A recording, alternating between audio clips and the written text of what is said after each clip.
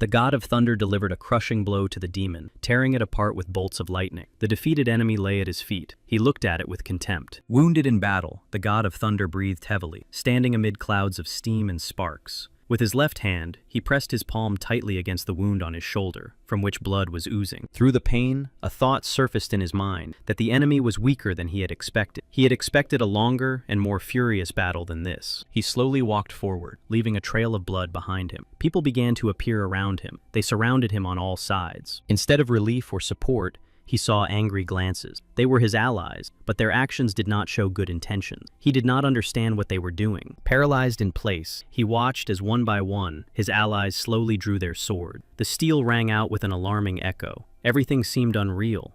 The silence was broken when one of them stepped forward and said that now they were certain of his power. It sounded less like praise and more like a sentence. They declared that they would never allow someone like him to lead 7 influential families. It was a warning steeped in mistrust and fear. For them, his power was a threat to the established order, and they were ready to act to prevent his rise. They came to the unanimous conclusion that what had happened here was sufficient grounds for his sentence. The silence was filled with the weight of the merciless verdict. He felt how his former comrades had turned into judges ready to take his life, and he realized that now he could only count on his own strength. They announced that they did not need a leader, and that his power seemed dangerous and destructive to the foundations of their families. Wanting his immediate death, they closed the circle. He looked at them through the pain and fatigue, not allowing himself to show fear. Inside, he was boiling with rage. But above all else was the thought that they were fools. Deep down, contrary to their assumptions, he had no thirst for power. For him, strength was not a goal. His thoughts were far from ambition and political games. But he could not bear the betrayal and decided to fight. Clutching his sword with his bloodied hand and pressing the other against his wound, the god of thunder gathered all his will into his fist. Suddenly, thunder rumbled around them, and the sky lit up with bright flashes. Electrical discharges rained down, as if the air itself was filled with his anger. Sensing the growing storm, the traitors hastily took up defensive position. Their blades were raised in defense, and their bodies tensed in anticipation of the blow. He let out a loud cry, challenging all the traitors. His words were sharp and decisive, saying that if they had decided to destroy him, let them try. Gathering all his willpower, he directed lightning bolts straight at the traitors. Bright discharges flashed and crashed down with a roar, causing the whole earth to shake. His anger and power were uncontrollable. Now he had become a real storm of destruction. However, suddenly the power he had summoned turned against him. The lightning bolts gathered around him and struck him unexpectedly, piercing his body. The traitors looked at each other in confusion and fear, and the air was filled with tense silence. This unexpected change took everyone by surprise. The god of thunder himself could not understand how it happened, that he accidentally wounded himself. It seemed impossible to him, for he was accustomed to controlling the elements. He felt a strange relief, realizing that he had died by his own hand, and not at the hands of traitors. For the god of thunder, it was almost a consolation. In the end, surrounded by a tight circle of traitors, he collapsed to the ground. His fall became a symbol of his last will and dignity. Shortly after his fall, he was reborn, preparing to begin his 9th life. Each rebirth gave him the opportunity to gain new knowledge and strength. He had just awakened and did not immediately realize that he had been reborn this time. His new body belonged to Mr. Peck, so foreign and unfamiliar. He could not believe what was happening and stared intently at his hands, trying to convince himself of the reality of his rebirth. He still remembered his past. He tried to figure out what year it was, feeling lost in time and space. His new life and new body confused him. Suddenly, he saw the memories of the guy whose body he now inhabited, and considered him pathetic and insignificant. The memory caused an internal conflict. As he got dressed, he realized that only 30 years had passed since his death, although previously the interval between lives had been at least a century. This seemed strange. He immediately understood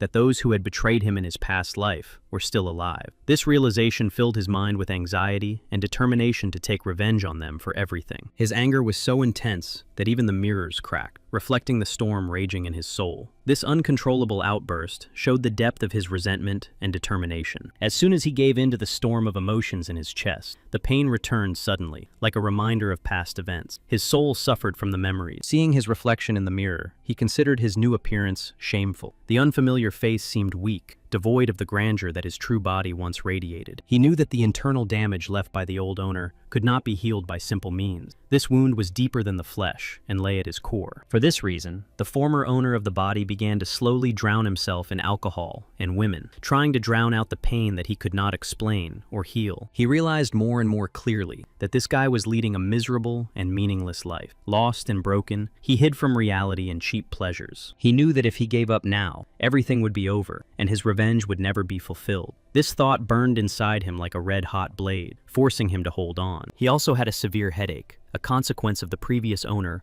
of the body's crazy escapades. Alcohol, sleepless nights, and debauchery had left their mark. He returned to the Park family residence, a luxurious place filled with emptiness. Everything here reminded him of a life he had never lived, of laziness and decadence. The servants watched in amazement as he crossed the threshold of the residence. No one expected his return. He usually disappeared for days, lost in endless revelry. All the servants hastily bowed and greeted him, trying to hide their surprise. Their usual evasive tone was replaced by notes of respect. He clearly understood that they all looked at him with contempt, and it was not surprising. Despite their bows and greetings, indifference was evident in their eyes. Passing through to his room, he told a servant that he wanted to be alone today, and that no one should enter. At that moment, he needed solitude to think. Now he decided to end this pitiful existence and take control of his destiny. In the body of Pak Mugen, he was determined to heal himself and his body. Now he began a new life, full of determination and strength. Realizing his mistakes and lessons of the past, he strove for change, ready to fight for his future. He decided to use an ancient technique to summon his inner strength, realizing that only through concentration and connection with himself could he awaken his power. He managed to summon his inner strength, and now he faced a new task, to release the first blocked Kimek. It was an important step on the path. If he restored this channel, he would gain complete control over his power and body. This key stage would allow him to control energy and his will. However, he was unable to restore the channel and soon felt ill. Then he realized that the previous owner of the body was severely deformed. Even the slightest loss of concentration caused a terrifying rebound effect, so strong that it could destroy him. This discovery frightened him greatly. He began to train, trying to master his power, but he could not understand what the previous owner of the body had been doing. The method seemed strange and chaotic. Gradually, he remembered everything the previous owner of the body had been doing, and it turned out that his life had been filled with a lot of training and trials. These memories helped him understand that despite the apparent chaos, behind these actions lay a rigorous and continuous process of self-improvement. He wanted to become stronger at any cost, and it was this desire that turned his life into a continuous struggle and suffering. Now he realized the full depth of the path, and he felt confident that everything would work out, because in his 8th life, he had already managed to get his body in order and gain control over himself. He had to regain full control over his emotions and learn to restrain the storm inside, and then channel it into a creative direction. All he had to do was increase his concentration a little, which was what he lacked to fully awaken his power and control over himself. Soon, his brother Muak began to insistently bang on the door, but he did not open it yet. He understood that he needed solitude now and was not ready. However, his brother continued to insistently bang on the door, demanding that he open it. His voice sounded insistent and anxious, reflecting all his impatience. But he thought that it was impossible to open the door now. His inner chaos and weakness were too great. At that moment, he could not fulfill the demands. Muak, upon learning of his brother's return, immediately rushed home. His heart was filled with anxiety and hope at the same time, and he understood that this event would change everything. He ran as fast as he could, rushing home at breakneck speed. With each step, he was getting closer to the place where he could meet his brother again and embrace him. When Muak arrived, the servants confirmed that his brother had indeed returned and was now resting in his room. Important meetings and conversations lay ahead. He was angry with the servants for not informing him immediately of his brother's return. His feelings of irritation were mixed with regret at the lost opportunity to help his brother. Then he decided not to wait and began to knock insistently on the door. He shouted that he had important business with him and that he needed to talk to him urgently. He was burning with desire to see his brother immediately because he had found a way to heal him. This discovery gave him hope, and now it was important not to miss the moment and to help. However, at that very moment, the main character was undergoing the healing process and wanted his brother to just be quiet. He needed silence and peace for this. He couldn't lose his concentration for a second. Even the slightest distraction could destroy the delicate healing process. Everything depended on it. Despite everything, he was glad that he had such a loyal and caring brother in this life. And perhaps this reincarnation was not so bad after all. In his past life, he had seen only bitter betrayal in his soul. Now, however, He had the opportunity to rebuild relationships and gain trust. Now he no longer wanted to die. On the contrary, his soul was filled with a new, strong desire to live. He understood that this life had not been given to him by chance, and that it was an opportunity. But he clearly understood that, in order to survive in such a body, he would have to work hard. The weakness and illnesses left behind by the previous owner could not be overcome immediately. Now he concentrated and tried to restore his meridians, the subtle energy channels through which power flowed. Every step was difficult. He almost succeeded, and the energy slowly began to flow. But he needed a little more strength to recover. He felt how close he was to his goal. As a result, there was a powerful burst of energy. A wave of force burst out, shaking the room. The doors couldn't withstand it, and Muak was thrown back by the blast wave and fell. Muak lay on the floor, stunned, not understanding what had happened. It all happened in an instant, a deafening noise, a blinding burst of energy, and now he was lying there. He jumped to his feet, and without thinking, ran into the room, shouting questions about what had happened. His voice trembled with excitement, and his heart was beating faster. But the main character replied that nothing had happened, as if he hadn't noticed the destruction. Then he looked up, greeted him, and noted that they hadn't seen each other in a long time. He also noted that he didn't even remember the last time they had dinner together, and invited his brother to join him. His tone was unexpectedly warm. Mook's eyes filled with tears. He didn't expect such simplicity and warmth after everything that had happened. His heart ached with emotion, and without hiding his feelings, he nodded. They went out into the yard together and sat down at a table in a small gazebo, surrounded by greenery. A gentle breeze rustled the leaves, bringing with it a slight feeling of peace. He poured tea for both of them, carefully placing the cups on the table. Steam curled up, filling the air with aroma. This gesture marked the beginning of the restoration of their bond. His brother looked at him with a slight smile that conveyed hope and gratitude. This look spoke more than words. It reflected the deep connection between them. He asked his brother why he looked so happy. There was sincere curiosity in his voice, and he wanted to understand what brought this person joy. His brother replied that it was nothing special. He was just surprised at how much his brother had changed, as if a completely different person was standing in front of him now. He also said that he had found a way to heal his brother and restore his lost strength. The main character replied that there was no need to worry, and that he had already begun to regain his strength on his own. Although it was the first time, he believed that everything would soon return to normal. Then his brother became a little upset,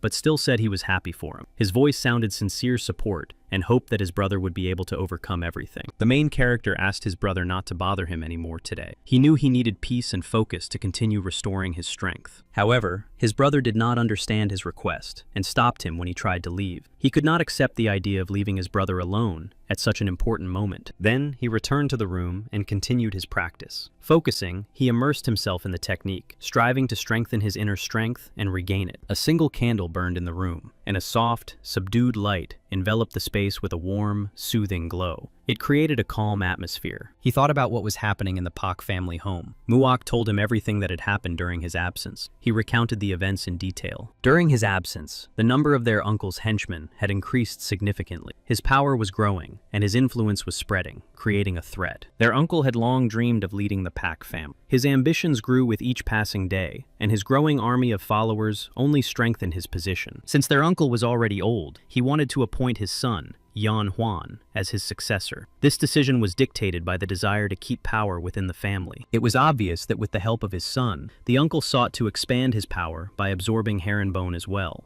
Herrenben was a pirate group that ruled Wenzhou. He understood that they intended to go into battle with the pirate. He also understood that they would not succeed. Then he decided to join the campaign. Realizing the importance of the event and the need to act, he decided not to stay on the sidelines in order to exert personal influence. It became clear to him that the forces of the Beck family were insufficient to take revenge on the 7 supreme families. This realization fueled his determination, because the past demanded retribution. But if he managed to unite the forces of the Paik House with the 10 clans of Cholgan, their power would become unbeatable. The alliance would make revenge a reality. Only in this way, by uniting the houses and clans into a single fist, thinking through alliances and sacrifices for the common goal, would he be able to defeat the 7 supreme families. He decided that he must become strong enough to lead the Park family. This required not only combat skills, but also political cunning. He had to rise to the top, overcoming all obstacles for the sake of power and justice. This required not instant gratification, but long work on himself. He realized that he had a lot of work ahead of him, and that only hard work and constant improvement would help him achieve his goal. The road to the top was long. He had to become stronger. It was not just a choice, but a necessity. Without strength, his ambitions were doomed to failure, so every effort was a step towards that power. Only then would he be able to fully recover. Overcoming difficulties, he believed that he would regain his lost strength and control, because that was the foundation. Now he took out his sword and looked at his reflection in its blade. The metal reflected not only his image, but also the determination, composure, and inner strength that he had to regain in order to fight fate itself. Although he had lived many lives, the sight of the sword still stirred him. Hidden in its cold gleam were memories of bloody battles and victories. He wanted to try out his new sword, to feel the energy and power flow into his hand through the hilt. It was a symbol of his rebirth as a warrior. At that moment, his uncle stood looking at the moon. The moonlight reflected in his eyes, and in that gaze one could see a mixture of intent and a kind of calm anticipation. A servant came to him and reported that young Master Park had been working on his health for a month and was completely absorbed in his training. The main character's uncle was sure that restoring his nephew's strength would not be such a simple matter. He knew that recovery required great effort. It would take more than a month of hard training and procedures to restore Kimek. The uncle was sure that his nephew had a long road ahead of him. He noticed that someone was in his chambers and immediately felt irritated. Quickly, without holding back his emotions, he ordered the uninvited guest to come out. The one who had disturbed his peace slowly emerged from the shadows. The uncle was surprised to recognize his nephew. His face was tense, and his eyes showed confusion. He did not expect to see him in his chambers. The main character bowed to his uncle, showing respect. He asked about his uncle's health, and said that he had heard about his return from the eastern border. The uncle replied that he was fine, but his gaze remained serious and attentive. He wanted to understand how his nephew was doing now. The uncle gently took his nephew's hands, showing him his care and attention. He asked if he was feeling better, if he was in pain, and if he needed anything to ease his discomfort. This was the support he wanted to show. The main character replied that everything was going well, and his recovery was going according to plan. However, his uncle, not reassured, asked him to tell him more about it. He replied that the recovery was not as difficult as it might seem, and that everything was going well. However, he then added that he had something to report. He said that he would like to participate in a mission to eliminate a pirate group. He noted that this could help him not only recover, but also test himself. After listening to his nephew, the uncle said that everything would be as he wished. He understood that participating in the mission was important to his nephew, despite his weakness. They set off and soon found themselves on a ship, ready for their mission. Next to them was Muok's brother, who had also joined the journey. His presence gave strength and confidence, creating an atmosphere of unity. The main character even forgot how long it had been since he had been at sea. The sea horizon, the fresh wind, and the sound of the waves reminded him of the forgotten feelings of freedom and adventure. Muok was also happy to return to the sea, because here you can especially feel the smell of freedom. But deep down, he dreamed of going on a voyage for a different reason. The main character asked his brother if he was afraid of pirates, to which he confidently replied that he was not at all. He considered himself a warrior of the Pack family and was ready to fight. However, something else slipped into his gaze, a slight shadow of anxiety or doubt hidden behind his confident speech. Despite his loud words and courage, the brother suggested that Muok was not afraid of the pirates themselves, but that they might be stronger and more dangerous than expected. He saw it in Muok's eyes. Muok said that recently, pirates had begun to take in refugees who were wandering aimlessly. These people found themselves in a desperate situation. The warriors of the Paik family, led by Mr. Yan Huan, are trying to resist this new threat. They realize that confronting the pirates is very dangerous. However,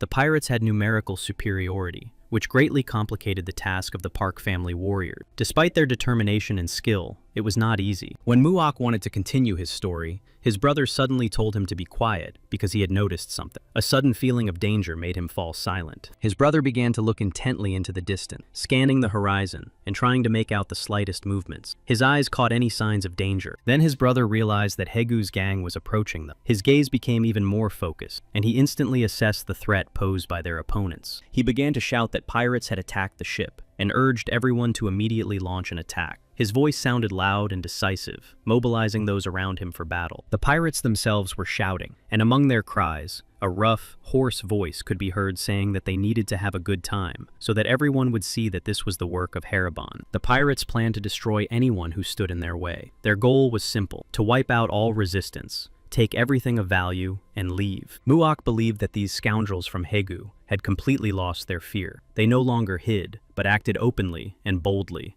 as if everything was permitted to them. The main character decided to stop those pirates before it was too late. He understood that every minute could cost the lives of innocent people. Muak also wanted to join his brother and fight those pirates. He couldn't stand aside while his loved ones were risking their lives. However, his brother told Muak that he could handle it himself and that it was better to stay safe. He didn't want to put him in danger and was confident that he could protect everyone. Many people, seeing the approaching pirates, began to call for help. The pirates behaved like real barbarians, rude, ruthless, and destructive, exacerbating the chaos. When he raised his sword over a defenseless man, the main character suddenly appeared. His sudden appearance stopped the attacker, who was surprised, but he was instantly destroyed on the spot. The main character's sword flashed in the air, and in the next second, the enemy was already lying lifeless on the ground. All the pirates turned sharply and stared at him. For a moment, a tense atmosphere reigned in their eyes, mixed with surprise, fear, and anger. They couldn't understand who this person was. The stranger had appeared out of nowhere, easily defeated one of them,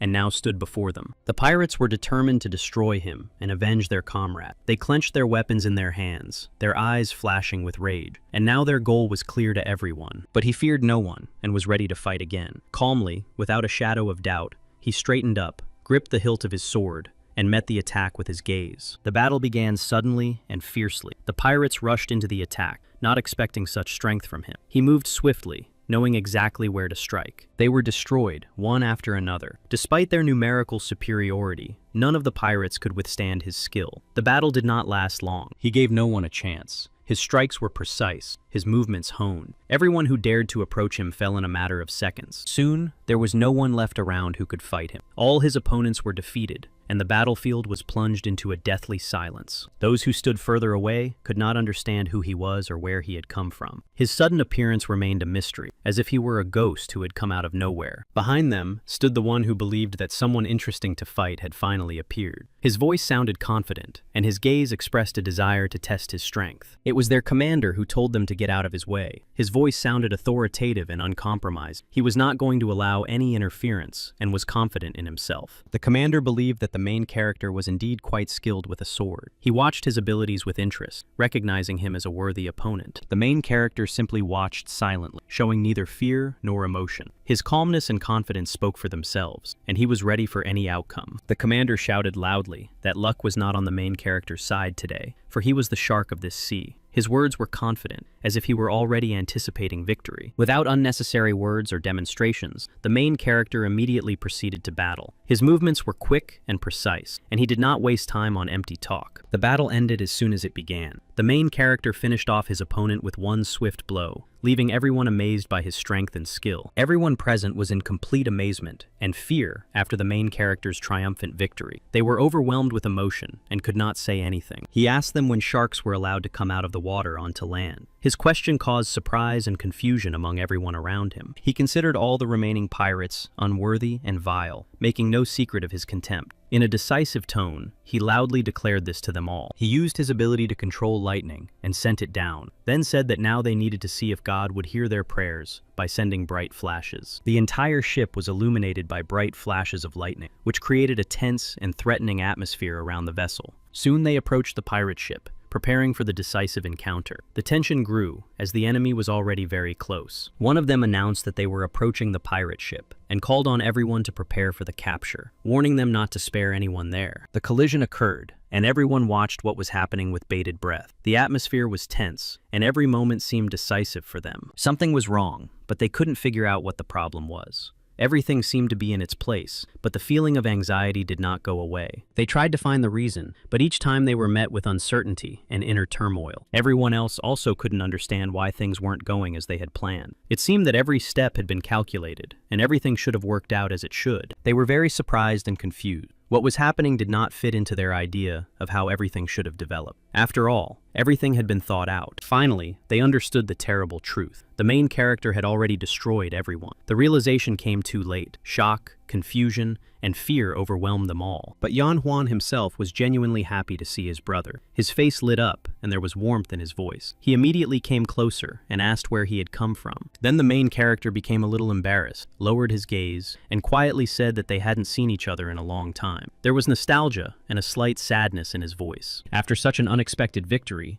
they sat down at the table and began to celebrate. The atmosphere gradually became warmer, the tension eased, and the conversation became livelier. Yan Huan beamed with joy and said he was happy that his brother had finally restored his Kimek. He raised his cup and shared this joy with his brother and the others. He proudly said that he could see that everything was fine with his brother because he had defeated the enemies single-handedly. His voice sounded admiring and even relieved, but the main character still admitted that he thought the enemies would be stronger. He did not hide that he was preparing for the worst, and even doubted whether he would be able to win. Yan Huan felt ashamed and knew that he was not yet strong enough for the warriors under his command to win. He lowered his eyes and quietly admitted this. But the main character asked him to stop talking like that. He looked at Yan Huan and said that he had seen how hard he had tried and fought to lead them to victory. At that moment, Muok approached and accidentally overheard their conversation. He froze for a moment, not wanting to interrupt, but still took a step forward. His gaze was serious. The main character said that he had come not just as a participant, but as an ally to support the others. He declared that by uniting the power of the Paek family, they could fight back. Yan Huan acknowledged that the main character had only just regained his strength and expressed his gratitude for his help in battle. He understood how important the support was. He did not know if his brother would have enough strength to finally defeat the Haribon pirates. The main character remained silent and only smiled, hiding his true thoughts and feelings. His smile was calm, but it concealed determination and confidence. At that moment, someone else was standing on the deck, lost in thought. His gaze was focused and pensive, as if he too was trying to comprehend something. Another young man approached him and asked what was making him so angry. This unexpected question interrupted his train of thought, distracting him for a moment. It was Sanjen Pak, a man who couldn't stand the main character. He didn't understand what someone who had only just regained control of his body was doing among them. He replied to Sanjen Pak that he had come to help defeat and subdue the pirates. He made it clear that the main character's goal was a common victory for all of them. Sanjen claimed that the main character was simply jealous of Yan Huan and was trying to prove that he was also worth something. He suspected that his actions were not a sincere desire, but he again defended the main character, reminding him that he had single-handedly destroyed all the enemies today and saying that this was not a bad achievement for a start. Then he asked Sanjen to just admit that he was angry because he himself wanted to talk to the commander over a glass of rum. It was teasing, but Sanjen was angry and said that he didn't care what they were doing there. He said that he didn't want to participate in conversation and considered such conversations a waste of time. He also said that he didn't care about blood ties and only recognized strength. For him, the real value was power and victory. He added that the only person stronger than him on this ship was Mr. Yan Huang, not the main character. The main character heard all this but remained silent, listening attentively. Sanjen called the main character an upstart, and these words hurt him. Disappointed and unwilling to continue listening, the main character went out to him. When he saw the main character, he was shocked and did not expect such a turn of events. Everything he had heard before was filled with negativity and prejudice. Then, slightly embarrassed by his previous belief in false rumors, he bowed respectfully and greeted the main character. The situation was awkward. The main character calmly said that there was no need to bother with unnecessary formality. His voice was even, devoid of arrogance, but there was strength in it. Then he made it clear that he did not consider himself superior to others. He preferred to be treated the same as the other members of the team and said so. Those who were nearby froze in confusion for a moment. They did not expect such simplicity and openness. His behavior confused everyone. One of the team members, still under the impression of what was happening, admitted that he himself would not have dared to behave so informally with him. But the main character replied that they were just as worthy warriors as he was. That is why, in his opinion, each of them deserved equal treatment. Then he suggested that they drop the formality and treat him like a regular member of the team. He did not seek a special position or any honors. Both stood in silence, not knowing what to say. The hero's words knocked them out of their usual framework and made them think. Before them was an open person. After a pause, one of them smiled, realizing the sincerity and determination of the main character. He replied that they would do exactly as he wished. He introduced himself as Nak Ilban. The name sounded simple, but it conveyed confidence and strength of character. This was a new stage in their communication. He also said that the big guy's name was Paek Sang-gen. The name sounded impressive, reflecting the strength and steadfastness of this man. Thus, connections were established. The main character mentally noted that these guys were really in great shape. If the rest of the team maintained the same level, the team should be unbeatable. Nak Ilban said he would take him to the cabin, where they could meet the rest of their team. The main character did not object, and readily agreed to follow Nak Ilban. Together with him, he called Muok to join the meeting as well. He also expressed a desire to meet with the warriors of the Paek family, and share with them his experience in fighting pirates. It was about working together for a common goal. Pak Sang-gyun had a hidden dislike for him, and considered him a poser. Despite his outward politeness, he did not trust the main character, and had doubts about him. When they arrived at the location, the main character met all the members of the team. He listened attentively to each of them, showing sincere interest and respect. This allowed him to establish initial contacts and create an atmosphere of trust and unity necessary for the successful joint completion of subsequent tasks. Among the team members were those who were asleep at the time of their arrival. This created a feeling of some disorganization, but the hero did not attach any importance to it. After getting to know the team and inspecting the situation, he decided to rest and went to sleep as well. He understood the importance of restoring his strength before the upcoming trials. In the morning, while Muok was reading a book, he trained on the deck. He honed his skills without being distracted by anything else. It was discipline and perseverance. His brother watched the main character with surprise, amazed by his perseverance and skill in training. He did not expect to see such determination. Noticing his brother's thoughtfulness, the hero turned to Muok, sensing that he wanted to say something. The question was a sign of attention and willingness to listen. Then Muok asked him directly if he really didn't notice anything. At that moment, the main character continued to train silently and smiled. Muok noted that Yan Huan had doubts about the main character. He pointed out that he was far from the only one who felt distrustful, and that others did too. The main character replied that a gentleman would not be angry if someone on the team did not want to acknowledge his merit. Unity was more important to him. He suggested that perhaps a similar expression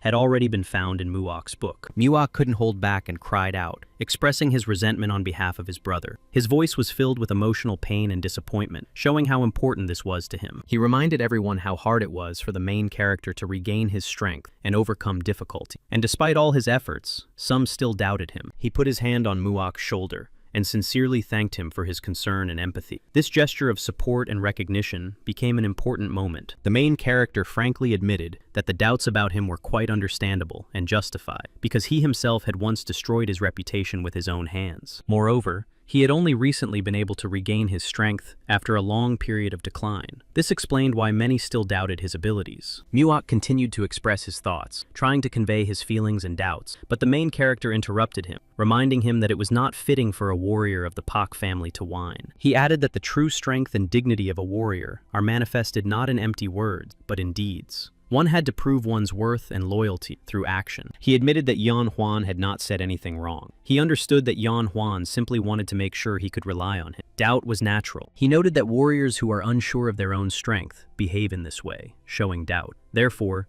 it is not worth paying too much attention to it. Despite his words, Muok sank back into melancholy. His sadness and doubts were evident in his eyes, like a shadow that was difficult to dispel with words. Then the main character asked what he thought about his plans to gather all the power of the Paik family together in the near future. Muok was genuinely happy if the main character really intended to gather the power of the Paik family. For him, it meant hope for the revival of power and influence. At that moment, Park Sang-gun approached and asked with a serious expression whether the main character really intended to demonstrate his abilities. The main character replied that he was ready to start a fight with Park Sang-gun in any form, whether with a sword or in hand-to-hand combat. It did not matter to him. For Park Sang-gun, it was easier than easy, and he said so with a smirk. Park Sang-gun suddenly began attacking the main character with his fists, delivering quick and powerful blows. Energy and fury filled each of his blows. Muok was afraid for his brother and shouted loudly for him not to fall. His voice was full of anxiety and concern as he tried to warn the main character of the danger. Despite Muok's cries, Pak Sang-gen continued to attack fiercely. His blows rained down one after another without stopping, demonstrating his unyielding determination. However, Muok's concern for his brother was in vain,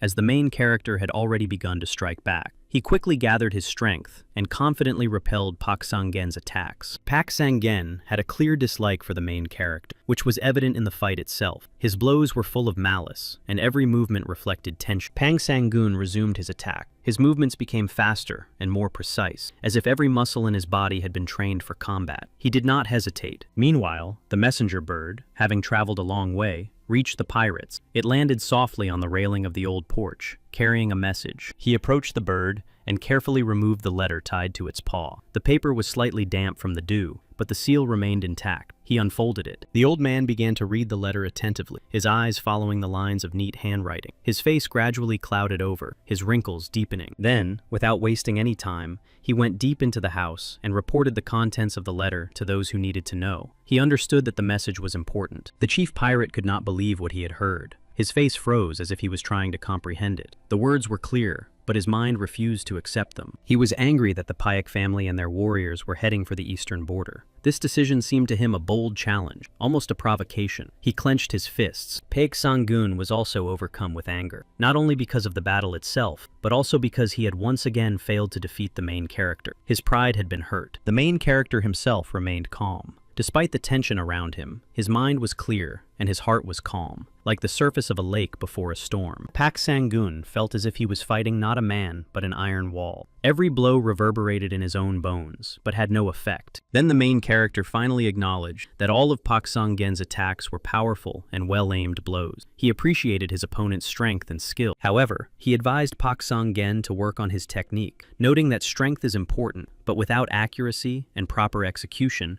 it loses its effectiveness. Paik Sang-gun was angry at the advice. His pride did not allow him to accept criticism, especially from the main character, whom he considered a rival. He was irritated and offended. Then he completely provoked Paik Sang-gun, which only increased his anger. His sharp words were like adding fuel to the fire, causing even more irritation. As a result, Paik Sang-gun collapsed onto the deck with a loud crash, overcome with rage and disappointment. His voice echoed throughout the area. It was a loud and piercing scream. All the soldiers ran out onto the deck, ready and alert, thinking that the pirates of Haraban had arrived. The noise and Paik Sang-gun's cry alarmed them all. Nak Ilban explained to the soldiers that their fears were unfounded. The pirates of Haraban had not yet appeared, but they were just in time to see what had happened there. Paik Sang-gun struggled to get up from the ground, each movement causing him pain and effort. His body felt the full weight of the defeat that had just occurred. The main character calmly asked Paik Sang-gun if he wanted revenge. There was no mockery in his voice, only a sincere invitation to a new battle. Paik Sang-gun, overcome with anger, replied that the main character would pay for everything. His words sounded like a threat filled with irreconcilable rage and hatred. From that moment on, Paik Sang-gun decided to fight with all his strength. His heart was filled with a thirst for victory, and his every movement became more decisive. However, Nak Ilban believed that Paik Sang-gun would lose. He could barely stand and looked exhausted after the previous battle. He found it all ridiculous. Despite Nak Ilban's doubts, Paik Sang-gun suddenly launched an attack. His movements were sharp and full of rage as he tried to break through his fatigue. But the main character remained indifferent, standing calmly like a rock in the middle of a storm, showing complete control over himself and the situation. Paik Sang-gun himself ran around him, trying to strike. He looked for a weak spot, made sharp lunges and swift attacks, but the protagonist remained unperturbed. The protagonist simply watched Paik Sang-gun, not rushing to respond to his attempts. All the warriors were amazed by the calmness and skill of the main character. They watched as he withstood Paik Sang-gun's onslaught without fuss or unnecessary movements. In the end, Paik Sang-gun collapsed again. His strength was exhausted, and his rage was replaced by despair. He realized that despite everything, the main character remained an unyielding obstacle. The main character casually encouraged Paik Sang-gun to attack again. He remained calm as he watched his opponent gather his last strength. Paik Sang-gun was even angrier, gritting his teeth in pain and humiliation. Despite his exhaustion, he struggled to his feet. His body trembled like a leaf. He screamed at the top of his lungs and lunged forward, furiously attacking the main character. His cry was filled with hatred, pain, and desperate determination. But the main character took the initiative again, smoothly and without unnecessary force, and began to twist Paik Sang-gun as if deftly twisting him into a ram's horn. Paik Sang-gun fell again in disgrace, crashing headfirst to the ground. The warriors around him gasped, but no one intervened. He had to show everyone what he was capable of. All the warriors shouted and whistled, expressing their enthusiastic support for the main character. Their approval thundered across the deck. Some clenched their fists in excitement. Paik Sang-gun himself lay on the deck and cried, feeling the burning shame and bitterness of defeat. Tears ran down his face, mixing with sweat. His pride was broken. He felt as if he had been fighting not a man, but a cold and invulnerable rock. He couldn't even really touch his opponent. In the end, no matter how much he wanted to continue, Paik Sang-gun admitted defeat and surrendered. His body would not obey him, and his spirit, exhausted by futile attempts, was extinguished. The main character assessed Paik Sang-gun and acknowledged that his physical form was excellent. However, he noted that for mastery, he needed to improve his agility and technique. He also noted that if Paik Sang-gun could perfect his technique and find his own style, new horizons of opportunity would open up for him. He admitted that he possessed a great number of fighting techniques and was ready to help Paik Sang-gun improve his skills. He offered to be his mentor. Paik Sang-gun silently nodded in response, accepting the offer of help. Without words, he expressed his willingness to learn and improve, realizing that Nak Il-ban was right. Nak Il-ban then apologized for the team's behavior. He acknowledged that their reaction had been too harsh and hasty, caused by excitement and emotions. The main character replied that it was just a light warm-up, which shocked Park Sang-gun. He did not expect that after such a battle, there would be more trials ahead. He addressed everyone, saying that morning was the best time for training. He invited anyone who wanted to join and was happy to help. Nak Il-ban bowed and expressed his desire to fight with swords. He showed respect for the main character's skill and a desire to test his strength in battle. The main character gladly accepted Nak Il-ban's challenge and was happy to fight him with sword. He saw it as an opportunity to test his skills. One of the warriors shouted at Nak Il-ban, urging him not to disgrace himself and not to go into battle. His words sounded impatient and defiant. The main character now had a unique opportunity to win the respect of the Paik warrior family. His skill, calmness, and determination in battle were admirable. Muak understood that his brother was behind all these events and had devised the entire plan. He realized that the fight was only part of a more complex game. Then the fight came to an end. The tension gradually subsided, and the participants in the duel moved away from each other, tired, but with deep respect for their opponents. Muak understood that his brother had started all this to prove that he was worthy of respect and trust. He saw in this desire not just ambition, but something else. He could achieve this and maintain balance, thanks to his strength and mastery of combat techniques. He wanted to maintain his authority by supporting harmony in his affairs. Soon, the warriors began to argue and quarrel among themselves, each striving for the opportunity to fight the main character. They wanted to prove their strength. Watching the heated arguments and the warrior's desire to fight his brother, Muak realized that his brother would indeed be able to win their favor. Then their ship arrived in Tonda, located on the eastern border. This place was strategically important and expected to be heavily guarded. When the main character disembarked from the ship, someone called him by the name Mugun. The voice was familiar and sounded like a reminder of the past and the battles to come. It was Paik Jong-in, Mugun's uncle. Mugun approached his uncle Paik Jong-in and bowed in respect. He also noted that they had not seen each other for a long time. Pak Chong-in expressed his joy that his nephew Mugun was healthy and well. Pak Chong-in also noted that he had heard how Mugun had managed to defeat an entire pirate ship single-handedly. These words expressed admiration and respect for his strength. Park Chan-yun also admitted that he found it hard to believe such stories and asked Mugun not to keep the secret of his rapid recovery and to tell him. However, Mugun believed that it would take a long time to explain, and that it was more important now to focus on discussing the strategy for the battle with the pirates. Everything else could wait. Baek Jong-un said that he could see that everything was fine with Mugun, and that he no longer had to worry about his nephew. Mugun had become stronger and was ready for battle. The girls were also surprised when they saw Mugun. They did not expect to see him here, and their eyes expressed a mixture of admiration. His presence aroused keen interest. Mugun himself looked at the girls somewhat confused. His gaze expressed surprise and slight embarrassment. Perhaps he was not used to such attention. One of the girls, noticing Mugun, seemed delighted to see him and, unable to hide her joy, asked if it was really him. He looked at her silently, not understanding why she was so excited. His gaze expressed slight confusion at her unexpected reaction. The Yoon family and the Baek family settled in Wenzhou province as merchants. Their influence and wealth grew thanks to successful trade. Yoon Yi-song was the heiress of the Yoon family. Now both Mugun and Yoon Yi-song had grown up and become mature individuals. They inherited the wealth and experience of their families. It turned out that Yoon Yi-san was betrothed to Mugun. Their union symbolized not only the union of two influential families, but also an important step towards strengthening ties. Now Yoon Yi-san looked at Mugun again and asked excitedly if it was really him. Her gaze revealed hope and some doubt. He replied confidently that of course it was him. His voice sounded calm, confirming his identity and dispelling all doubts. She looked confused and somewhat lost, as if she had suddenly been hit by a storm of emotions and memories. Her eyes reflected a mixture of surprise. Then she said that now everything was clear to her. Her voice sounded relieved and understanding, as if she had finally found the answers to her questions. She said that she was Miss Yoon Ye-sung and greeted Mr. Baek Mugun. Due to his overly dissolute lifestyle, the engagement had been broken off. He asked what she was doing there. He was curious about what Yoon Yi-sung was doing now. At that moment, he was reproached,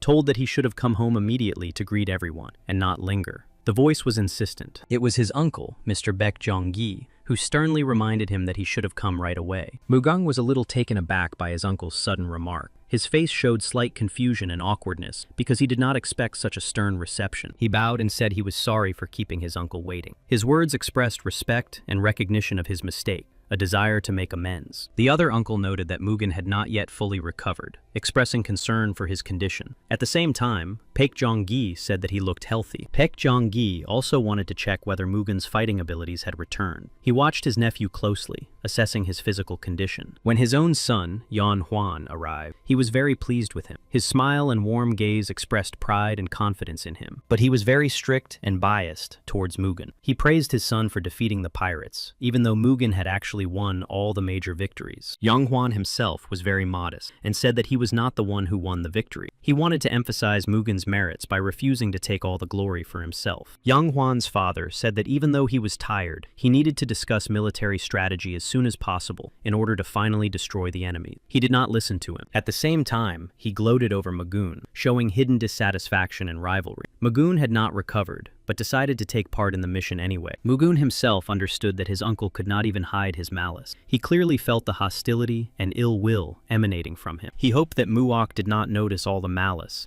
and hidden emotions of his uncle. Deep down, he tried to remain calm, but inside, his feelings were in turmoil. However, Muok surprised him by calmly saying that everything was fine. His composure showed that he had noticed the hidden anger, but did not attach any importance to it. He also said that soon, everyone would see how strong his brother Mugen was. These words sounded confident and proud, emphasizing his belief. Mugen smiled and thanked his brother, realizing that he was right. Confidence and support arose in his heart, strengthening his determination to move forward. In the evening, Muok sat down to read a book again. He was very curious and absorbed new knowledge. For him, it was not just an activity, but a way to better understand the world. When Mugen arrived, he said that Muok had done well today. However, Muok thought that there was nothing special about it and was not impressed. Mugen told his brother that he already knew what had been discussed at the meeting, thanks to Muok's notes. This showed his trust in his brother and the value of the information. Mugen did not understand how Muok managed to gather all this information on his own. His surprise and admiration reflected his deep respect for his brother's work. However, Muok explained sheepishly that he simply listened to what people were saying and selected the most important information. He was good at focusing on the essentials. But then Muok confessed that he had learned all the information from the Yin family. This confession showed how important their connections and trust between families were. He apologized to Mugen and explained that he just wanted to help him. His words were sincere, expressing his desire to support his brother and contribute. But Mugen believed that there was no need to apologize because he had done a good job. He admitted that he knew very well how difficult it was to get information from merchants. He expressed his admiration for how skillfully Muok did it. These words were a recognition of his brother's skill and persistence in gathering important information. He also said that everything that had happened to the Yoon family was in the past, and therefore not worth worrying about. He urged them to focus on the present and the future. Yoon Ye-sang listened to the conversation outside the door and thought that he did not have the makings of a great warrior, but he possessed intelligence and inner strength. Mugen praised his brother, noting that the information he had gathered allowed them to determine the location of enemy ships and emphasized that this was very important. All the information obtained from books and other people was collected and organized by him into his own information network. This approach allowed him to analyze data effectively and make quick decisions, which made him an indispensable assistant in preparing for battles. Muok possessed a sharp intellect and all the makings of a master. He was already capable of doing what the best scouts of Marima did. Mugen had high hopes for his brother and decided to entrust him with an important task. He believed that Muok would cope with the responsibility and prove his worth. Mugen asked his brother about his strategy for fighting pirates. Mugen wanted to know his brother's personal opinion, not just a plan of action, but his vision of the situation. Muok explained the essence of the situation. They were outnumbered by the enemy, so it was necessary to send reconnaissance ships to gather information about their movements. The goal was to identify their movement patterns and main routes,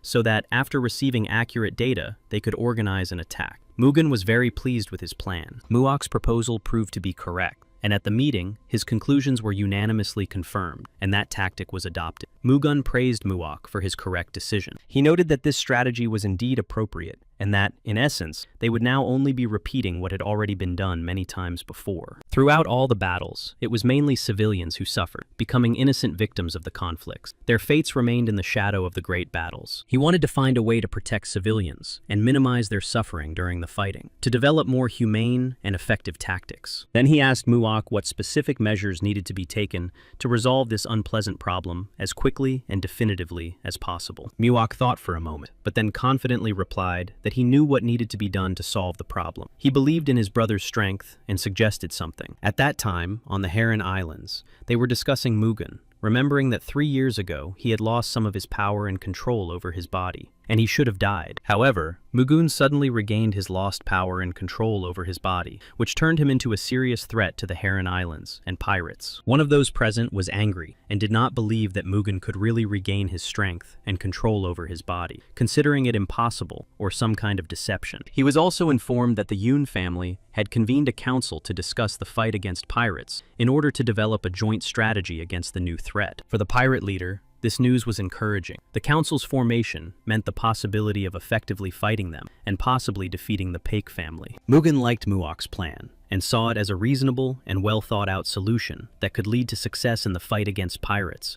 and protect the inhabitants. Soon, In-ye-san suddenly rushed into the room, interrupting the discussion. Mugun and Muok were surprised by In-ye-san's sudden appearance. They did not expect to see her at that moment, especially in such a hurry. She announced that her family was ready to support the plan proposed by Muok. These words came as unexpected news, as an influential ally was joining the cause. Now Mugun's uncle turned to In-ye-san and asked her to listen to him. His voice sounded calm, but with a note of insistence. He clearly wanted to convey something important. He expressed concern that no one knew when the enemies would decide to strike next, and therefore considered it rash to let the ships leave. However, Yoon Ye-sung interrupted him sharply, reminding him that he was not in command of the fleet. Her tone was confident. She would not allow the decision that had already been made to be questioned. She explained that if the ships left now, they would be able to take up their positions in time. Even a slight delay would lead to losses. She also said that even though he knew that delaying would lead to greater losses, he was still trying to stop her without offering any alternative. She did not hold back her anger. She reminded him that if he had done everything right in advance, this situation would not have happened at all, and he would not be responsible. He became angry, thinking that she had crossed the line and had no right to talk to him like that, let alone turn up her nose at him. His face turned pale with rage. Now Muok was sure that it was Mugen's turn to take matters into his own hands. Yoon Ye-san reported that she had done everything according to their orders. She emphasized that all her actions had been precisely coordinated with what had been decided in advance. Mugun reassured In-ye-san, promising to protect her and prevent anyone from harming her. His words instilled confidence and support. At that moment, someone released a dove, which soared into the sky, carrying an important message. The flight attracted the attention of those present, as if it were a harbinger of new events. The person who released the dove sat calmly and continued to go about his business, showing no haste and remaining focused on fishing. The pirate chief asked his assistant if the Paik family's ships had left the port. He was waiting for signals and news to assess the situation. The assistant replied that according to intelligence reports, if the ships were delayed, they would suffer too great a loss. Therefore, the decision was made to set sail without support. The pirate chief laughed, believing that money was more important to his opponents than life itself, and considered their decision risky, but dictated by their own greed. He was sure that such decisions would lead to serious problems, and in his opinion, they were asking for severe punishment and defeat. The pirate leader gave the order to send the Black Dragon ships to intercept them. The crews instantly raised the sails so that the ships could set out and cut through the waves. He was informed that they did not yet know the exact location of the Paik family's fleet. Sending 2 ships at once was too risky, given the uncertainty. His assistant suggested sending a small detachment of 3 volunteers. He agreed to let the newcomers prove themselves and approved the risky plan. He believed that the newcomers would cope with the task. He was confident in their abilities. Initially, the plan was to send a group of disguised fishermen, whose task was to distract the Park family, create a threat, and lure the fleet out of hiding. While the Park family's warriors were busy rescuing the disguised fishermen and distracting the enemy, the pirates intended to take advantage of the situation. The operation was conceived as a clever provocation for a quick and precise attack. Muok already knew their plans in advance. His notes allowed him to foresee the provocation. Mugen entrusted Muok with an important task. Therefore, Mugen remained on land to better control the situation from there. Mugen trusted him completely and had high hopes for the strategy he had developed. He believed that this plan would help them achieve victory. Suddenly, panic broke out on the ship. The crew suspected a pirate attack. Everyone was tense and preparing for battle. Alarms spread throughout the ship. As expected, the pirates were going to rescue the fishermen. It was part of the pirates' cunning plan to use the rescue as bait to gain an advantage. Yan Huang did not understand where Mugun had gone. His absence caused alarm and confusion, as he expected to see his brother nearby at such a crucial moment. Yoon Ye-san herself was also frightened. She felt anxiety and uncertainty because of the sudden attack. Mugun reassured Yoon Ye-san, telling her that the number of pirates didn't matter, and that he could handle any situation. His calmness gave her hope. She replied that she wasn't afraid at all, because she was from the Yoon family and was ready for anything. Her confidence and determination were inspiring, showing that she would remain steadfast. She hoped that his words were not empty, but true, and that he would indeed overcome any difficulties and protect everyone. He was silent, not knowing what to say. Inside, he was torn between doubt and confidence, but he could not reveal his thoughts. Too much was at stake. Then he laughed, noting that she had changed a lot, and now it was clear that she was from the Yoon family. His words sounded ironic and provocative, emphasizing her changes. He added that even if he was just showing off, there was no lie in his words. He really saw the changes and strength in their blood that could not be denied. He assured her that together with his assistants, they would quickly deal with all the problems in the situation, leaving no room for doubt in their abilities. At this time, the captain of the Black Dragon was carefully preparing for the upcoming attack. He ordered the destruction of everyone except the children and women. However, something went wrong, and the captain of the Black Dragon quickly realized that his plan was beginning to fall apart. He urgently needed to reconsider his actions. By this point, the Black Dragon's ship had already been completely destroyed, shattered into pieces. The unexpected defeat took the captain by surprise. The captain could not understand how this was even possible. The sudden destruction of his ship completely destroyed all his expectations and plans. Mugen was able to destroy the ship with a single blow, demonstrating incredible strength and skill in battle, which completely changed the course of the battle. Mugen then noted that this was the enemy's flagship and expressed his expectation of a serious battle. He was ready to show all his strength and skill. Mugen was confident that all his enemies would perish at his hands. His strength and determination instilled fear in the captain of the enemy ship, who was already beginning to feel uneasy. Suddenly, another man stepped out from among the pirates and told the captain to leave, as he was no match for Mugen. His words emphasized the difference in strength. Mugen himself silently watched what was happening, without interfering in the conversation. His calmness and self-confidence only increased the tension among the pirates.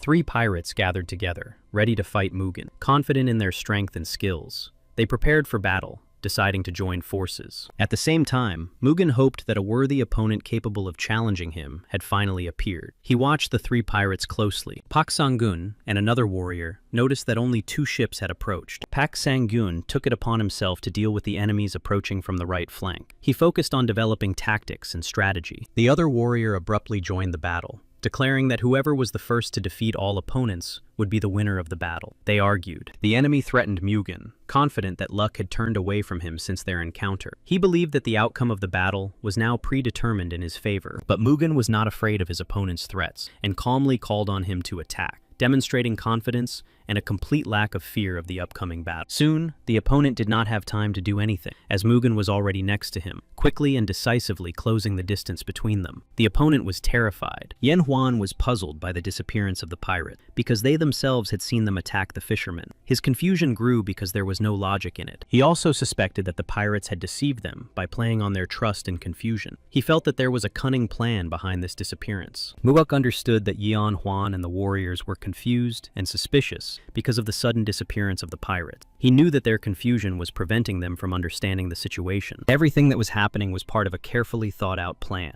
Every move and decision had been calculated in advance to confuse the enemy and then defeat them. Muak was pleased with how events were unfolding. Everything was going according to his calculations and plan. He understood that thanks to his carefully thought-out strategy, they had managed to confuse everyone. Suddenly, something became clear to Yan Huan. He realized the hidden plan of his enemies and understood that their actions were part of a more cunning and complicated game. He suddenly realized that the pirates had attacked the Yoon family's fleet. Realizing this, he wanted their ships to turn around immediately and come to the aid of their allies. Yan Huan realized that he had behaved foolishly and fallen for the pirates' tricks. Understanding his mistake, he felt the need to rectify the situation. Suddenly, he noticed the Black Dragon ship, which alarmed him. Muak knew that thanks to the lighthouse signal, they had sent the Payak family's fleet there in advance. According to calculations, the ships should have already arrived and met. He knew it was a good move. Sending the fleet ahead of time allowed them to take the initiative. This step gave them an advantage. The enemy did not understand what was happening. Their ships were caught off guard,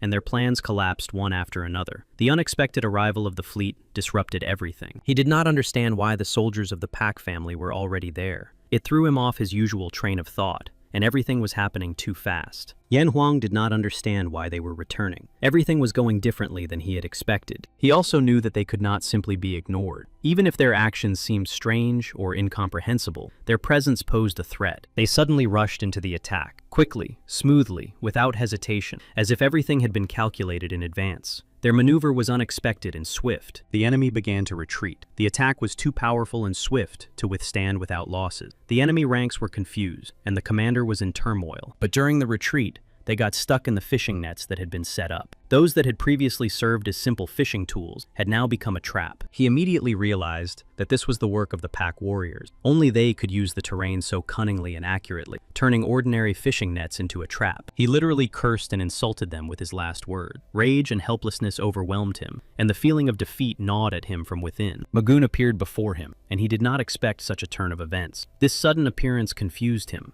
depriving him of confidence and the ability to react. Soon, the enemy was completely destroyed by Mugen. His decisive actions and skill in battle left the enemy no chance of escape. Those who were close to him, his brothers, were confused and unable to do anything. The shock and surprise of what had happened paralyzed their bodies and minds. Mugen managed to defeat the enemy in just a few seconds. His lightning-fast and precise actions suppressed the resistance, leaving the enemy no chance. His two brothers were angry with Mugen. They could not accept his swiftness and decisiveness, considering his methods too harsh and cruel. One of the brothers rushed into battle, overcome with anger. The other tried to stop him but was too late. Determination and rage took over, and the brother was far away. He used the technique of the shadow of the gloomy ghost. This quick and stealthy maneuver allowed him to quickly approach his opponent and deliver unexpected blows. He believed that no one could survive his attack. This technique was so powerful and infallible that it left only ashes of his opponents. But for Mugen, these were just words. He saw them as nothing more than bragging and an attempt to intimidate, and did not believe in the invincibility of this technique. When the enemy's technique had no effect, he could not believe his eyes. Everything happened contrary to his expectations, which were that he would destroy him. Soon, Mugen struck him himself. This unexpected and precise attack left the enemy no chance. Mugen's skill completely changed the entire fight. At that moment, the third brother exploded and rushed uncontrollably to destroy Mugen, and anger filled his mind. His will to destroy became insurmountable. Mugen was already prepared for this attack. He had anticipated the third brother's anger and prepared for the final encounter using his experience and cold calculation. Soon, the third brother was also wounded. Despite his fury and impetuosity, he could not avoid Mugen's precise strike. The wound undermined his fighting spirit. He couldn't believe how this was possible. His fury and confidence were shattered by Mugen's unexpected strength and skill.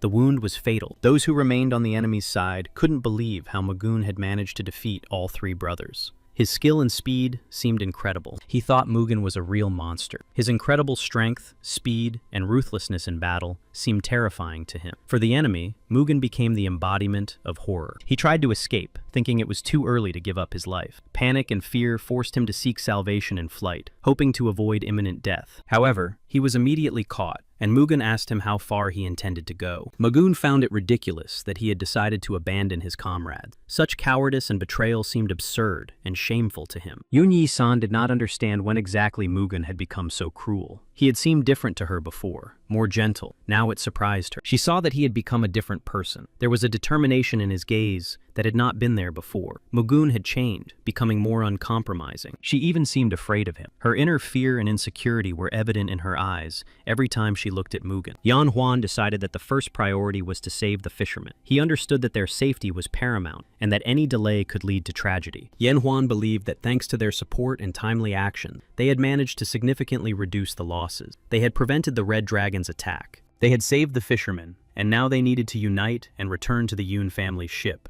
Understanding the importance of unity, they sought to avoid further losses. He thought they were lucky to have arrived here faster than them. Thanks to this timely arrival, they were able to avoid serious losses and strengthen their positions. The pirate leader was overcome with rage when he learned of the defeat. His anger was fierce, and he could not come to terms with the unexpected failure and loss of control. His assistant reported that it was surprising that the Black Dragon and the abominable trio had been completely destroyed. This news was unexpected and shocking. This failure seemed incredible and incomprehensible. The defeat of such strong people caused shock and bewilderment in him, and called their honor into question. Now the leader decided to send the Red Dragon there. He was informed that the Red Dragon had been brutally attacked by the Pack family and was completely defeated. He decided to stop and carefully consider the situation, realizing that hasty actions could lead to new defeats. The desire to win remained. His assistant noted that the decision was correct and justified. He emphasized that this choice was in line with the goals and requirements of the situation. In any case, Now all they could do was wait, because revenge is a dish best served cold. He was sure that no one would set foot on the islands without his knowledge. After the battle, Mugen noted Ms. Yoon's outstanding abilities and praised her for her determination and strategic thinking. Mugen thanked her for going with him, emphasizing how important her presence was to him. He acknowledged that her support had been invaluable. Lady Yoon felt that there was no need to thank her, as she believed that they were the ones who owed Mugen a debt of gratitude. She believed that she had only done her duty. Mugen was about to ask Lady Yoon for one important thing, and noticing this, she responded willingly. Her face lit up when he spoke. Mugen then asked Ms. Yoon to lend him her ship, as he intended to go to the pirates' main base. She was very surprised by his request. Meanwhile, Yan Huan learned that Mugen had defeated his enemy. The news spread quickly, causing him to feel a mixture of surprise and anxiety. Yun Huan was told about Mugen's victory by Yun Ye-san. She added that he had defeated the enemies and taken hostages. This impressed Yun Huan. Yang Huan was shocked to learn that only 3 people had participated in the battle against the enemies: Baek Sang-gun,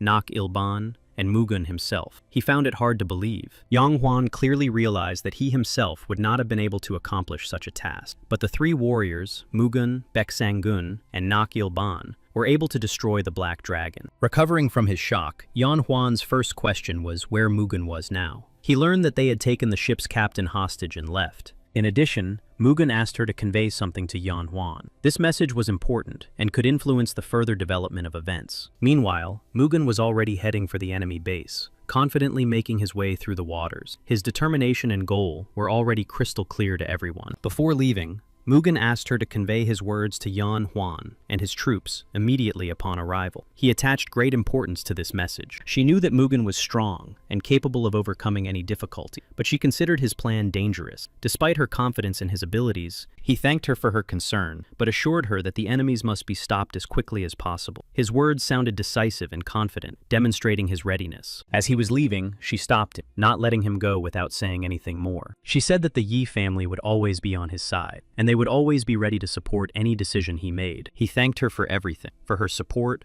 trust, and willingness to stand by him in the most difficult moments. His words were filled with sincere gratitude. She regretted letting him go and was very worried about his fate. Her thoughts were filled with anxiety because she understood how dangerous the journey ahead would be. She informed Yan Huan that Mugen was heading straight for the pirates' headquarters and asked him to tell them to return to base and be ready for the next move. Muak received a message from his brother and believed that everything had gone exactly as planned. This gave him hope for the successful completion of the mission. The letter said that despite the difficulties, they had managed to destroy the pirate fleet that had been attacking the Yoon family's ships and had captured their captain. The island of Haribin, where the pirates' nests were located, was hidden under the cover of the misty veil. This place was carefully concealed from prying eyes. He was going to take a risk and try to infiltrate the island with the help of people who had the ability to see through objects. This plan seemed dangerous. As soon as Yan Huan returned, he and his uncle had to deliver a message telling them to be ready. He asked Muak not to worry and said he believed in him. After reading the letter, Muak thought that he also believed in his brother's strength and success. This strengthened his confidence and gave him the strength to continue the fight. While the ship sailed toward its destination, Mugen trained with Nak Il-ban and Baek Sang-gun. They honed their skills and prepared for the trials ahead. Then Mugen told them that they had trained enough for the day. He emphasized the importance of rest and recovery to conserve their energy. They thanked Mugen for his guidance and support.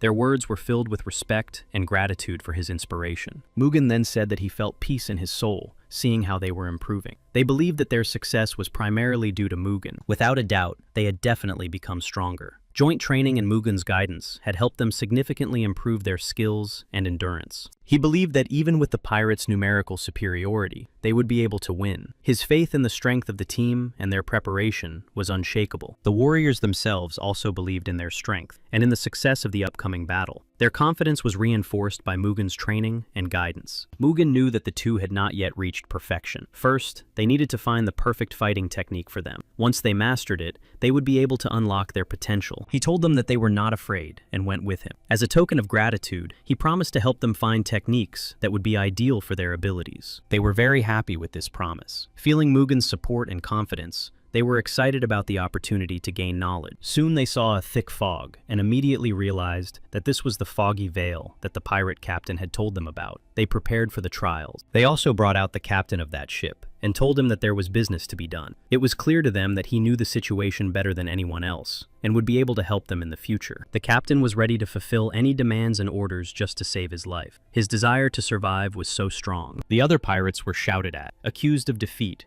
and harshly reminded of their losses. They were told that they had lost their entire crew and had fled with their tails between their legs. It was Chang Sa-men who scolded them, accusing them of dishonor. His harsh words sounded like a stern rebuke, reminding them of their duty and responsibility. Because of all these problems, he had to abandon what he had started and turn back. He thought with annoyance that if he had searched a little longer, he would have found what he was looking for. This thought made him feel dissatisfied and regretful about the lost time. Soon, they all saw the signal of the Black Dragon. It was from there that their captain, who had been taken hostage, was calling them. His call was filled with hope and despair, and he seemed to be counting on help. They couldn't believe that he had survived after encountering the warriors of Peck and Mugen. It seemed incredible that after such an encounter, they had all remained alive. He said that he had managed to survive and even escape, but behind him stood Mugen, carefully monitoring his every word and movement so that he would not cry out. He said that he understood and that they were not alone. He had also suffered greatly at the hands of these monsters. The team was heading for the mysterious Vale, a mysterious place. Mugen managed to find a passage to the hidden island through his guide, and he felt relief and joy. There were still many dangers ahead. Then Pak Sang-gen told Mugen about a pirate from Haegu, dangerous and cruel. Mugen had suspected betrayal from the very beginning, and now his fears were confirmed. He knew that this man would surely betray them. However, Mugen had planned everything in advance. He had anticipated possible betrayal, even before the operation began, and had prepared a backup plan. His actions were precise. The man began to shout when he recognized the ship. He cried out that there were enemies from the Peck family on that ship. He asked them for help and protection. At that moment, as if in response to his cry, the ship was destroyed. The Red Dragon was blown to pieces by a powerful explosion, scattering debris across the water. Magoon and his friends managed to jump out of the ship at the last moment. Thanks to their agility and quick reactions, they avoided death in the explosion. They were shocked by what they saw. The sudden destruction of the ship exceeded all expectations. The debris, fire, and smoke left an impression, forcing them to realize everything. Soon, Mugen was already on their own ship. Despite recent events, he remained calm and focused, knowing that trials awaited them. Mugen gave the order to his comrades to destroy all enemies. The team accepted the order with complete readiness, realizing that the outcome depended on their action. Mugen himself also prepared for battle. He knew that the outcome of the battle depended on every move, and was ready to fight to the end for his team and his goal. The enemies were in shock, and could not believe that the man standing before them was the very same Mugen who had destroyed the Black Dragon. His appearance struck fear into their hearts. Chang Sa-men still did not understand why that captain was at the head of the Red Dragon, as he considered him weak and incapable of leading a team. Chang Sa-men did not consider Mugen a worthy opponent and was confident of victory. His confidence stemmed from his underestimation of Mugen's strength and skill. He did not consider Mugen a worthy opponent and was confident of victory. This caused him to underestimate the danger of the upcoming battle. Mugen quickly realized that Chang Sa-men was very strong. His confidence and behavior revealed him to be an experienced and dangerous opponent, so Mugen focused. Chang Sa-men believed that Mugen was not strong enough to defeat the Black Dragon. He doubted the authenticity of Mugen's strength and power. He decided to test how resilient and strong Mugen was, and went on the attack. His goal was to understand how many blows his opponent could withstand. Mugen himself was completely ready for battle. His body tensed, his eyes burned with determination, and every muscle was tense like a coiled spring. The opponent continued to advance, not believing in Mugen's strength. He was struck by the steadfastness and power with which Mugen held his ground, not expecting to encounter such tenacity. Mugen was unstoppable, and his energy and determination were so strong that no obstacle could slow his advance. The opponent began to swing his chains, threatening violence, and promising that Mugen would soon get what he deserved. His movements were quick and decisive. However, Mugen managed to dodge in time, avoiding the blow of the chain. His reaction was quick, and he was able to remain calm, even in the face of danger. Pak Sang-gun and Nak Il-ban asked him to be more careful as they watched. They understood that the enemy was stronger than he appeared, and that they needed to act cautiously. Mugen himself was irritated by the chain. This sinister weapon of his enemy aroused his anger and hostility. He considered them a symbol of meanness. He believed that the enemy was quite skilled, even though he was still a novice in battle. While he was in the air, Mugen had no opportunity to attack. He knew that as soon as he landed, the enemy would be finished. At that moment, Mugen would be unstoppable, and the outcome of the battle would be decided immediately. He did not want to waste much time on the enemy, realizing that a protracted battle could work against him. Mugen was only interested in a quick and effective victory. Mugen decided to test how well his technique had recovered. He concentrated, felt a surge of strength, and prepared for a new attack. Pak Song-gen noticed Mugen's determination and watched his every move closely. He understood that this was a very important moment in the battle. Soon, Mugen released a thunderous discharge, his energy exploding with incredible force,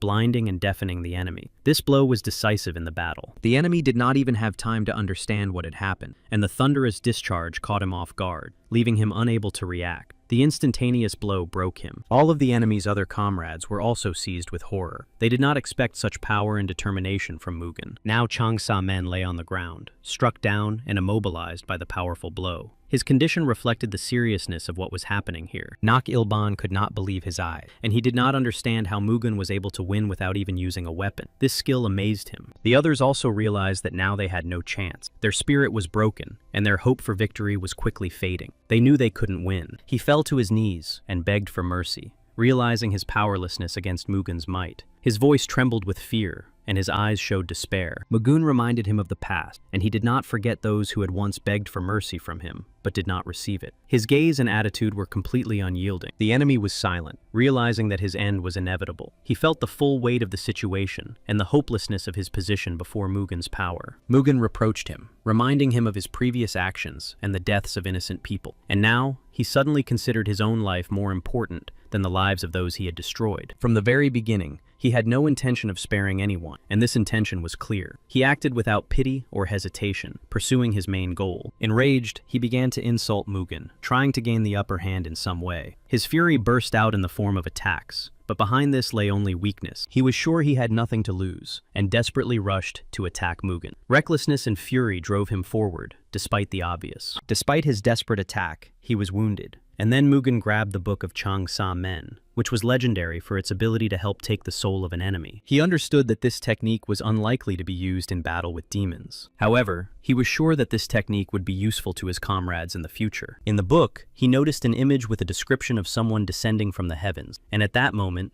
Mugen realized something. This image awakened a new understanding in him. He understood that this was where the legacy of the divine messengers who came from the heavens lay. This discovery gave him the key to unraveling his destiny. Mugen called Nak Il-ban and Pak Song-gen, realizing that they could not delay any longer. Time was running out, and every moment could decide the outcome of the upcoming events. When Mugen left, his comrades worried about him, fearing for his safety. However, Nak Il-ban reassured them, reminding them that they themselves had seen how strong he was. Before leaving, Mugen gave them clear instructions to return to base, and, once there, to take Park's warriors with them so that they could return together. His companions admitted that they did not know the exact location of the pirate's lair, but Mugen calmly replied that he would figure it out himself. He was confident in his abilities. Soon, Mugen found the pirate's lair, hidden in a hard-to-reach and carefully guarded area. His attentiveness helped him. It was an artificial current, created and controlled, which was the source of its cunning and danger. Such a current could be confusing. Everything happened below. The lair was hidden beneath the surface, and it was almost impossible to notice anything from above. It was almost ingenious. Then he took off his clothes to make it easier to move and prepare for the upcoming dive. Without unnecessary weight, he was ready to act quickly. Immediately after that, he jumped into the water, plunging into the cold depths. The water closed over him, hiding his silhouette, and Mugen rushed forward. He did not know exactly where to look for this place, but he did not stop and swam forward, relying on his intuition and inner sense. Everything around him was very dark.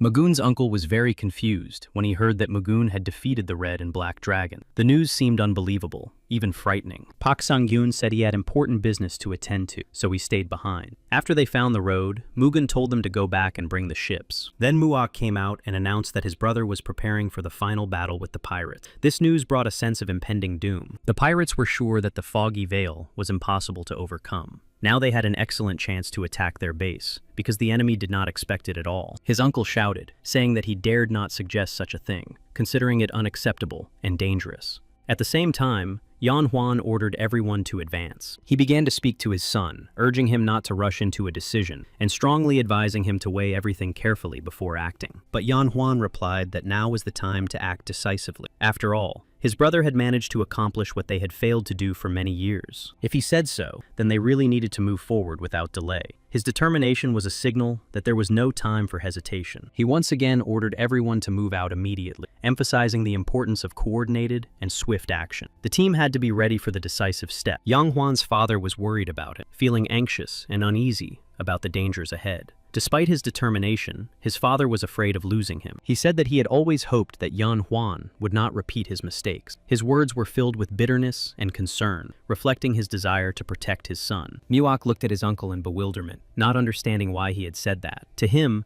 his uncle's words seemed mysterious and raised questions. By that time, Mugung had already arrived at the appointed place, a mysterious spot hidden from prying eyes, where the next stage was to begin. He surfaced where there was air, to catch his breath and look around. This short respite was necessary. Then Mugun went ashore, feeling solid ground under his feet. He was ready for new challenges and determined to continue his dangerous journey. Approaching the hidden door, Mugen realized that he had arrived at the right place. His intuition and everything he had learned earlier confirmed that an important stage was beginning here. Behind this door was exactly what he was looking for, the key to the mystery. But no matter how hard he tried to open the door, it remained immovable. The mechanism stubbornly resisted, as if protecting everything hidden inside. The door was like stone, heavy and impenetrable, with a solid surface. It seemed to embody an insurmountable barrier. He realized that the door would not open just like that. Something special was needed to open it. It could be a key, a special mechanism, or a force, and without it, he could not go any further. He applied the heavenly gaze technique, focusing his breath, focusing his attention, and expanding his perception. He tried to see through the surface. Soon he managed to make out the contours of a mysterious silhouette through the door. He thought that this figure was the very key,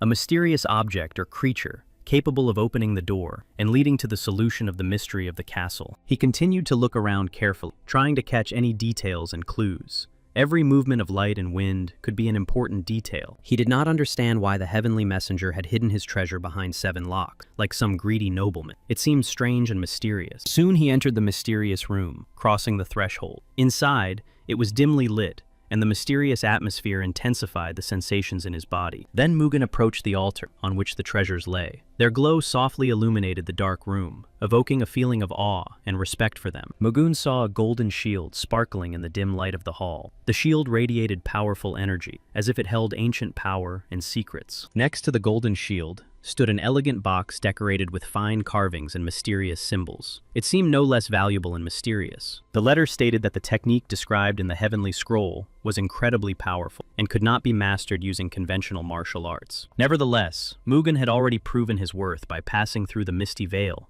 and opening the cave. There lay the heavenly scroll and a shield made of golden heavenly armor. The papers stated that only the chosen one would be able to master the fighting technique. There was also a note explaining one of the concepts of crystal martial arts. It was created by accumulating energy in the bodies of ancient animals that lived for hundreds or thousands of years and became spiritual objects. These were turtles, carp, and snakes. Mugen believed that these talismans carried more of a mental and intellectual load and were unlikely to be useful to him. But the shield was very useful indeed. He intended to use the shield wisely, understanding that power without reason is dangerous. Mugen decided to combine the power of the artifact with his own techniques. The shield turned out to be surprisingly light, almost weightless in his hand, but it felt so strong that it was impossible to break it in the usual way. Then he decided to test the strength of the heavenly golden armor to make sure of its durability and protective properties. He struck the armor to test its strength. The blow made a ringing sound, but the armor withstood the test and remained without a single scratch. Mugen was pleased with the result and realized that this armor would indeed be useful to him in the upcoming battles. Its strength and lightness inspired confidence. He was fully prepared with his new knowledge and the strength that the heavenly armor and shield gave him. He felt confident in his abilities and his impending victory. He could not have imagined that he would be able to obtain such a powerful artifact. This unexpected gift exceeded all his expectations and opened up new horizons for him. Mugen was sure that his strength would be enough to completely destroy his enemies, and this thought filled him with determination and dispelled all his fears. However, However, he still had one more task ahead of him, and that was to get out of there. Despite the artifacts he had found, he understood that the way back could be just as difficult. He thought about how best to swim with such a shield. Considering its size and weight, he needed to find a way not to lose maneuverability and speed in the water. The shield unexpectedly wrapped around his arm, like a living ribbon, tightly gripping it and not letting him easily free himself. This caused mixed feelings in Mugen. Although the shield had wrapped around his arm, it turned out to be quite convenient, and now he could control the artifact more easily and swim without fear of losing it somewhere along the way. Meanwhile, Yan Huan was already sailing toward Mugun on a ship.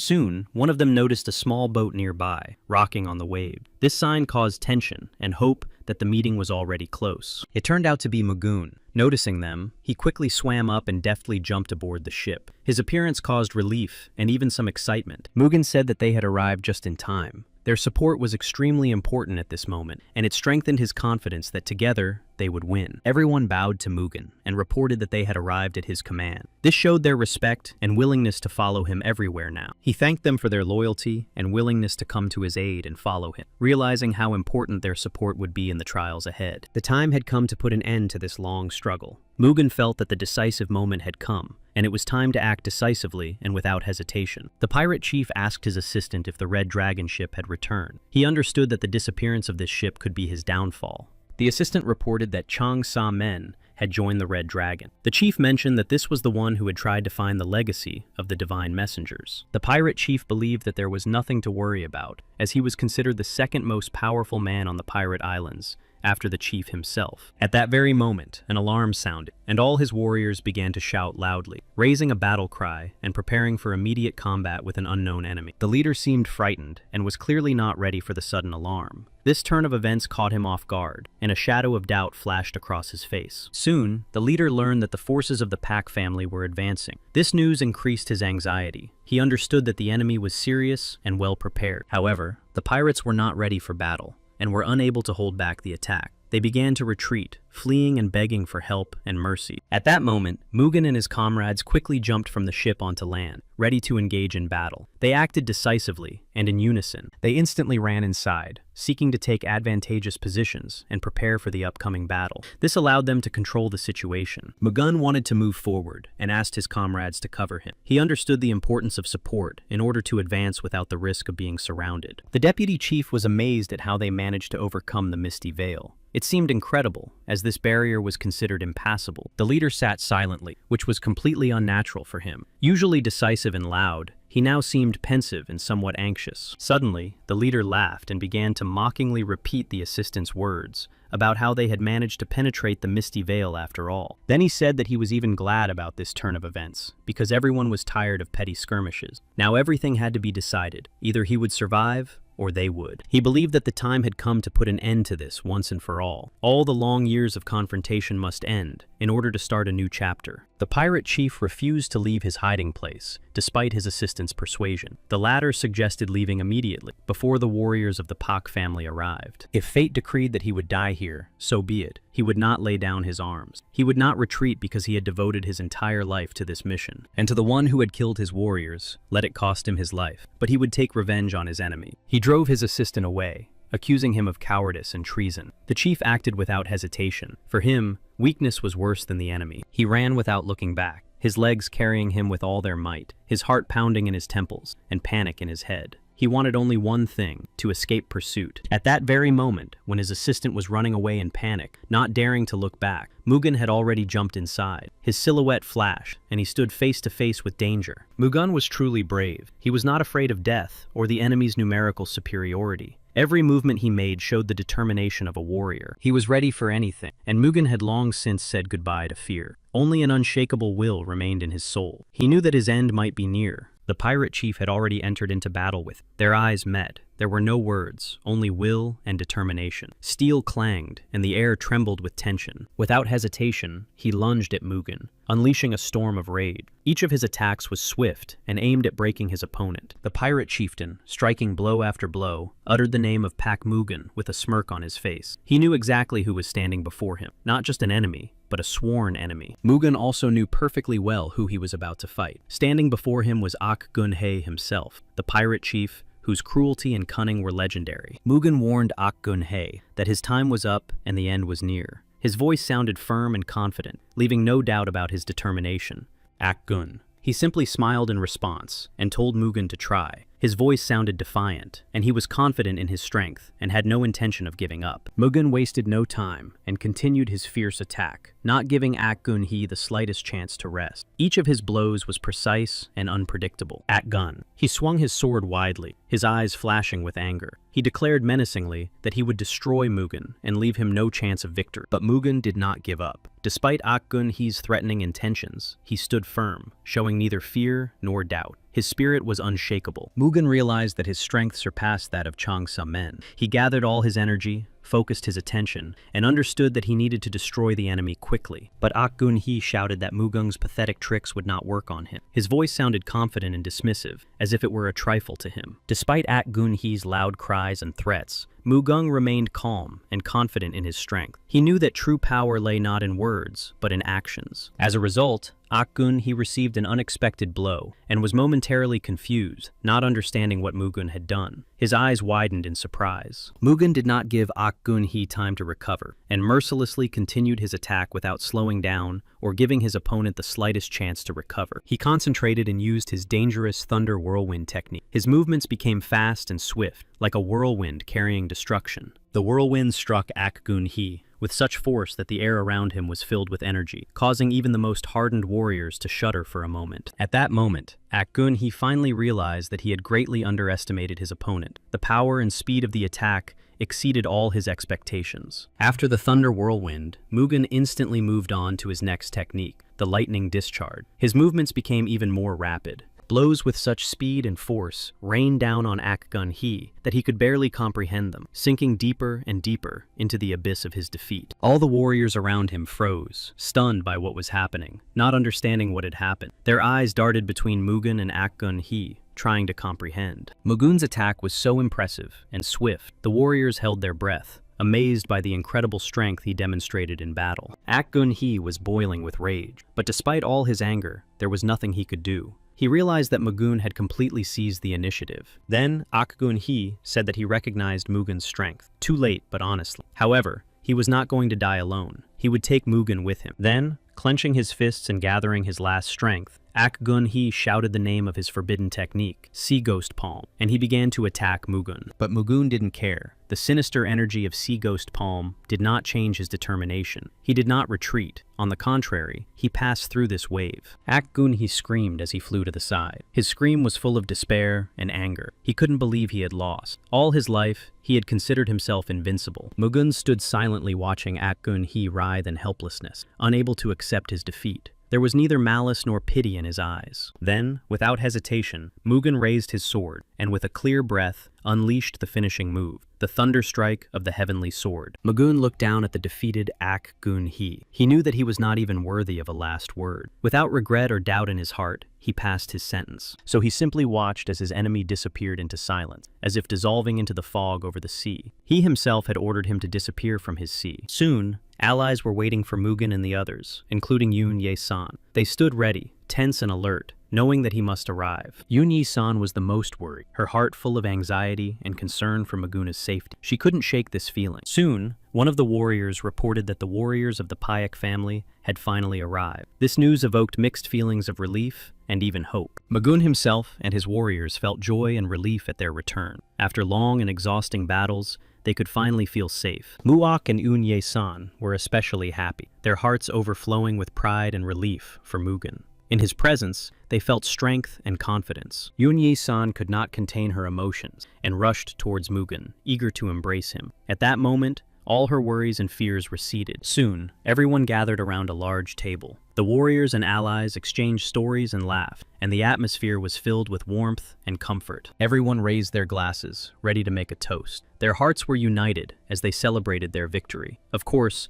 new challenges lay ahead, but for now, they rejoiced in their victory over the pirate. This triumph was an important symbol of strength, courage, and unity for them. Laughter rang out around the table. And of course, everyone honored the hero of this battle, Mr. Pak Mugen. His name was spoken with respect and gratitude, as a symbol of courage and strength. Everyone raised their glasses in and shouted, "Hurrah!" loudly, filling the room with the energy of joy and unity. This powerful cry sounded like a solemn sign of victory. Despite all the congratulations and admiration, Mugen himself remained modest and stood quietly at the table. He did not seek fame or attention. After a few moments of silence, Mugen decided to speak. He raised his hand to get the attention of those gathered. He also decided to make a toast. Mugen then expressed his gratitude to those gathered, acknowledging their support, but noted that he could never have won this battle alone without them. He understood that each of the warriors had made an invaluable contribution to the victory and shed blood for the common goal. Their efforts were an integral part of the overall triumph. He was proud that fate had given him such loyal and strong comrades. For Mugen, their loyalty and strength of spirit were a real treasure. Therefore, Mugen called on everyone to come together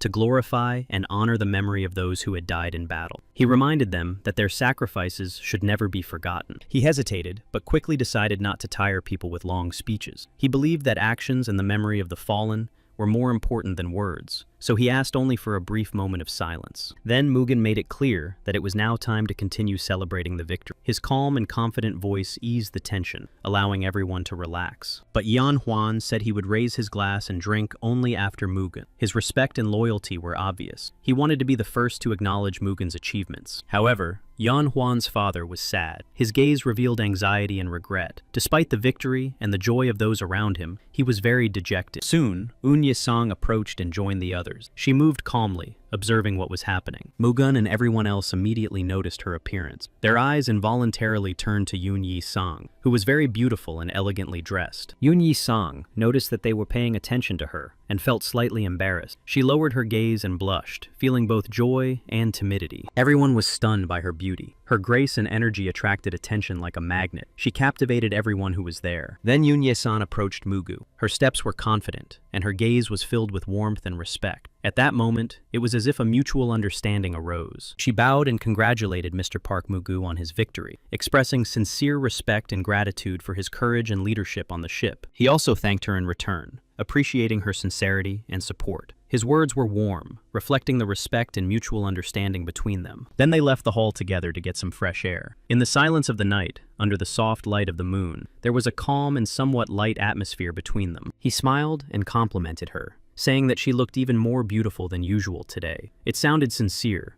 adding a light note of tenderness. She blushed and reminded him that she had asked him not to say such thing, but he smiled and replied that he always said exactly what he thought. Yun-Yi-san admired Mr. Mugen's incredible feat. She understood that no one had ever managed to defeat the Heryongbon pirates before. He said that he had simply united all forces, and they were able to become stronger and overcome any difficulty. Such unity was the most important thing for him. She noted that 3 years had passed, and he had truly changed and become a different person. During this time, he had gained strength and wisdom. He admitted that at that time, he was not worthy of her, and that was why the engagement had to be canceled. These words reflected his sense of responsibility. She admitted that he might be angry with her, but despite everything, she had betrayed him. Her words sounded sincere, honest, and full of deep feeling. She admitted that she regretted her past decision. It didn't matter to her now what he thought of her, because deep down, she still loved him. He sincerely apologized, but honestly admitted that he could not respond to her feelings yet. His words were full of respect and caution. He explained that it was not about her, but about the fact that the power of the Park family was concentrated in his hand, and restoring the engagement would be risky for the reputation of their families. She cried because reputation was not important to her. Her feelings came from the depths of her soul. She wanted to preserve the relationship and be with him. He replied that neither she nor he could give in to their emotion. At that moment, it was more important to remain rational and composed so as not to harm their families. He reminded her that with great power comes great responsibility. These words emphasized the gravity of his situation and the need for restraint. She cried, not knowing what to say. The words about power and responsibility penetrated her heart, but pain and confusion overwhelmed her soul and mind. Although they could not be together as they wished, he made her a promise. He promised that the Park family would always support the Yoon family. These words symbolized not only personal affection, but also strong family ties. He hugged her, conveying his support and understanding through this gesture. At that moment, words became unnecessary. Their embrace spoke of closeness and trust. Meanwhile, everyone inside continued to celebrate, filling the hall with laughter and merriment. After the celebration, training began. The atmosphere changed from festive to serious, and everyone prepared for new challenges by honing their skills. Their abilities were truly impressive, but behind this visible strength lay other factors, and this was only basic physical training. Mugun understood that it was too early for his warriors to claim the title of the best. Despite their strength, they still had a lot to learn and had to be tempered in battle. They needed to train hard to become the best in Murim. Mugen understood that constant effort, discipline, and improvement were necessary. They needed to forget their past and start all over again. Mugen knew that this was the only way they could leave their past mistakes and weaknesses behind. He wanted to create an army consisting only of brave and strong-spirited warriors who would bring glory to the Pak family. For Mugen, this was more than just a dream. His brother Muok shared the same aspiration and sincerely believed that Mugen would succeed. He supported his ambitions and was ready to work together toward this goal. Mugen told his brother that one must never show uncertainty so as not to become disappointed in oneself and give up. These words reflected his belief. He also said that soon the warriors of Paik would begin a long journey full of trials and changes. However, Muok did not yet fully understand what he was talking about. Yoon Ye-san arrived at Mr. Paik Mugun's residence and greeted him on behalf of the Yoon family, saying that she had come with an official request. Her visit was important. He said he was already aware of her request and promised to accompany her. This decision showed his willingness to always support and protect her. She thanked him for his support and willingness to help,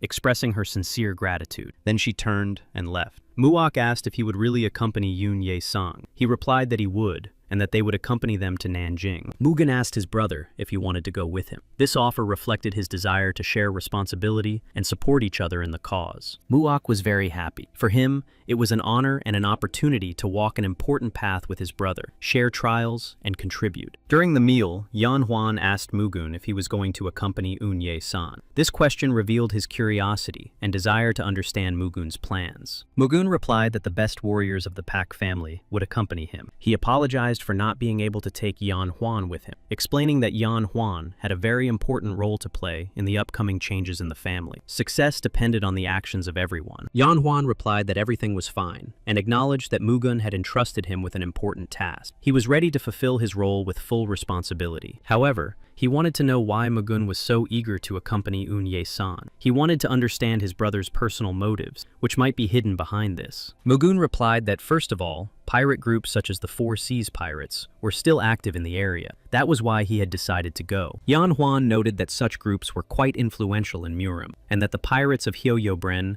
seemed like child's play in comparison. He explained that they had originally planned to join one of the Murin of Zhejiang province, the Fist of Fury. This decision was an important step. Now that all the problems had been solved, and they could move freely across the sea, they could not leave the Murin. They were ready to defend the territory. Moreover, this time Mr. Ying would be with them, and they needed to show their good intentions. They had to continue to maintain good relations. However, he added that there was something much more important than these matters, something that required their full attention and determination. He was hinting at hidden threats. Yan Huan did not understand what exactly was meant, and was puzzled by such a mysterious phrase. His curiosity grew because it could mean something important. Then Mugen declared that it was time for the Beck family to enter Murim. These words signified the beginning of a new phase, when their power and influence were to be manifested. He ordered Yan Huan to return to the Beck family residence, entrusting him with important duties to manage and protect their interests during their absence. He also instructed him to convey his words to his father, along with these notes and the publication. This was important in order to inform the head of the family about current events and plans. Yan Huan warned that Mugung might have problems with his uncle because of this decision, but Mugung still decided to disobey him for the good of the family. He understood that it was time for the Beck family to broaden their horizons,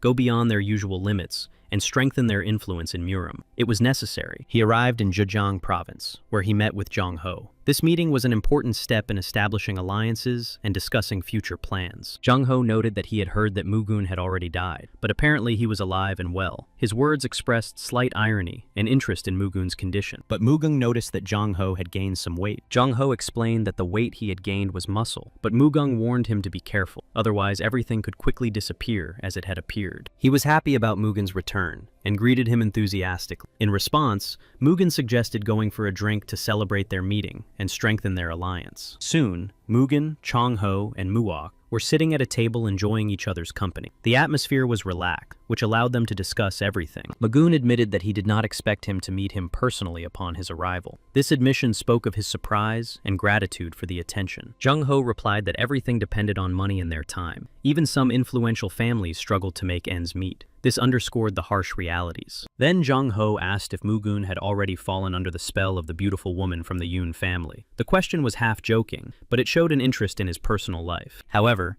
Mugun did not understand what Jong-ho was talking about. His face remained serious, and he was genuinely puzzled as to what Jong-ho meant. Jong-ho was sure that Mugun had come to Zhejiang because of Yoon Yi-song, as if he was afraid that she might be taken away from him. He perceived this as a sign of jealousy, but Mugun calmly replied that he did not think he and Yoon Yi-song would make a good couple. He made it clear that there was nothing between them. Then Jong-ho understood the essence of the matter and asked a direct question. Was it because Mugun wanted to increase the influence of the Baek family? He began to guess about the plans, but Mugun sternly stopped him, making it clear that he should not even think about continuing this conversation. His tone became cold and very decisive. Jong-ho just laughed in response and said that in any case, he was on Mugun's side. Despite his friend's sternness, he respected his choices and action. He told Mugun that he needed to push aside the current leader and take the helm of Muryong himself. And with that, the meeting and meal came to an end. After meeting with Cho-ho, Mugun and Muok continued on their way. Their steps led them where they needed to go. Now they sat and looked intently at something. Mugun said that Muok did not have to stand guard with him. However,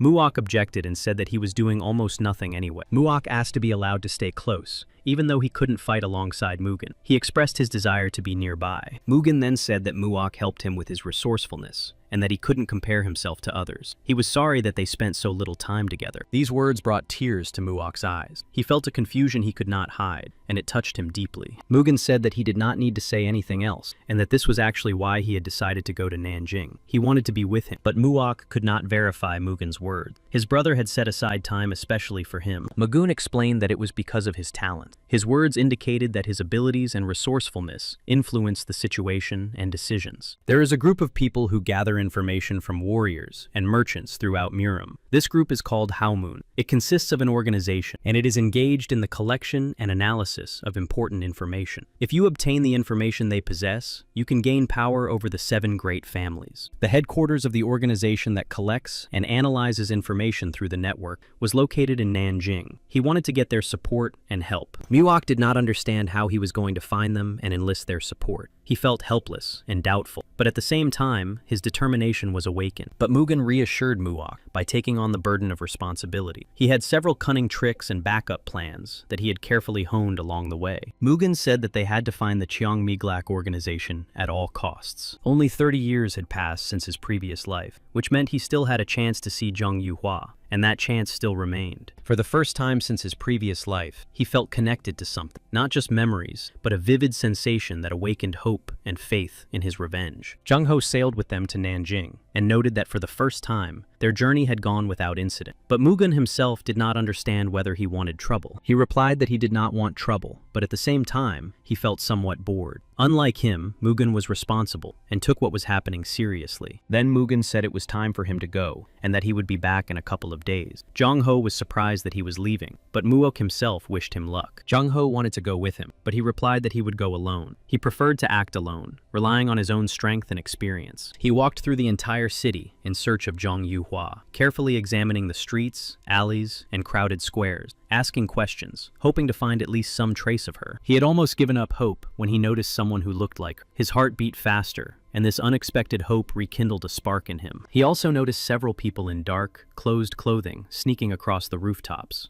Their movements were cautious, as if they were trying not to attract attention. He watched, not understanding what was happening. Mystery and uncertainty surrounded him, causing anxiety and confusion. He tried to figure out the meaning of what was happening. It turned out that it was her, Jian Yuhua. She was protecting a girl, standing guard, and ready to fight those people at any moment. They demanded that she hand over the girl, but she replied that she would rather die than let that happen. She had made up her mind and was ready to protect the innocent. They rushed at her, saying she had left them no choice. Their attack was swift and brutal, but Zhang Yuhua stood her ground and was ready to fight to the end. She hid the girl behind her and drew her sword, preparing to repel the attack. Soon, Mugun intervened, appearing suddenly and boldly defending Zhang Yuhua and the girl. His presence brought a new wave to the battle. She did not expect to see him. His sudden appearance was a complete surprise to her, causing mixed feelings ranging from surprise to relief. He thought that at least in this life, he would be able to take a break from the struggle, but fate had other plans, and new trials immediately befell him. Those people could not understand who he was, and where he had suddenly appeared from. His unexpected intervention confused them,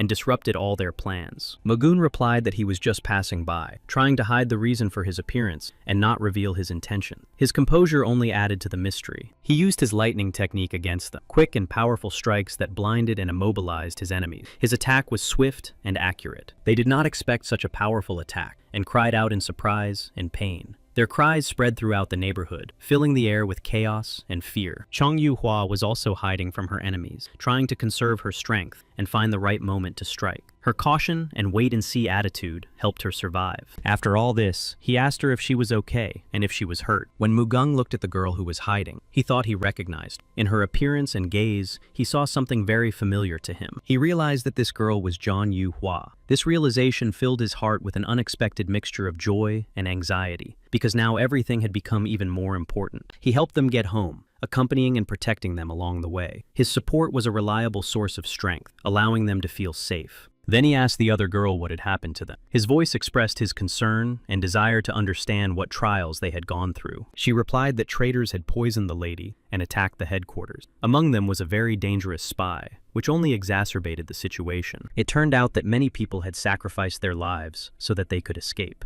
Their selflessness and bravery had saved their lives. She cried, overwhelmed by the bitterness and pain of what she had experienced, and he asked her to calm down, trying to support and encourage her in this difficult moment. He said he could help the girl and offered his support and strength to protect her and help her cope with the difficulties that lay ahead. She saw the sign of the god of thunder and asked if it was him. Mugu replied that it was him. His presence and power were evident, and she recognized him. She also introduced herself, saying that her name was Tan Sol Yan, and that she was the younger mistress of Zhang Milgak. These words confirmed her important position and authority. He promised her that he would take care of her mistress, taking responsibility for protecting and supporting her in any trials that lay ahead. He immediately began treating her, realizing that there was no time to admire her beauty. At that moment, the most important thing was to save her life. He explained that the symbol on her forehead indicated that the Supreme Lady had been poisoned by the purple flower. This sign was evidence of the danger. She asked if he could help her, and he confidently replied that he could. This gave her hope and confidence that they would be able to overcome the trials. But he warned her that she needed to try not to interfere with the treatment process and give her body time to recover. He emphasized the importance of patience. Jian Yuhua suffered greatly from severe pain and weakness. Her condition was critical, and every second was filled with immense suffering. Soon, she began to feel a little better. The pain subsided, and her strength gradually returned, giving her assistant hope and the opportunity to continue their struggle. He said that everything had worked out, but she was still very weak, so she needed to be well cared for. Tan Solyan was now very happy. She thanked him,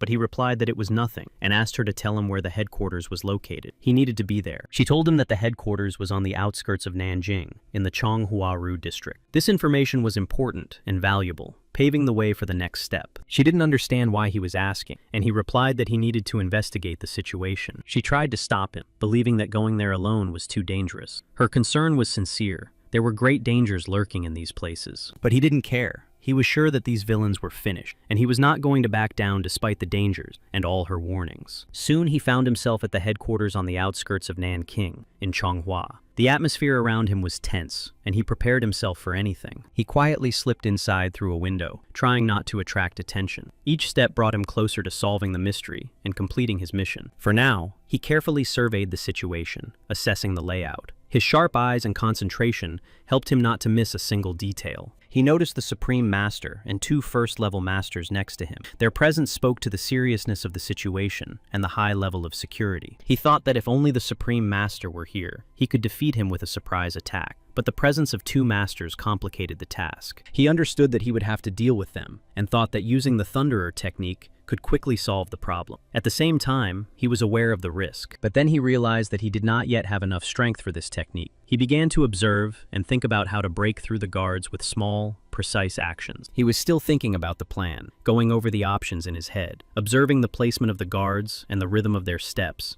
He noted their weak spots and also the corridors. He felt that heaven would help him, and he believed in his strength. The Chief Master openly harassed the girls, doing so to intimidate and control them. His actions caused horror and anger, but he was confident of his impunity, not suspecting that he would soon face decisive resistance. Soon, Mugen went on the offensive, and the Master Craftsman did not expect such a blow. His confidence quickly turned to confusion when Mugen appeared. Mugen looked very frightening, his eyes flashing with lightning, and the energy around him seemed to thicken, creating an atmosphere of irresistible force. The Chief Master opened his mouth in amazement, not knowing what to do next. His confidence completely disappeared in the face of Mugen's unexpected and terrifying power. Mugen used a multi-core thunder strike that hit several targets at once. This attack was so sudden that the enemies didn't have time to react. The enemy was struck by this blow. The power of lightning pierced his body, and he fell, immobilized and stunned. The effect of the attack left his opponent completely helpless. Soon, Mugen descended and stood over the enemy, ready for the next blow. But the enemy felt fear and uncertainty in the face of his determination and strength. Mugen's eyes were full of anger, burning with determination. This look left no doubt that he would not stop until justice prevailed. He knew that this fighting technique was one of the strongest, requiring concentration and maximum effort, so he prepared to use it with caution.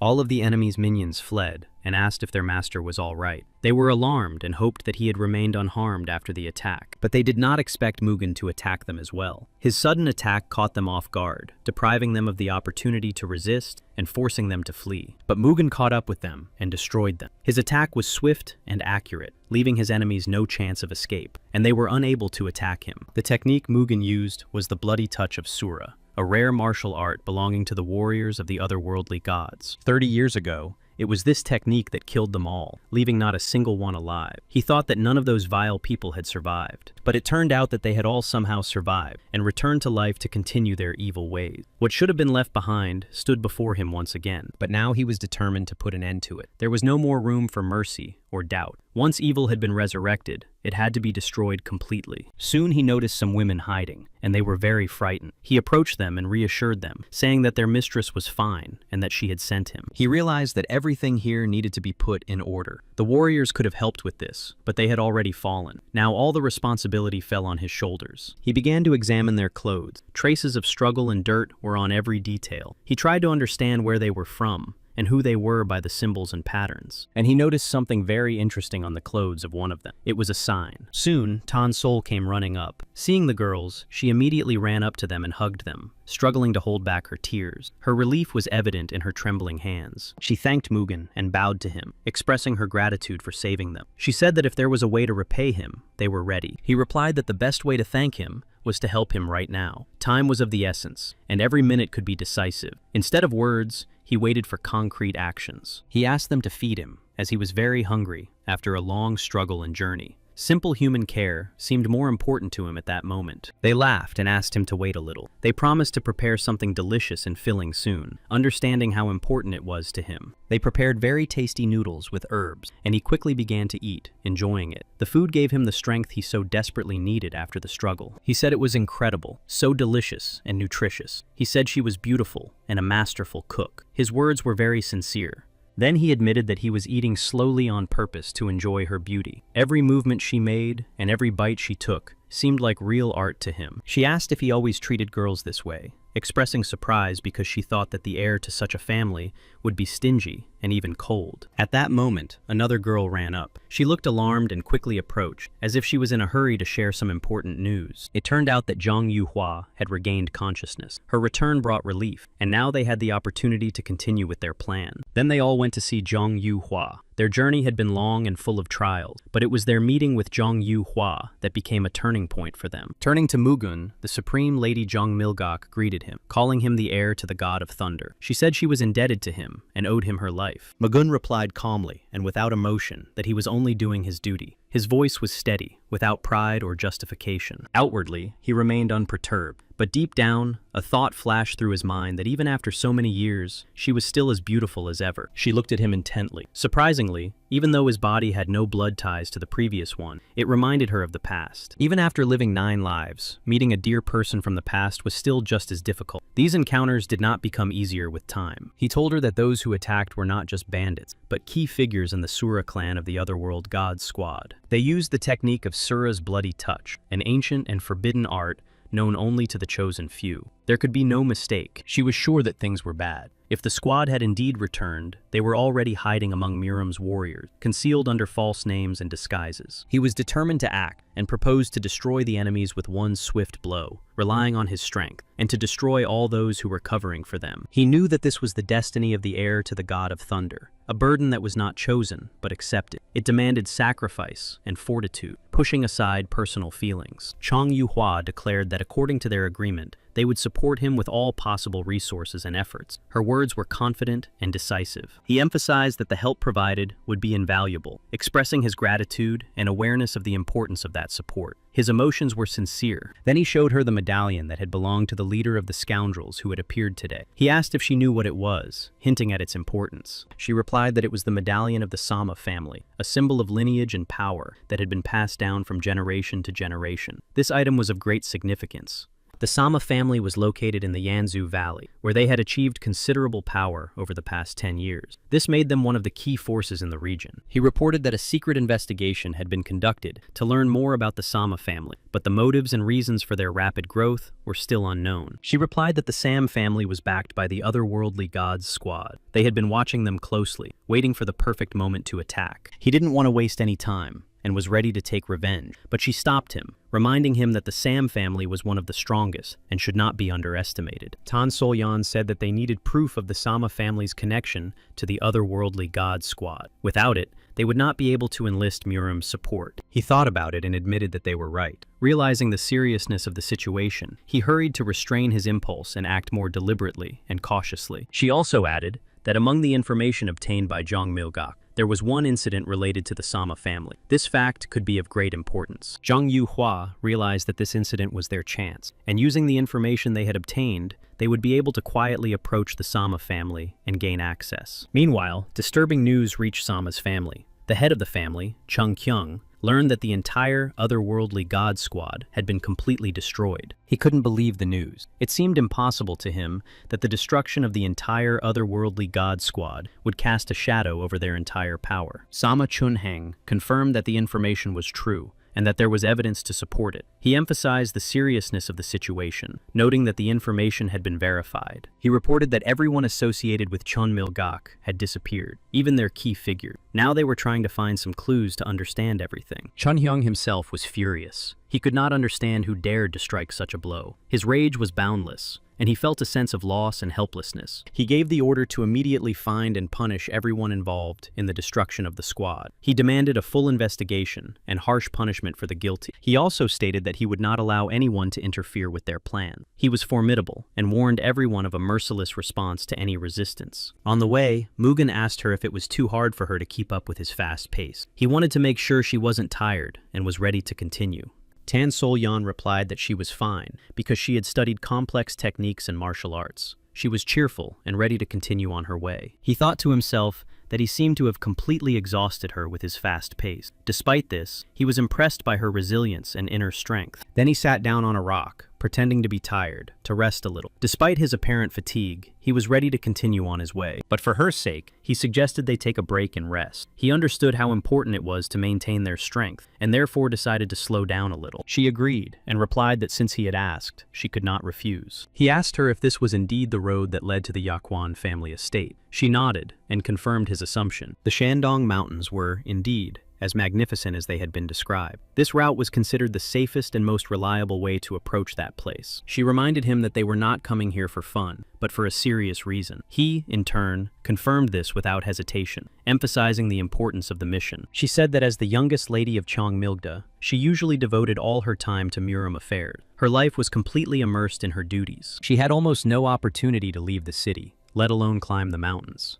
These restrictions made the journey even more difficult. That's why her heart was racing when she first saw such magnificent views. She even felt a little ashamed of her reaction. He told her not to be upset, because in the future, she would be able to visit a huge number of places and see many different things and places. She explained that the head of the Shandong Chamber of Commerce had a daughter, and the two families, Sama and Huangbo, immediately began discussions about an engagement with Mrs. Sangwan. The problem was that the Sama family was backed by the Sura clan, which meant they were trying to secure the financial support of the Chamber of Commerce and the engagement. However, due to the intervention of the Huangbo family, which had its own political interests, everything had to be postponed, and Mrs. Sangwan ran away with another man. Mugang asked her again, not quite believing what he had heard. He was genuinely surprised. Such a bold move by the head's daughter was unexpected. The man with whom Mrs. Sangwon ran away turned out to be Mr. Sanu, a doctor working at a clinic supported by the Shandong Chamber of Commerce. Sanu is a family name, which means that Mr. Sanu is a member of the Yakwon family, known for its traditions in the manufacture of various elixirs. Mugung felt relief and joy. Everything was falling into place. He had already been planning to go to the Yakwon family, and circumstances pushed him in that direction. At first, they did not understand what it all meant, and considered it a mere coincidence. However, the connection between the Sama family and the God Squad was revealed. Then Tang Sol-yan thought that this incident could be used to expose the Sama family. Everything was fine, and fate gave them a chance. Mugen was genuinely impressed by her courage. He noted that she had done a brilliant job. Not everyone could have come to such conclusions in such a confusing situation. She was embarrassed by the praise, but he smiled and said he would like his younger brother to learn from her. Such recognition emphasized her importance. He added that they couldn't just stand by and watch the Sura clan try to get to the Yakwon family. Such inaction could lead to serious consequences. He set off on his journey and advised them to return to their homeland. This advice was dictated by his desire to protect them all from possible danger. During this conversation, Tan Sol-yan felt anxious for him. Despite her confidence in his determination, she could not shake her uneasiness. Then Jian Yu-hua expressed her confidence that she could handle moving John Milgok on her own, taking full responsibility for this task. However, she had a request for them. Despite her willingness to take on this task, she wanted to discuss taking Tan Sol-yan with him. Now, Mugung was wondering if the Supreme Lady and the other members of Chong Milgok had managed to escape. Tan Sol-yan reassured him that everything was fine. She was worried that the two they were looking for might have taken a different route, but he replied that there was no need to doubt, and that this road was indeed the only safe route that Mr. Sonu would think to take. She thought he was so confident in his words that it seemed as if Mr. Baek Mu-gun was never afraid of anything. His determination and courage were impressive. Soon she noticed the ones they were waiting for, and people ran straight towards them. The decisive moment was approaching, when they would have to act very quickly. Mugen asked them if they were Mr. Sanu and Miss Sangwon. He wanted to make sure that they were the people they were waiting for. They were very frightened, mistaking Mugen for a pursuer. Their anxiety was obvious. Fear of a possible threat made them wary and prepared. Soon, their real pursuers caught up with them and told them they had nowhere to run. Surrounded and cornered, they found themselves in a desperate situation. One of them addressed her, introducing himself as a member of the Huangbo family. He said they were there on the orders of the Sangwon family leadership and invited them to come with them. Then Mugen remembered that in his past life, one of his traders also belonged to the Huangbo family, and this fact aroused strong anger in him. But she said she would not go anywhere with them, and was ready to stand by Mr. Sonu to the end. She said she had already sworn allegiance to him. He did not understand why she was so stubborn. It seemed to him that the situation required obedience, and he could not understand why she was taking such a risk. He gave orders to his men, indicating that they only needed the lady and could do as they pleased with Romeo. This demonstrated his clear intention. Mr. Sonu shouted loudly at Mugen, begging him to help, and saying that he would never forget it. His words were filled with despair and hope. When Mugen heard that Mr. Sanu would never forget his help, he came closer and asked again, to make sure he had understood the request correctly. He replied that if that was the case, he was definitely in. It was not difficult for him to deal with his enemies. His experience and composure allowed him to quickly neutralize the resistance, leaving his opponents defeated. The representative of the Huangbo family was shocked. He was overcome by an unexpected feeling of anxiety, for his opponent's strength and determination exceeded all his expectations. Soon it was his turn, and the representative of the Huangbo family found himself directly involved in the events, and he got what he deserved. All his warriors feared for their leader. They felt anxiety and unease, realizing the threat hanging over him. Their faces expressed utter horror. Mugung loudly declared that they were facing Paek Mugung himself, and if they did not want to die, they should leave immediately. His words were like a warning. Upon hearing the name Pak Mugen, Tan Sol-yan was surprised. The name was unexpected for her and caused a mixture of doubts in her mind. At that moment, Mugen began counting down, demanding that everyone leave the place immediately. His voice sounded stern and decisive, leaving them no choice. He sincerely wanted to punish those scoundrels, but at that moment, he had more important matters requiring immediate attention and decisive action. He clearly understood that first, he needed to separate those connected to the Sura clan. The two expressed their gratitude to him for his support and help, to which he replied that everything was fine. He did not attach much importance to this. However, Tan Sol-yan, noticing their insistence, said that she had a request. She did not hide the fact that it was important for her to discuss certain issues. They replied that they were ready to fulfill any wish of Mugen and Tan Sol-yan. She asked to be taken to the Yakwon family estate, expressing her desire to get to this important place.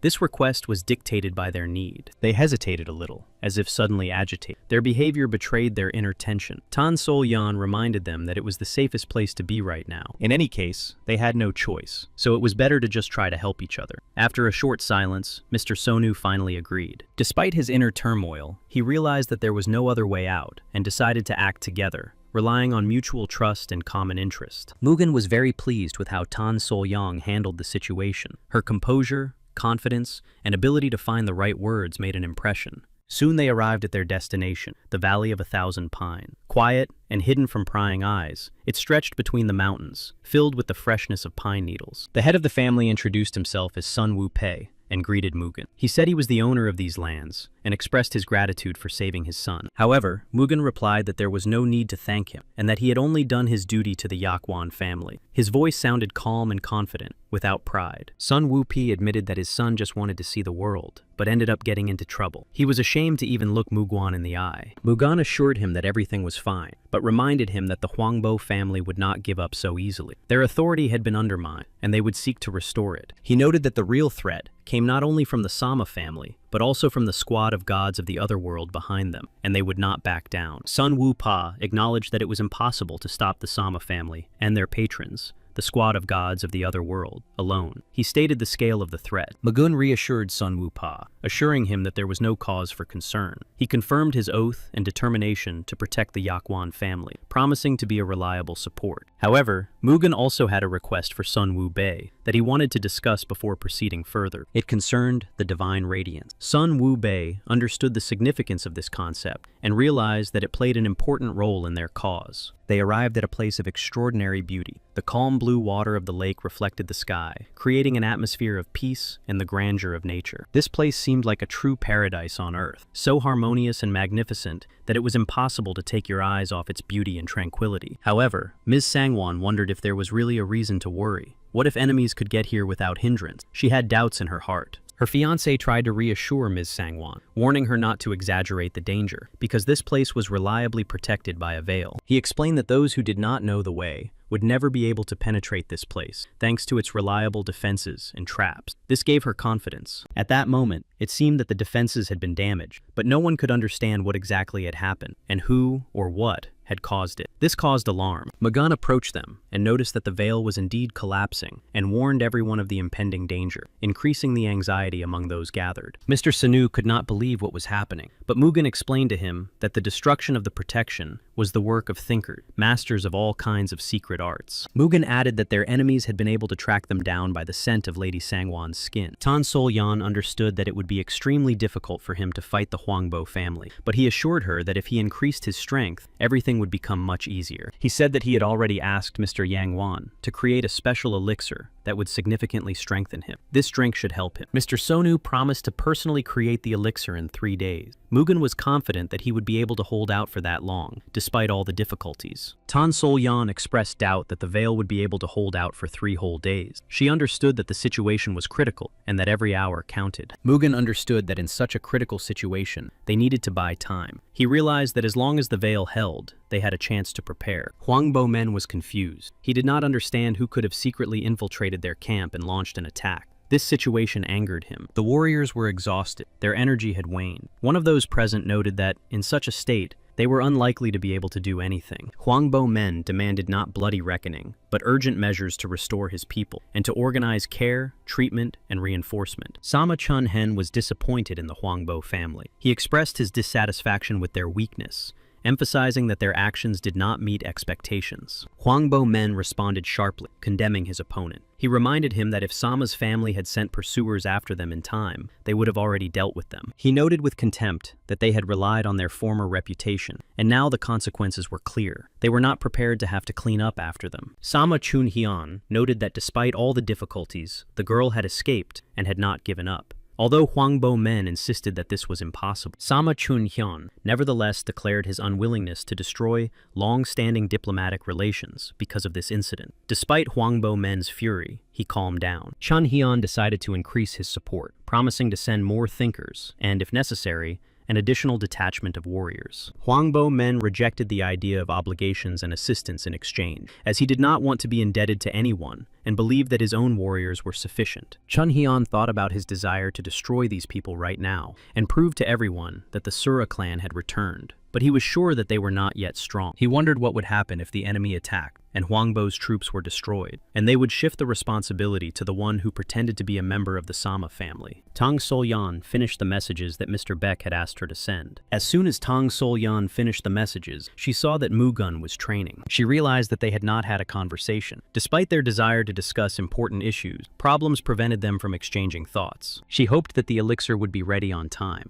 It was extremely important, and the entire course of events depended on the successful completion of all the preparations. At that moment, Mr. Sonu was working hard, and his beloved was supporting him. She was there to inspire and help him so that he could concentrate. When Tan Solyan arrived, Mrs. Sangwon was already waiting for her and informed her that the elixir would be ready by evening. The atmosphere in the house was filled with anticipation. Then Tan Solyan thanked Mrs. Sangwon for her efforts and for passing everything on to Mugun. Mr. Sonu told Mrs. Sangwon that when he was with her, he forgot what fatigue was. Her presence filled him with strength and calm. Tan Solyan was upset that she couldn't help Mugun in any way. Her powerlessness weighed heavily on her because she sincerely wanted to ease his difficulties. Now there was only one thing she could do, and that was to watch from the sideline. She wanted to tell him some important news, but as it turned out, he already knew everything. It seemed that the Huangbo family was already on a dangerous path and had found more thinkers. He knew that this time it would be much more difficult to get rid of them, which meant entering into open confrontation. But he would not have time to get the elixir. She did not believe that he would fight alone. The very thought of it was terrible. But he believed that if the elixir were ready, it would be much easier for him. Tan Solyan said that they had prepared in advance and that it would be reckless to go to them alone. She couldn't accept that he was going to sacrifice himself. She also wanted to fight alongside him. Her heart wouldn't allow her to stay on the sideline. But he said he was grateful for her support.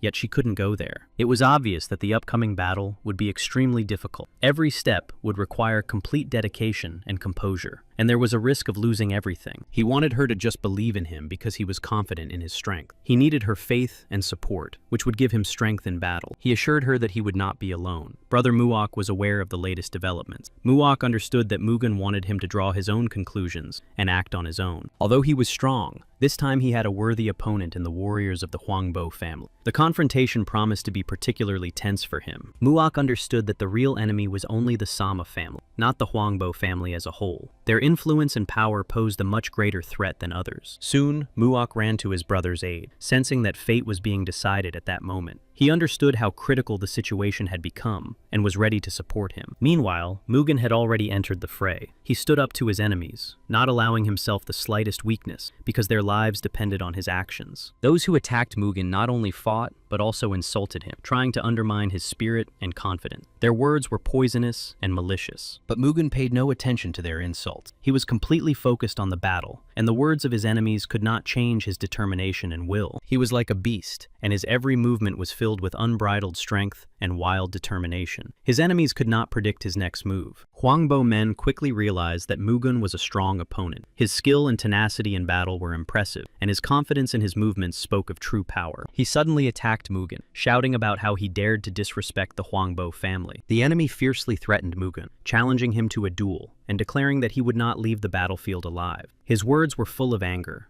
Mugen reflected on how well coordinated his opponents were. The Huangbo family was definitely one of the most influential and powerful families. However, Mugen did not consider himself weak. Despite the family's power, he was confident in his strengths and abilities and ready to face any challenge. Moreover, Mugen knew the history of their predecessors and understood that the current representatives of the Huangbo family were significantly inferior to them in strength and wisdom. So he stood alone against a whole group. Despite the numerical superiority of his opponents, Mugen showed incredible fortitude and skill. When Huangbo Mena's warriors began to fall one after another, he was confused. Not expecting such tenacity and strength from Mugen, he lost his confidence. He couldn't believe that none of their attacks could touch Mugen. It amazed him, and his opponent seemed invincible, as if he possessed some kind of power. He understood that Mugen's level surpassed the combined strength of his three warriors. Such power seemed incredible to him, and this realization undermined him even more. He knew that Mugen had not yet revealed his full power. What was already happening on the battlefield was only a fraction of his capabilities. This caused men to feel uneasy. He remembered the rumors that the Pisidan family had been destroyed,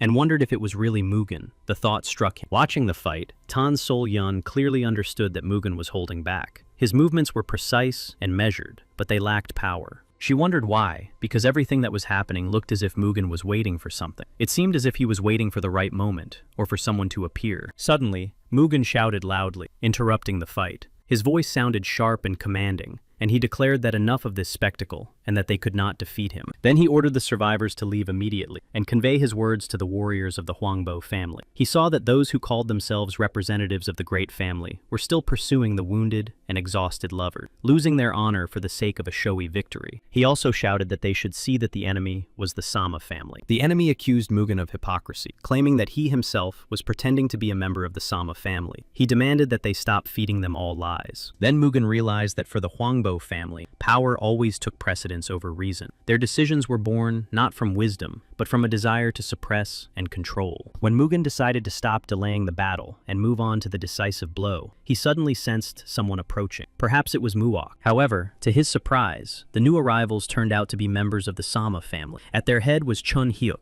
who without hesitation gave the order to destroy everyone present. He shouted that today, the warriors of the Sama family and the guy who kidnapped Lady Sangwon would kill each other. Everyone began to look around. Then Men Huangbo thought that this was Mugen's reinforcement. He perceived the appearance of new people as a strengthening of the enemy, which only exacerbated the situation. He tried again to get through to Men Huangbo, explaining that they had been sent by the Sama family. He wanted him to understand that these people had their own agenda and were deceiving them. However, his words fell on deaf ears. The opponents interrupted the conversation and immediately began to attack. The sides now engaged in a fierce battle. Mugen resisted the attack with all his might. He demonstrated incredible endurance and skill, repelling every attack with determination and strength. Men Huangbo himself attacked Mugen, but could not scratch him. Despite all his power and experience, he faced impenetrable defense. Mugen demanded that his opponents stop fighting. He urged them to stop, hoping for reason and the opportunity to avoid further bloodshed. He considered them idiots incapable of understanding a simple truth. In his eyes, their stubbornness and cruelty were merely manifestations of blindness and stupidity. Men Huangbo could not understand what technique Mugen had just used. He could not understand where such power came from and what made him invulnerable. But Mugen remained silent and did not answer Men Huangbo's questions. He did not want to waste energy on explanations or arguments, preferring to act. Over time, Men Huangbo finally understood that the technique Mugen had used was not just a trick, but a true divine intervention.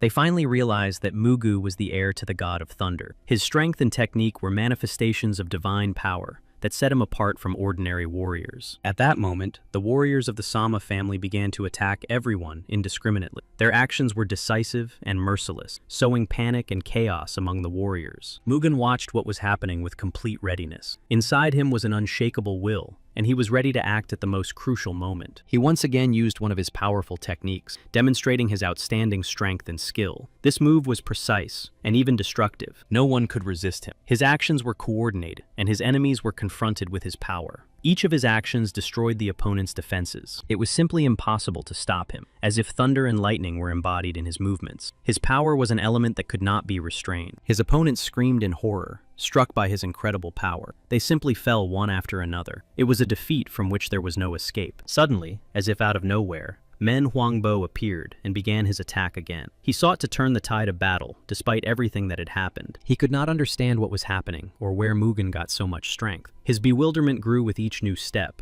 for his opponent seemed to be the embodiment of a rock. He wanted to attack, but now he had no doubts, and Mugen's strength was incredible and unpredictable. His opponent inspired fear in him. Mugen's warriors watched the battle and understood that he was the one in control. His presence was felt in his every movement and energy. They said that Lord Mugen was a true master of his craft. His skill in battle, his determination, and his strength commanded their respect and confidence. However, one of the warriors could not understand how Mugen managed to shoot lightning bolts. It seemed incredible, supernatural, and so unusual to him. When the lightning subsided and the battle came to an end, the warriors decided it was time to come to Mugen's aid. They understood that he needed support. Those whom they had helped expressed their gratitude to the warriors and asked with curiosity who they were. Their actions and strength commanded respect. One of them said that they were guardians of Miram's good name, not just warriors, but true defenders and symbols of justice. M urged them to remember and respect this. Soon, he felt a sharp deterioration in his condition, and blood began to flow from his mouth. This was an alarming sign that his strength was waning. Tan Sol-yan realized that Mugen had reached the limit of his abilities. His condition was deteriorating, and she could clearly see that it could not continue like this. Men Huangbo also watched Mugen with concern. It made him wary and rethink things. This moment gave him some hope.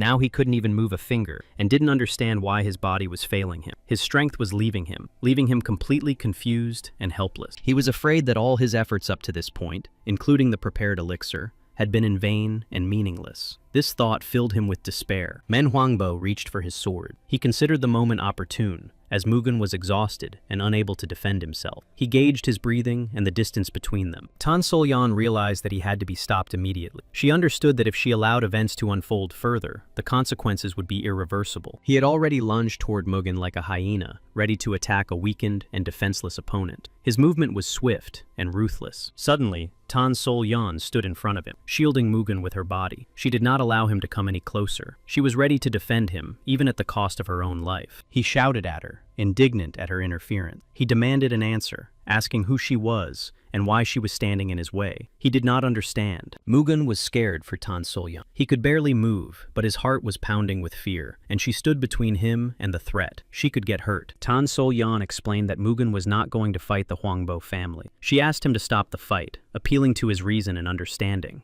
She tried to convey the truth, because the real threat came from the Sura clan, hiding behind the Sama family. She did not understand why he could not see this, but Men Huangbo shouted back, not believing what he heard. He was sure that the Sura clan had been destroyed many years ago by the god of thunder himself. He didn't believe her. He shouted that he couldn't let a man who, in his opinion, disgraced the power of the Huangbo family live. He felt it was his duty to deal with him, and despite everything, he went on the attack. His eyes were full of determination, and his body was tense. Men Huangbo no longer listened to reason, and did not notice anything else. Tan Sol-yan was already prepared to accept her fate, thinking that she would die at that moment. But suddenly, gathering his last strength, Mugen managed to strike a blow. The man fell, and Mugen, despite his weakness, expressed his gratitude to Tan Sol-yan for her support and timely intervention in the dangerous situation. After these words, he lost his strength and collapsed to the ground. His body, exhausted by battle and wounds, could not withstand it, and he finally allowed himself to be weak. She stood in tears and despair, not knowing what to do next. She was confused and worried about his fate.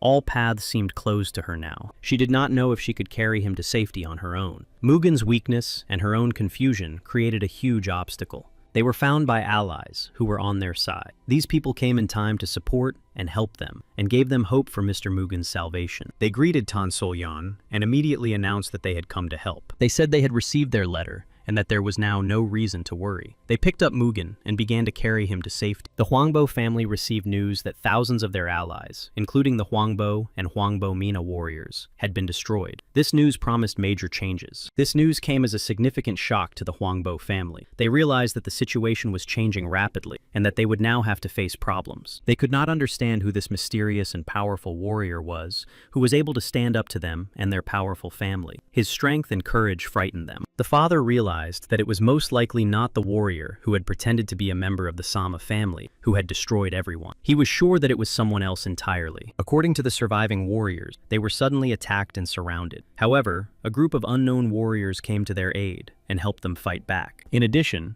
after examining the fallen warriors, it was discovered that they belonged to the Sama family. This confirmed that they had attacked the Huangbo warriors. The main task was to find the person who had pretended to be a member of the Sama family as soon as possible to find out his connection to this family and his true motives. They realized that finding this guy was a matter of utmost importance. Therefore, the whole team was determined to do everything possible to achieve this.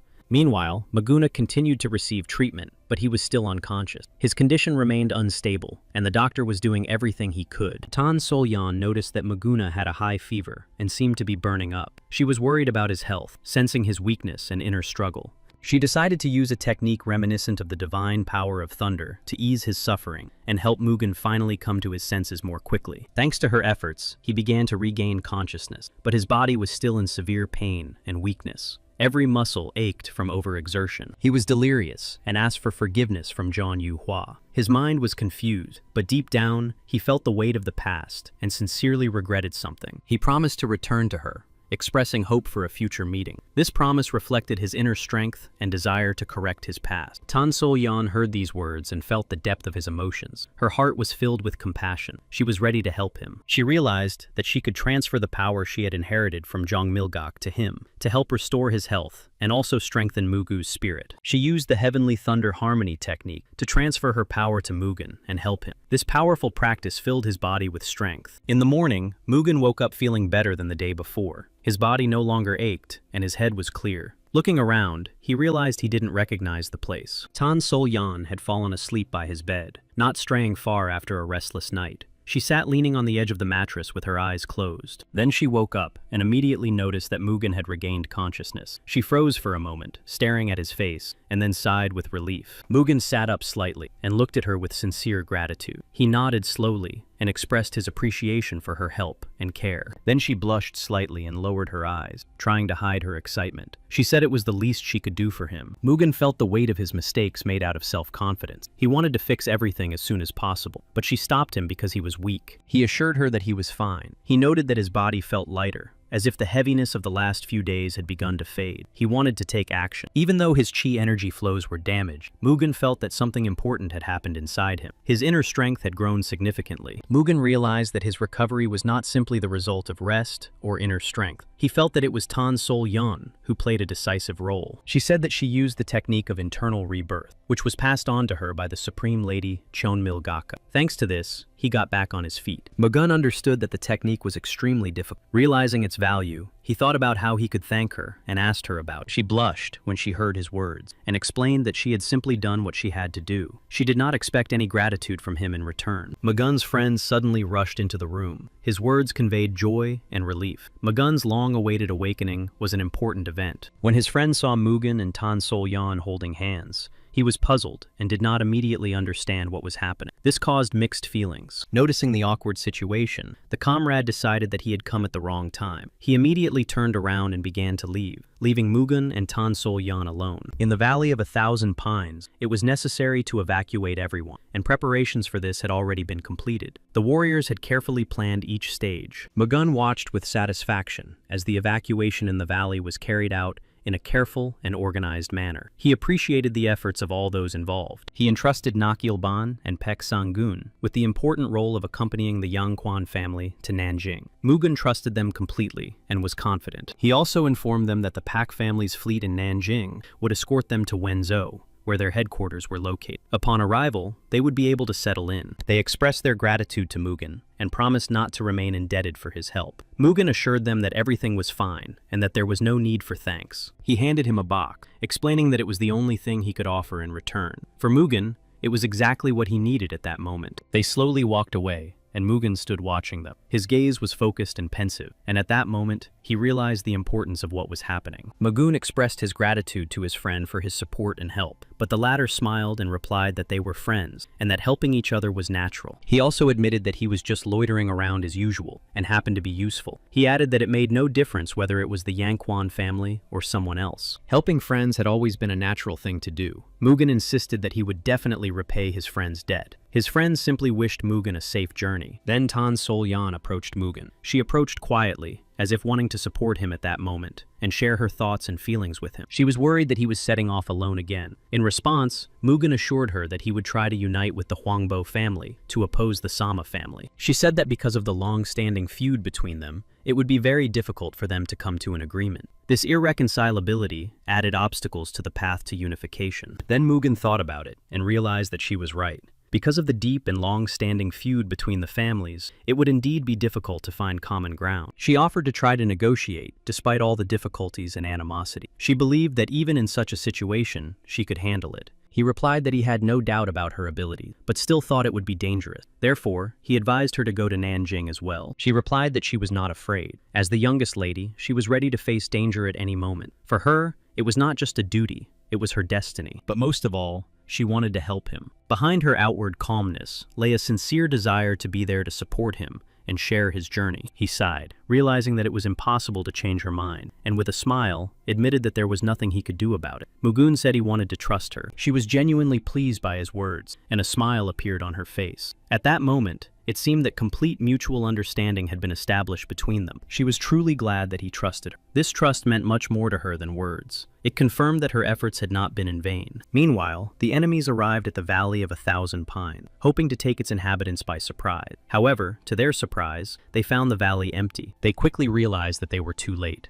Traces of recent human presence were evident, but everything had already been abandoned. There was only silence around. The head of the Huangbo family was furious, his face contorted with rage when he realized that they were late again. It was yet another obvious humiliation. He was not going to waste a minute. In his anger, he ordered all the warriors to immediately set off in pursuit, deciding that the enemies could not have gone too far. One of the warriors, searching the area, noticed an arrow. He picked it up and called the others over. The head of the Huangbo family carefully read the message attached to the arrow. The letter contained important information, and he headed straight for the location. The head of the Huangbo family noticed Mugen and said in a tense voice that he was the 9th rebirth, or whatever they called him. Mugen sat calmly. He was angry at Mugen for daring to attack their family. However, Mugen replied that they were the ones who started the conflict. Mugen warned that it was not worth trying to deceive him, because they already understood that the Sama family was acting dishonestly. Therefore, the conflict needed to be ended as soon as possible. The head of the Huangbo family became increasingly angry. His face contorted into a furious grimace,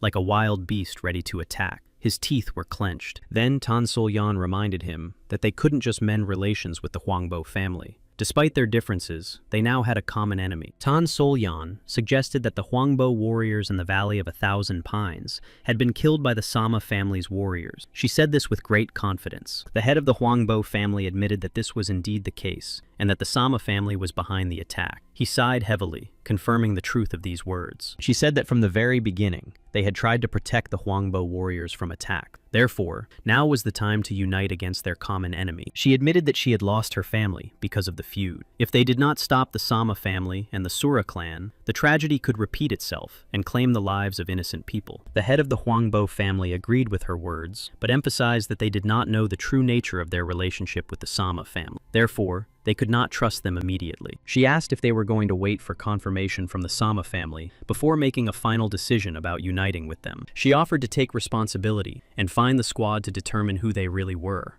Only then would everything be clear. She believed that after this act, the Huangbo family would be able to trust them. But at the same time, she realized the complexity of the task, because the path to trust would be thorny. Then, unexpectedly for everyone, she offered to become a hostage of the Huangbo family to strengthen trust between the parties. She was ready to make sacrifices for the sake of peace. Hearing her proposal to become a hostage of the Huangbo family, Mugen's eyes widened in surprise. Such an unexpected and bold move struck him. He was categorically opposed to her decision to become a hostage. He did not want to expose her to such danger, and considered this act too risky. The head of the Huangbo family replied that they did not need any hostages, and that they simply wanted trust. He emphasized that he did not want any coercion. Tan Sol-yan was pleased, and reminded Mugun that she had already said that everything would work out for her. He said that in any case, next time he should be warned in advance, because he was very scared for her. His words were full of concern and anxiety. She was embarrassed to hear that he was scared for her. Confusion flashed in her eyes.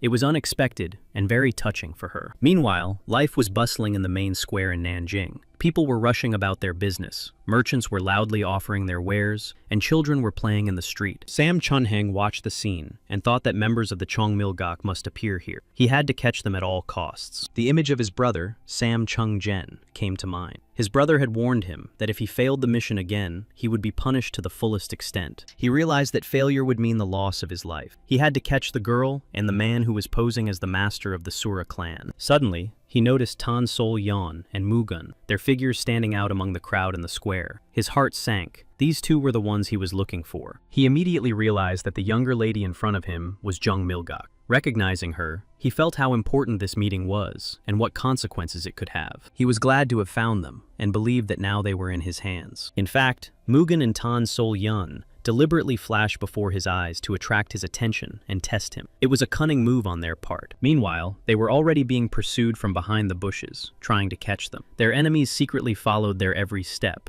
ready to suddenly attack and capture them. The pursuers prepared for battle, lying in wait and carefully planning their attack, but intending to take the prisoners alive. When the pursuers ran up, Tan Sol-yeon calmly turned around. Her confident gaze betrayed no fear, and she was ready to face the danger head-on. But at that moment, Mugwang had already activated his Thunderbolt technique. A powerful burst of energy suddenly blinded and stunned all the pursuers. Sam Chunheng himself did not understand what was happening and how it was possible. He was struck by the sudden power of the technique. To him, it seemed incredible. Mugen noticed Sama Chunhen and looked at him closely. His gaze was attentive and alert, trying to assess his intentions. Then Mugen asked who this man approaching them was, and he asked what he wanted. However, Sama Chunhen shouted to his warriors, ordering them to catch these two at all costs. He was not going to miss his target and demanded action. Sama Chunhen's warriors were unsuccessful. They could not even get close to Mugen. His technique and confident defense created a barrier for him. Sama Chunhen was confused. His confidence gave way to confusion and anxiety, because his plans were being disrupted and control of the situation was slipping from his hands. He understood that Mugen was like a real monster, with incredible strength and skill. Such rivalry instilled fear and uncertainty in him. He wanted to run away, but Mugen reacted quickly and knocked him off his feet with a powerful blow. This move stopped him and showed Mugen's strength and determination. Now Mugen believed he had an important gift for the Huangbo family. Yun Yi-san expressed her dissatisfaction and concern about his intention to go to another country, warning that they could be surrounded and in danger. She also noted that he was asking for a cart to transport strangers and expressed her surprise. She emphasized that she was always ready to help him, but not now. She doubted him, saying that bringing this girl could break the strength of their alliance. He replied sharply that he was doing everything in his power for the Beck family. He was not going to justify himself, and made it clear that his actions were correct. He added that everything done for the benefit of the Peck family would also benefit the Yoon family. His actions were calculated, and he emphasized that their interests were intertwined. He also said that the young lady was not just some random girl named Kine, but someone who had become very important to him. She had been by his side all this time. He turned to Lady Yoon and apologized for his rude behavior, but immediately added that everything he was doing was solely for the good of their families. She was surprised that he said this out loud with such candor. His apology and explanation sounded sincere, and it threw her off balance. After a short pause to consider his words, she replied that she would allocate a ship to them and do everything he had asked. Despite her initial resistance, however, she made it clear that in the future, she would like him to warn her and consult with her in advance. She seemed jealous of him and Tan Sol-yeon. She, in turn, was embarrassed, and although she tried to maintain confidence in her gaze, a flash of awkwardness appeared. This moment became unpleasant for her. He apologized to her for listening to such things. In response, she just said quietly that everything was fine, and that it wasn't the first time she had been mistaken for Kine. She noted that the lady definitely had feelings for him, and said that it was not surprising that she was jealous. She blurted out that she would have done the same. He replied that her words amused him, perhaps because he did not expect such candor, or found it very funny. He smiled and said that she spoke as if she were his girlfriend. There was surprise in his voice, but at the same time, it really sounded like something more. She was very embarrassed, her cheeks immediately flushed, and she lowered her gaze, trying to hide her unexpected excitement. This moment was unexpected for her. Suddenly, he exclaimed loudly that he had not lied when he said that she was a dear person to him. He was not joking now, but was serious. He counted on her to continue supporting him in the future. She, in turn, was ready to be there for him, to share his difficulties and help him. In the evening, he sat and practiced intently, working on his techniques. In the silence of the room, only the sound of his breathing and the thoughts in his head could be heard. He remembered her words again, that she would do everything she could to help him. These words warmed his heart and reminded him that he was not alone. He couldn't understand why thoughts of her occupied his mind all day, constantly returning and giving him no peace. This feeling was unexpected for him. Even after living so many lives, he still couldn't stay away from human passions. Despite his experience, emotions affected him. He understood that now was not the time to think about it. He needed to focus on training and getting stronger to be ready for the trials. This required complete concentration. He realized that without composure and attention to every detail, his efforts could still be in vain. Only in this way could he revive all his skills,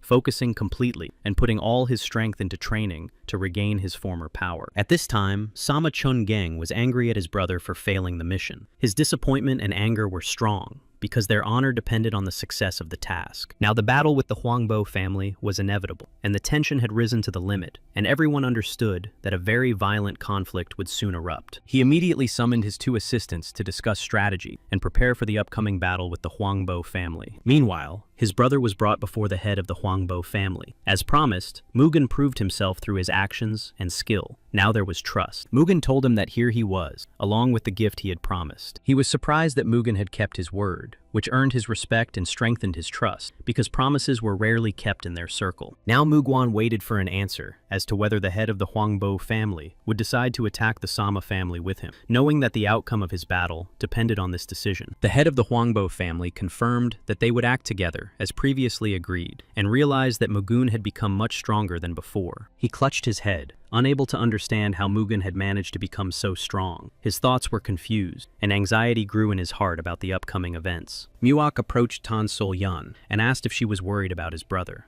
He told her his name was Muak and expressed his hope that together they would be able to handle everything. He also admitted that he was worried about Mugen. He understood how dangerous the situation was and hoped that together they would be able to protect each other. Muak admitted that Mugen always exceeded his expectations, demonstrating strength and determination that inspired and instilled hope in difficult moments. She remembered his words that she had already helped him a lot and that now she could go to Nanjing, but she didn't want to leave him. He promised that he would crush the Sura clan and return to Nanjing, and she believed that he would keep his promise and definitely come back to her. Muak was glad that she would teach him until Mugwan returned, and she replied that she would try to live up to his expectations and not let him down. Yun Ye-san continued to watch her closely, not hiding her distrust. Her gaze was wary, as if trying to read hidden thoughts. Everyone was discussing the news that the Huangbo family had sent a warning to the Sama family. They understood that the conflict was about to escalate into open warfare. Everyone wondered if the Sama family was secretly working with the Sura clan, the troops of the gods of the other world. Distrust and fear crept into their hearts. Sama Chun-gun couldn't understand how they dared to threaten them so openly. Their audacity made him angry. How could they challenge their family? He believed that now they too must fight back. Enough was enough, and the time had come to act decisively and show their strength. Soon, Sama Chun-jen's warriors attacked the Huangbo family residence. The attack was swift and sudden,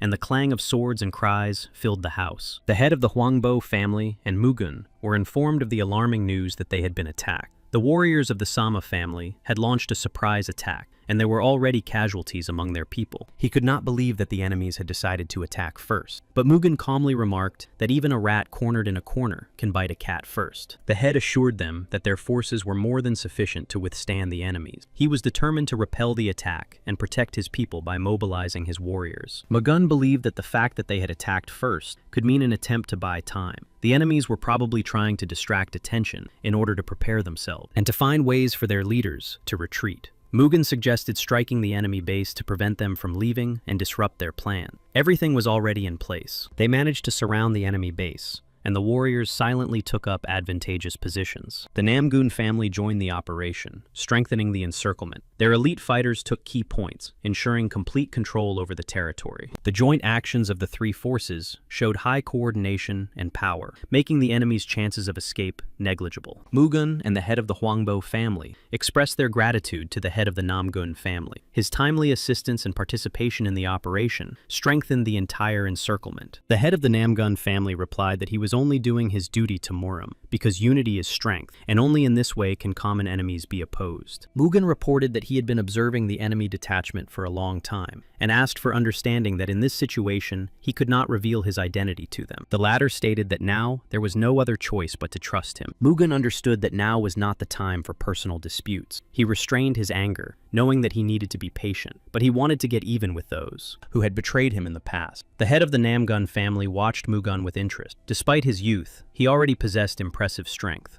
They decided to strike the base at midnight. The commanders agreed on a plan. Reconnaissance would go out in advance, the troops would take their positions, and Namgun and Huangbo would synchronize. Soon, they were suddenly attacked by Sama's warriors. The defense built for the offensive was under attack. The offensive turned into a fierce battle. The attack by Sama's warriors was commanded by high-ranking representatives of the Sura clan, Do-chon Sura and Kom-chon. Their appearance meant that the enemy had deployed them. Commanders Do-chon Sura and Kom-chon gave a strict order to attack and destroy everyone. The Sama warriors rushed into a furious assault, and chaos engulfed the battlefield. Mugen immediately realized that this was another trick. The sudden attack was not accidental. Everything had been carefully planned. The head of the Huangbo family was stunned. Warriors fought everywhere, shouting, flashing, and clashing. The ranks were mixed, allies and enemies intermingled. Mugun understood that this chaos was just a diversionary tactic so that the leaders could escape. He was not going to allow this, and immediately focused his attention. The head of the Huangbo family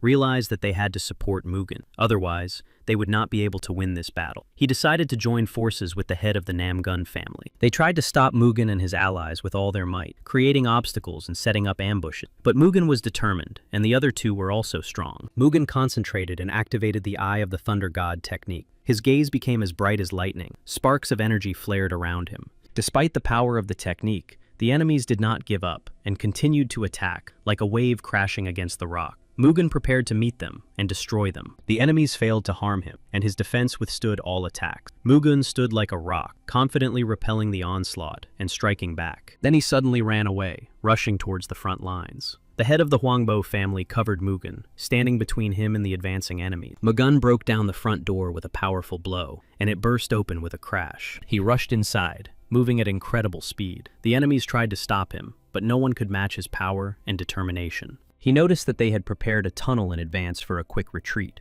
but Mugun was ready for any surprises and was already thinking about how to outsmart them. He laughed, thinking that they would not be able to escape so easily. Mugun was confident that he had enough strength and cunning to intercept them and finish what he had started. The enemies had attacked the wrong person and stumbled upon a real monster. Mugun was ready to crush them all. The enemies were already sailing in a boat through the tunnel, hoping to hide. But Mugun was not going to let them get away, and he followed them, ready to pursue them to the very end. They thought no one was chasing them, but Mugun was much faster and was already closing in. Sama Chunjen stopped abruptly, and someone was following them, hiding in the shadows of the tunnel. His heart beat faster, and it could be an enemy or a sneaky spy. In the end, Sama Chungen saw Mugun, who had caught up with them almost imperceptibly, like a shadow. His appearance changed everything. Now the fugitives had nowhere to hide. Mugun jumped into the boat at that very moment, interrupting their escape. His determination and strength made the enemies feel that their plan had failed. Finally, he had caught up with these rats. Their escape was useless. Now all that remained was to finish the job and put an end to all their intrigues. Sama Chunjen was angry at Mugun, unable to understand how he had managed to catch up with them again and interfere in events. His irritation grew, but so did his fear. He thought that Mugun had latched onto them, like an annoying fly, and would not let go. Deep down, he could not understand who this man with such power was.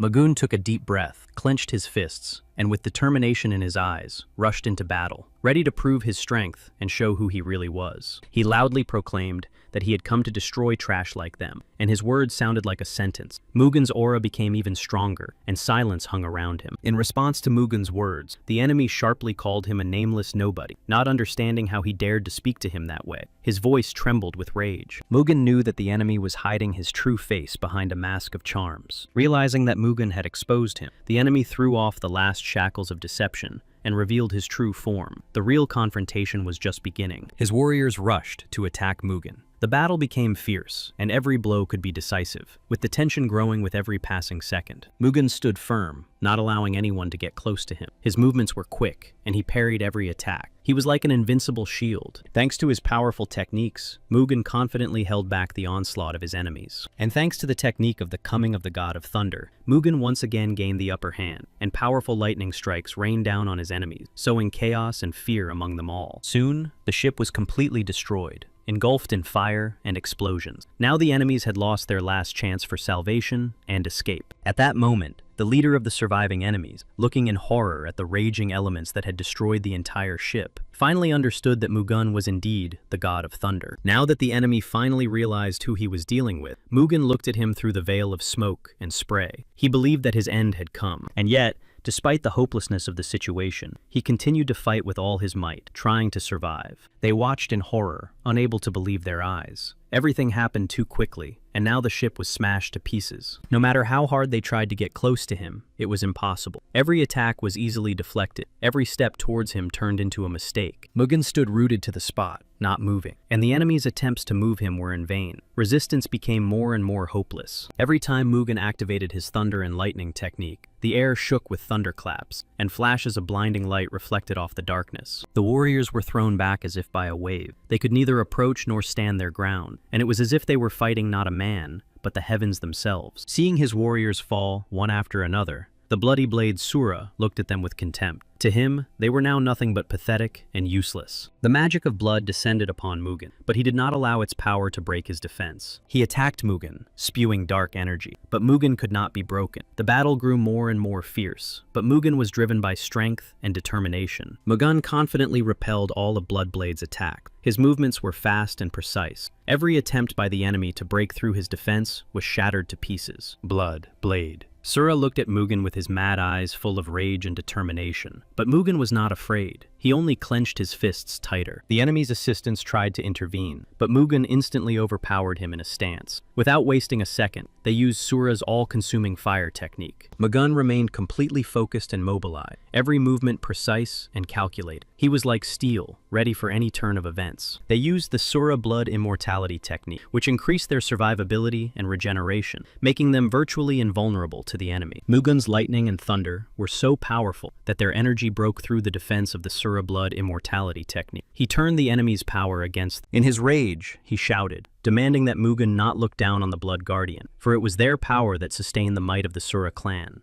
Mugen continued to fight, but for a moment he paused and thoughts flashed through his mind that this battle could be decisive and that not only his life depended on the outcome. He realized that this opponent was much stronger than those he had fought before, that his strength and fury were on another level, and that the fight would be a real test. The bloody blade gathered all his strength and delivered a decisive blow, hoping to break Mugen once and for all. Bloody Blade's assistants decided to use the 40 Ways of Sura technique. This powerful and rare technique required great concentration and skill. Mugen watched, assessing the risks, and wondered whether to intervene directly, organize a flanking maneuver, or create a diversion to take advantage of the opportunity. Then he soared into the air, pushing off the ground with ease. Rising above the battlefield, Mugen carefully surveyed the situation, looking for vulnerabilities. He used the Thunder Path of Light technique, focusing his energy into the strike and ready to break through the entire enemy formation. He understood where all this was leading. Mugen then used the technique of the striking light blade of the God of Thunder. His body glowed brightly, and a powerful stream of energy burst from his hands. This unexpected blow took the enemies completely by surprise. They did not have time to prepare for Mugen's swift attack and were struck by his power. They screamed in horror that they were facing a real monster. Mugen's incredible speed seemed inhuman and terrifying to them. They now feared him. After the devastating blow with the Thunder God's light blade, Mugen immediately used the technique Moonlight of Heaven and closed in on the enemy. The enemy's last words were insults directed at Mugen. Desperate attempts to fight back were unsuccessful. However, they were powerless against him. Not wanting to die alone, he decided to strike back at Mugen. Despite the superiority of his opponent, he gathered all his strength and attacked. In the end, Mugen wanted to emerge victorious from this battle. Despite all the difficulties and dangers, he showed incredible fortitude, skill, and determination. The enemy struck and wounded Mugen, which came as a complete surprise to him. He did not expect an attack, especially from someone he considered already defeated. The enemy threatened Mugen, declaring that he would send him to the other world. He said that the otherworldly squad would always be there, and now these words made sense. Mugen replied that the enemy could rage as much as he wanted, but it would not change anything. He despised the otherworldly squad, considering it nothing more than trash. He was confident in his strength and declared that he would destroy them and wipe them off the face of the earth. He was angry at Mugen and shouted that glory be to the 9 squads of the otherworld. His cry echoed across the field and reached everyone. Mugen suddenly fell to the ground and seemed unable to control himself. When the ship slowly docked at an unfamiliar shore, a girl sitting on a horse noticed it from afar. Her gaze fell on the ship. Mugen was still lying on the floor of the ship, standing at the shore. His body remained motionless, as if he was unable to get up after the blow. This was the result of a brutal battle at the Sama family's base. The battle left behind traces of destruction. There were many casualties in this conflict. The head of the Huangbo family received a message that none of the enemies had survived. This news confirmed their complete victory in this brutal battle. He also wanted to know if they had managed to find the head of the Sama family. His concern was caused by the uncertainty of his rival's fate after the clash. Suddenly, another warrior ran up and shouted loudly that he had found the head of the Sama family. The head of the Huangbo family asked if the head of the Sama family had tried to escape on a ship. He wondered if there had been a fire or something else. The warrior replied that the lifeless bodies of the warriors who had attacked them in the forest had the same marks. In his opinion, this was the work of the 9th reincarnation. The head of the Namgun family did not understand what the head of the Huangbo family was talking about. His words and hints seemed mysterious and incomprehensible to him. causing confusion. He did not believe that the young Mugen could defeat the entire squad alone. Such a victory seemed incredible and almost impossible to him. They could not understand where Mugen had disappeared to and assumed that the enemy had taken him to the other world. This uncertainty increased the uncertainty among them. They were sure that it was impossible to survive such an injury. But if Mugen was still alive, then Mirim was now facing serious changes. The girl who found Mugen nursed him back to health, and soon he came to.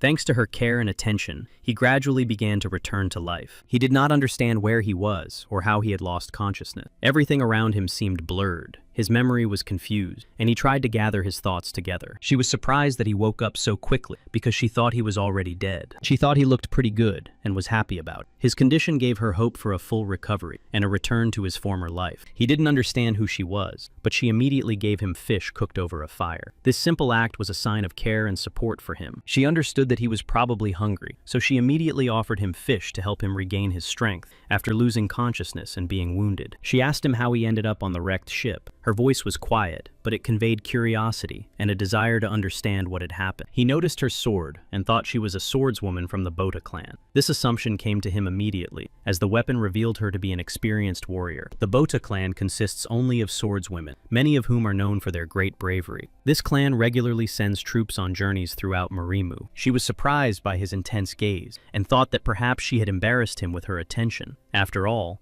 he had probably never seen a swordswoman before. He thanked her for her help and tried to repay her, but she replied that the strong should help those in need and refused to accept any payment. She introduced herself as So Manhwa and said that if he wanted to repay her for her help, he should first tell her his name. He introduced himself as Baek Mugun and added that he did not want to appear arrogant. His words sounded sincere, showing a desire to establish a relationship. She thought that if he had told her his name, it meant he had good manners and respect for others. This made a very good impression on her. He thought that since they were the same age, there was no need to be overly polite with each other. This created a more relaxed and sincere atmosphere between them. She said that fate had brought them together, as if they were meant to be friends. She thought they were destined to be friends, and asked if he wanted that. He replied that friendship with such an amazing girl was an honor for him. These words expressed sincere respect and readiness for this relationship. Then she wanted to know if he was older than her, but he replied that they were the same age. She asked what his plans were, since she was heading towards Hangzhou. He replied that he did not know his future plans, leaving the future uncertain. He thought that the two families would sort things out between themselves,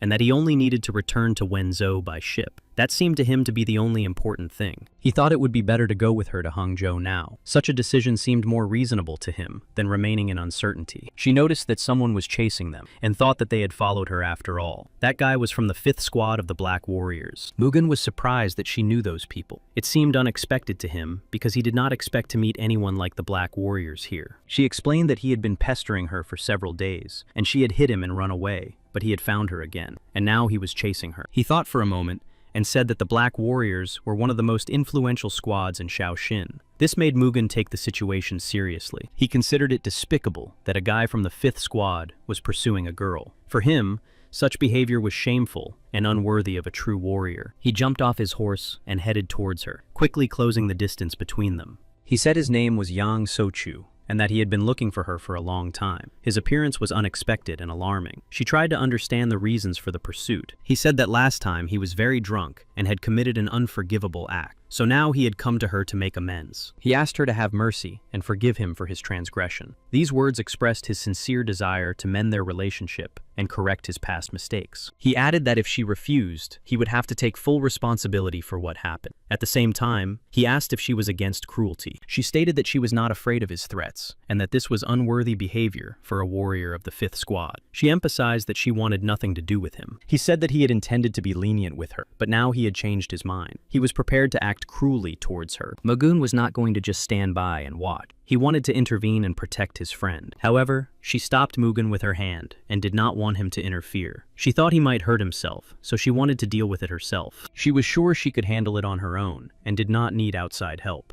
He started yelling at her and insulting her, but then suddenly attacked her, not giving her a chance to respond. His rage was stronger than any words, but she was no pushover either, and immediately joined the fight. Her movements were quick and precise, and she skillfully parried his attacks. She quickly knocked him off his feet, confidently gaining the upper hand in the fight. Her strength and skill left her opponent no chance, and he was disgraced once again. All his warriors watched in amazement and some disbelief. They did not expect her to defeat their comrade so quickly and decisively. He was their commander, and now he was lying on the ground like some girl. This defeat looked especially humiliating, and the warriors could not hide their surprise. Then, the warriors, wanting to avenge their commander, began to attack her. Mugen and So Yanhua understood that their enemies had completely lost their conscience and were now attacking as a mob. Such recklessness forced them to be more cautious. Mugen intervened, attacking swiftly and easily scattering all the attackers. His strength and skill proved decisive, suddenly changing everything. After the fight, he asked her if they were even, because he owed her. This question reflected his intention to keep his promise and support her. She realized that he was not a weak man, but a real warrior like her. She had previously taken him for a rich gentleman who was too cute and spoiled. Now she was convinced that he was a real warrior and was strong. He said that they needed to deal with these people and leave, putting the situation behind them. He understood that if he spared them, he would never be rid of them in his life. Therefore, he believed that harshness was the only way to stop them. He had already drawn his sword and was preparing to deliver the final blow. Each movement was quick and precise, but she stopped him at the last moment. She reminded him that he had no right to take the lives of those who had lost, and that it was not his place to judge and pass sentence. This line could not be crossed. He objected, saying that this man was not just a bandit, but the commander of a special unit. He thought about the consequences of mercy and how much loss and unrest it would bring. She acknowledged that such people would surely torment and seek revenge, but insisted that everyone should have a chance to redeem themselves. She believed in people. He laughed and said that everyone in the Bota clan was like Mother Teresa. She was surprised that he had guessed. He believed that it was rare to meet a lone swordswoman. She apologized and admitted that she could not fully reveal herself before. Her words expressed sincere regret and a desire to be more open. He replied that it was no big deal because he hadn't said much either. Then he reminded her that they needed to head to Hangzhou to continue their business and resolve the important issues that awaited them, rather than standing there. She agreed with him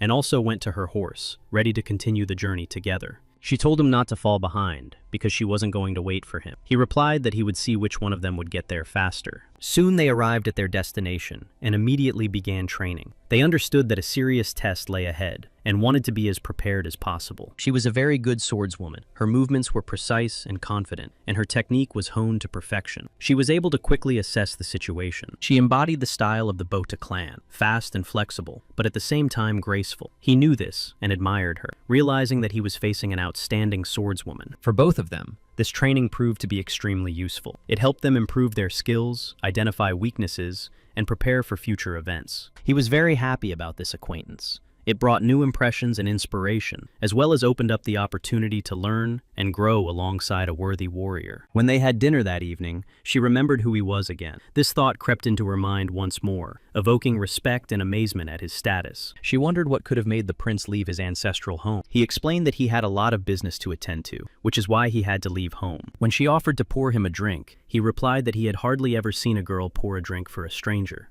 She replied that she was not an ordinary girl, and that her actions and views went beyond the usual, which made her unique and even unpredictable. She also added that she wanted to try everything in Miram that she had not experienced before, expressing her desire to discover new things and go beyond the usual boundaries. He said that then she should try a drink that could not be found anywhere else, a special, rare, and unique drink that symbolized her desires. She was pleased with his suggestion and gladly drank this rare and unusual drink, feeling the special atmosphere of the moment and new impressions. However, she did not like the taste of the drink, although he was sure that she would try it and like it. His expectations did not match her impressions. Na noticed a crowd of people approaching, moving in their direction. It was the one who had pursued her before, and as it turned out, he had come to take revenge, bringing someone stronger with him so as not to leave them any chance. The commander wasn't particularly interested in the matter, but he came simply to show his strength. Besides, he wanted to see the one who defeated their commander in order to personally assess his strength and understand who he was dealing with. The commander tensed up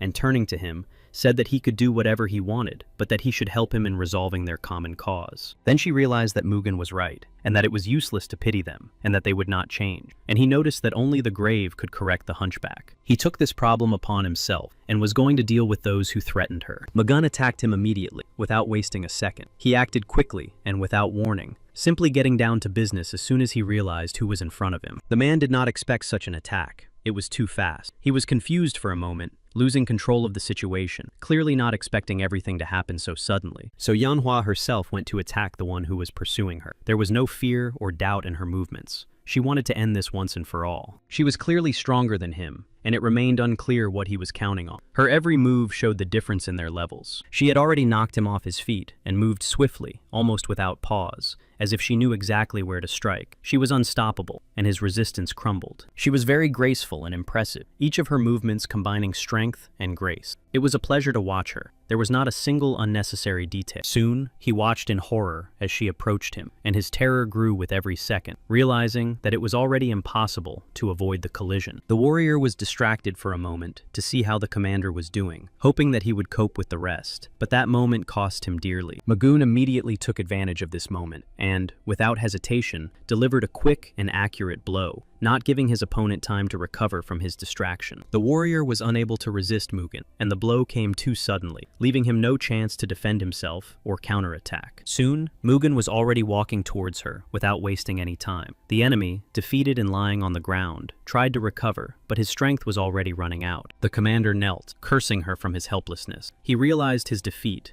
and could not accept that she was the reason for it. She was surprised by his behavior because she was the one who had given him a chance. Her action was an act of mercy, but instead of gratitude, he cursed her. He begged for forgiveness, promising not to pursue her anymore, but soon realized that he would not be able to escape, and that his fate was sealed and his end was near. She refused him and declared that he would not get a second chance. Her decision was final. There was no more room for forgiveness or compromise. She swung her sword, ready to deliver the final blow, and said she hoped he would go to heaven. But at that moment, someone stopped her abruptly. It was Mugen who intervened and asked her to let him live. He understood that it was important to stop her now, despite everything that had happened. She did not understand why Mugen was offering to let him go again, considering everything that had happened. Her doubts and confusion were strong. It turned out that he did not pity him at all, but simply wanted to deal with it personally. His goal was not mercy, but true justice. He shouted that he was the commander of the Black Warriors, and that he could not simply be destroyed in an attempt to preserve dignity and power, even in a hopeless situation. He dealt with him himself, and then told her not to dirty her hands with such a scoundrel, showing his attitude towards the situation and his unwillingness to involve her. She thanked him for his help, sincerely appreciating his support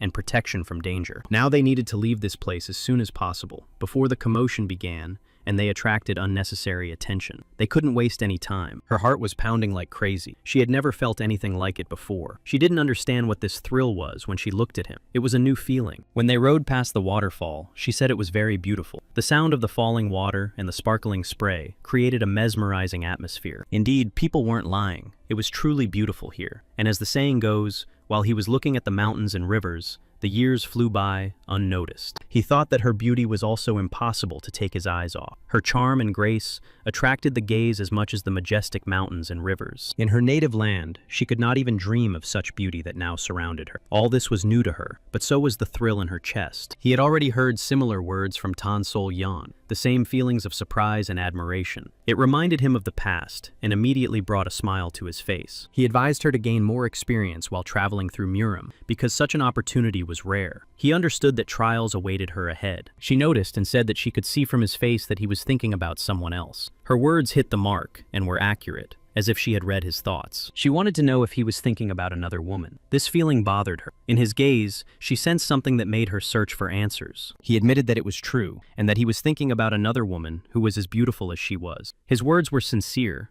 but she was angry with him. She thought that he didn't care about her feelings at all. She tried to understand if he had a lover, and if he was really thinking about her now. He replied that he would like to admire the scenery with her, expressing a desire to share moments of beauty and tranquility despite all the difficulties. It was clear from her expression that she was upset. Her eyes dimmed a little, and her smile disappeared, as if something inside her had broken and was causing her pain. Soon it began to rain, and they took shelter in a cave. Outside the walls of the stone refuge, the storm raged, but inside, there was silence and relative calm. She complained that she was soaked through, and he calmly suggested that she take off her clothes to warm up quickly and avoid catching a cold, showing his concern for her. She was very offended, not understanding why he was suggesting she take off her clothes, and he, in turn, couldn't understand why she was going to walk around wet. He reassured her, saying that he wouldn't look and that he would start a fire in the meantime. This helped relieve the tension, and she was able to relax a little. She didn't know what to do, and still didn't want to take off her clothes. Insecurity and embarrassment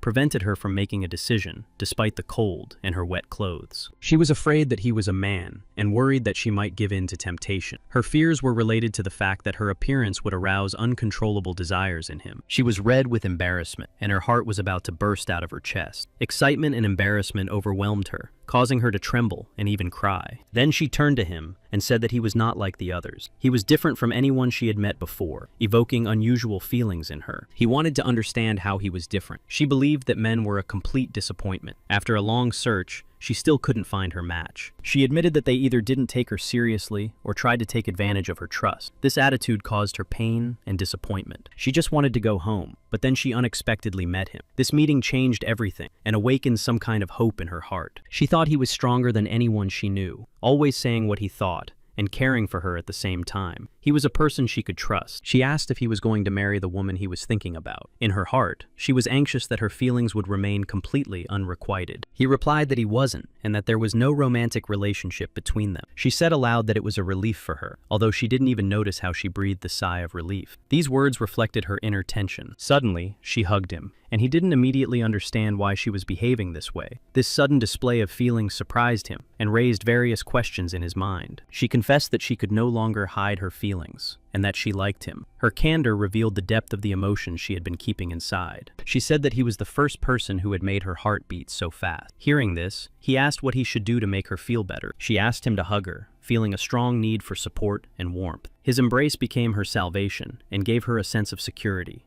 At that moment, Tan Sol-yun gazed thoughtfully at the night sky and the bright moon that softly illuminated the surrounding darkness. There was a slight sadness in her gaze. She was informed that Mr. Baek Mugon's whereabouts were still unknown. Despite all efforts, his location remained unknown. She asked to be informed of everything they found out, without missing a single detail. She was worried about Mr. Baek Mugon's unknown whereabouts. She was worried about him, and eagerly awaited any news. Every moment of waiting weighed heavily on her, but she remained hopeful for the best. At that moment, Mugen fulfilled So Yeonhwa's request and hugged her, giving her a feeling of warmth and security. She fell asleep in his arms, and then he fell asleep himself. Even after so many lives, he couldn't control himself. Then Mugen woke up and thought as if the weight of the past still lay on his soul. Yeonhwa may have been the initiator, but he didn't stop her. For some reason, he felt guilty towards the other girl, as if his actions had hurt her feelings. Then she asked him if he was thinking about another girl. There was anxiety in her voice, because she wanted to understand what was really going on in his heart. She was angry with him for thinking about someone else while she was there. Her resentment was obvious,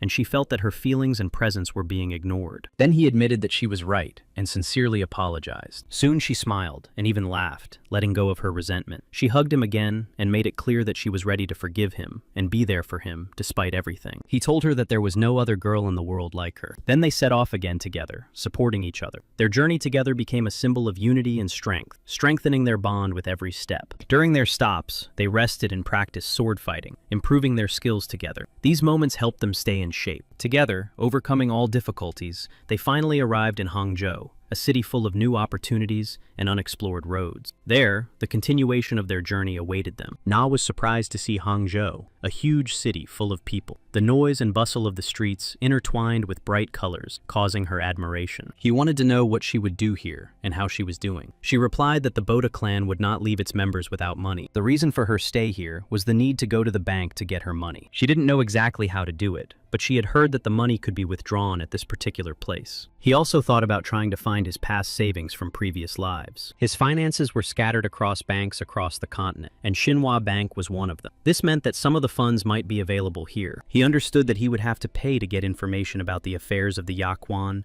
and Cheongmilgok family. Now there was a need for large expenditures. Soon she returned to him with the money, worrying that he had had to wait too long. Holding such a large sum in her hands for the first time, she said with relief that today they would be able to spend the night in a good inn. He had no objection. When he came to Katja, he said that he felt awkward taking advantage of his benefactor, and that he would pay for everything himself. She was angry because she had plenty of money. He approached the cashier to settle all the formalities and obtain the necessary funds. Then he told the cashier that he had come to withdraw his old deposit. He handed the girl a gold seal, a symbol of high status that had been given to guests who had deposited more than 100,000 yangs decades ago. She wanted to understand and asked how much money he wanted to withdraw. He said he had deposited 200,000 yangs and wanted them back, including all the interest accumulated over 30 years. This amount was significant now. The bank employees tensed up, unsure if they would be able to return such a large sum. Their anxiety reflected the seriousness of the situation and the possible complications. The bank owner was also agitated and suspected that they might have serious problems. His concern added to the tension of the situation. Chang Hen-chol, the richest man in town, was angry that his brother had barged in without knocking. At the same time,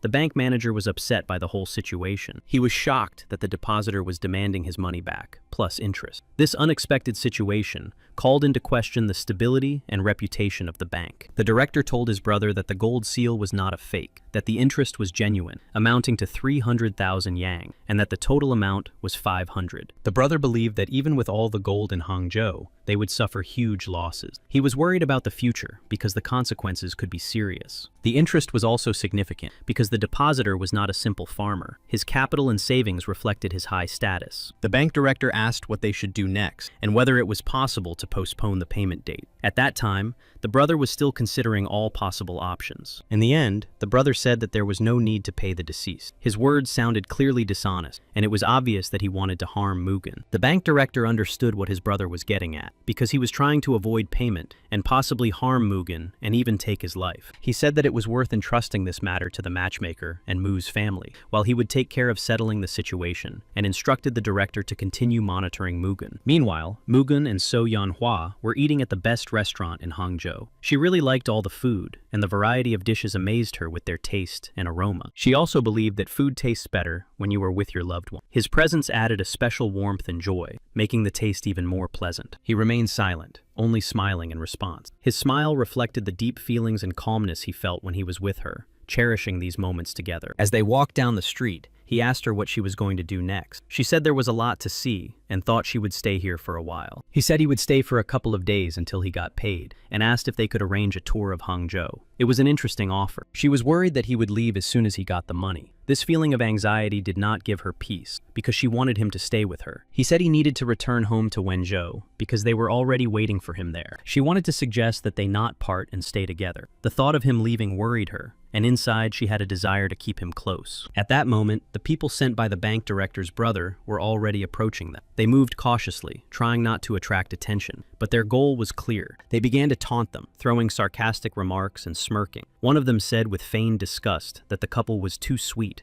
that it was sickening. Mugun himself looked at them, trying to understand who these people were and why they were suddenly so aggressive. The thought that they were bullies flashed through his mind. So Yanhua was quicker to grasp what was happening, and she noticed that there were not two of them, but many more. Shadows flashed in the alleys and behind the backs of passers-by. He understood everything instantly. It was obvious that the merchants and the bank's henchmen had come not to bargain but to take him away and, if necessary, kill him. They were already running at him, shouting insults. Their faces were contorted with rage, and their words conveyed not just hostility, but a desire to humiliate him. He realized that these people had devalued human life, and that for them, everything boiled down to profit. Mugen managed to use a technique. His opponent's blades and swords broke. The crowd froze, their amazement replaced by fear. They all didn't know what to do. So Yanhua did not stand aside either. She quickly joined the battle. Although she was less experienced, her movements were decisive. He wanted to ask her something, but before he could say a word, she already understood everything without unnecessary words. After all, one glance was enough. Soon, he soared into the sky,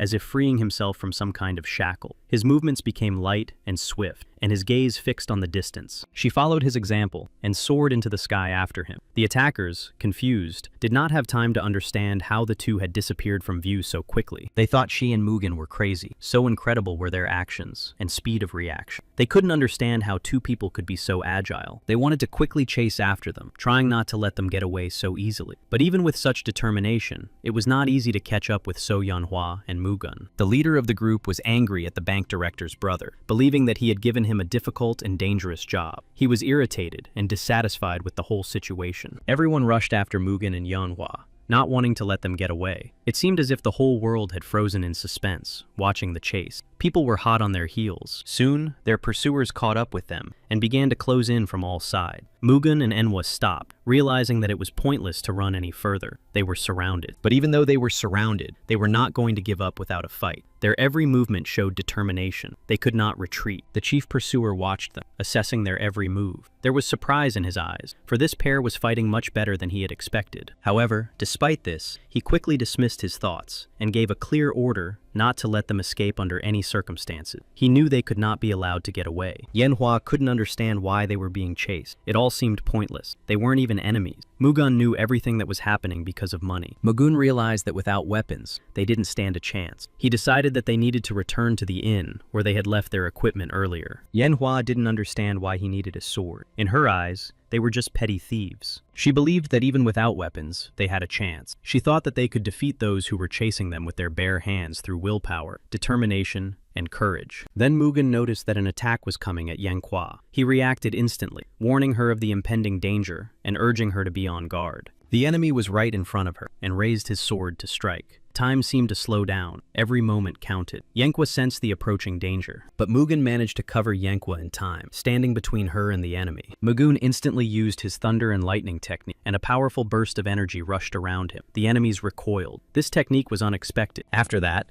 Mugen quickly asked if Manhwa was okay. Although she was shaken, she thanked him for his timely help. He told her not to be so careless, because these guys weren't just ordinary vagabonds. They had to act cautiously and prudently so as not to fall into a trap. Then, Mugen and Manhwa quickly ran into the inn, trying to get away from their pursuers. There, among familiar walls, they hid. The pursuers soon reached the inn and stopped in front of the building. They took up positions, carefully examining the surroundings, preparing for action. One of the pursuers said that they had completely surrounded their target and that not a single rat would get past them. Their leader knew that their opponents were not weak. The leader of the pursuers thought for a moment and then announced that there was a very simple way to smoke the rat out of its hiding place. He came up with a plan. He gave the order to set fire to the inn to force the enemies out of hiding. The flames would quickly spread, turning the place into a trap. She told Mugen that the inn would be set on fire on purpose, to smoke them out. Hearing this, Mugen thought about how much they had been paid. Mugen clearly understood that innocent people must not be allowed to suffer in the fire. The weight of responsibility squeezed his chest, and he decided it would be better to leave. He noticed that the leader of the pursuers looked particularly strong. He decided that he would take responsibility for dealing with this threat personally. He asked her to deal with the rest. She felt hurt, as if he had left her with some kind of trash,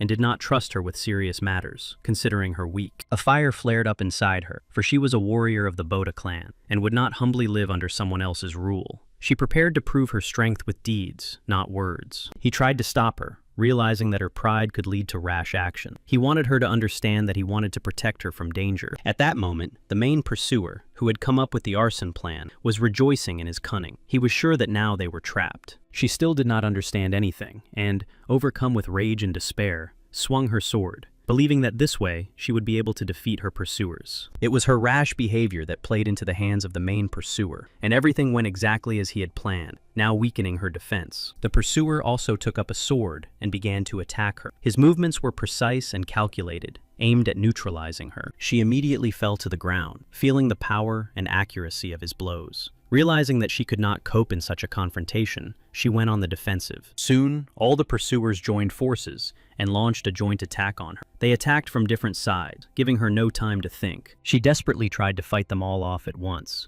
fighting with all her strength and determination. Every move she made was for her own survival. She realized that her opponents were worthy and dangerous enemies, and that her previous confidence had been misplaced. The confrontation required not only strength, but also cunning. The main pursuer ran ahead, thinking about what had happened. He was struck by the courage of the woman who had been the first to attack and fought everyone. He caught up with her and nearly wounded her in the fight. His blow was quick and accurate, but she managed to avoid serious injury at the last moment. He decided to grab the girl first, seeking to quickly end the fight and deprive her of any chance to resist. She could be the key link in the struggle. At that very moment, Mugen intervened and struck the enemy with a powerful thunderbolt. The flash of energy blinded the enemy and stopped his attack. His sword was broken in an instant, and the rest of the pursuers began to fall one by one under the pressure of Mugen's power. The enemies lost their initiative. She was amazed and surprised by the power of his attack. The fact that he was able to so suddenly and effectively change the course of the fight earned her deep respect. The main pursuer opened his mouth in surprise, not expecting such power and determination from Mugen. His plan was now completely ruined. After everything that had happened, Mugen asked Manhwa if she was all right. She admitted that she had acted recklessly and apologized for it. Her words expressed remorse, but also determination to learn from her mistakes and be more careful. Now the enemy understood that they were no match for Mugen. His strength and skill were so impressive that his opponents felt powerless before him. They fell to their knees and surrendered, realizing their defeat. Without further resistance, they acknowledged the superiority of Mugen and Manhwa. Mugen carefully studied their fighting style and realized that their technique was very similar to that of the swordsmen of the Peck clan. The man was shocked that Mugen had figured it out. He turned to them and asked how they could be prepared to take a person's life for such a trifle. He rebuked them and reminded them of their humanity. Mugen clearly understood that many had good reason to hunt him. He saw greed in their eyes, realizing that money was behind the chase. He warned them that if they valued their lives, they should tell him who had given the order to pursue them. His voice sounded uncompromising, demanding the truth. Then the pursuers revealed the location of the person who had given the order. Under pressure, and realizing there was no way out, they revealed the secret and the man. When there was a knock at the door, he was angry and irritated that he was being disturbed at such an hour. His mood was gloomy, and he clearly did not expect unexpected guests. But Mugen did not wait and kicked the door down. His actions were swift and harsh. He was not going to waste time on lengthy persuasion. Mugen immediately asked if he was the owner of Shinhwa Bank. He was persistent, seeking answers and ready to go to the end if necessary. Approaching him, he calmly said that he thought they had important matters to discuss. His tone became serious and collected. In addition, he brought with him the person who had been pursuing him. This was a clear sign that Mugen not only wanted answers, but also wanted to show his power. He stated that the pursuer had revealed all the information at once, as if confessing during interrogation. This revelation meant that the struggle was pointless. Now Mugen wanted to talk about the coveted money and the reason behind the whole chase. He wanted to understand what it was all about. The man admitted his guilt, showing respect and submission. His confession testified to the seriousness of the situation and his understanding of the consequences of his actions. But Mugen showed neither sympathy nor interest in his remorse and was not moved by his apology. He immediately turned the conversation to the main issue, money. The man reported that the deposit with interest amounted to 500,000 yang and promised to pay the entire amount,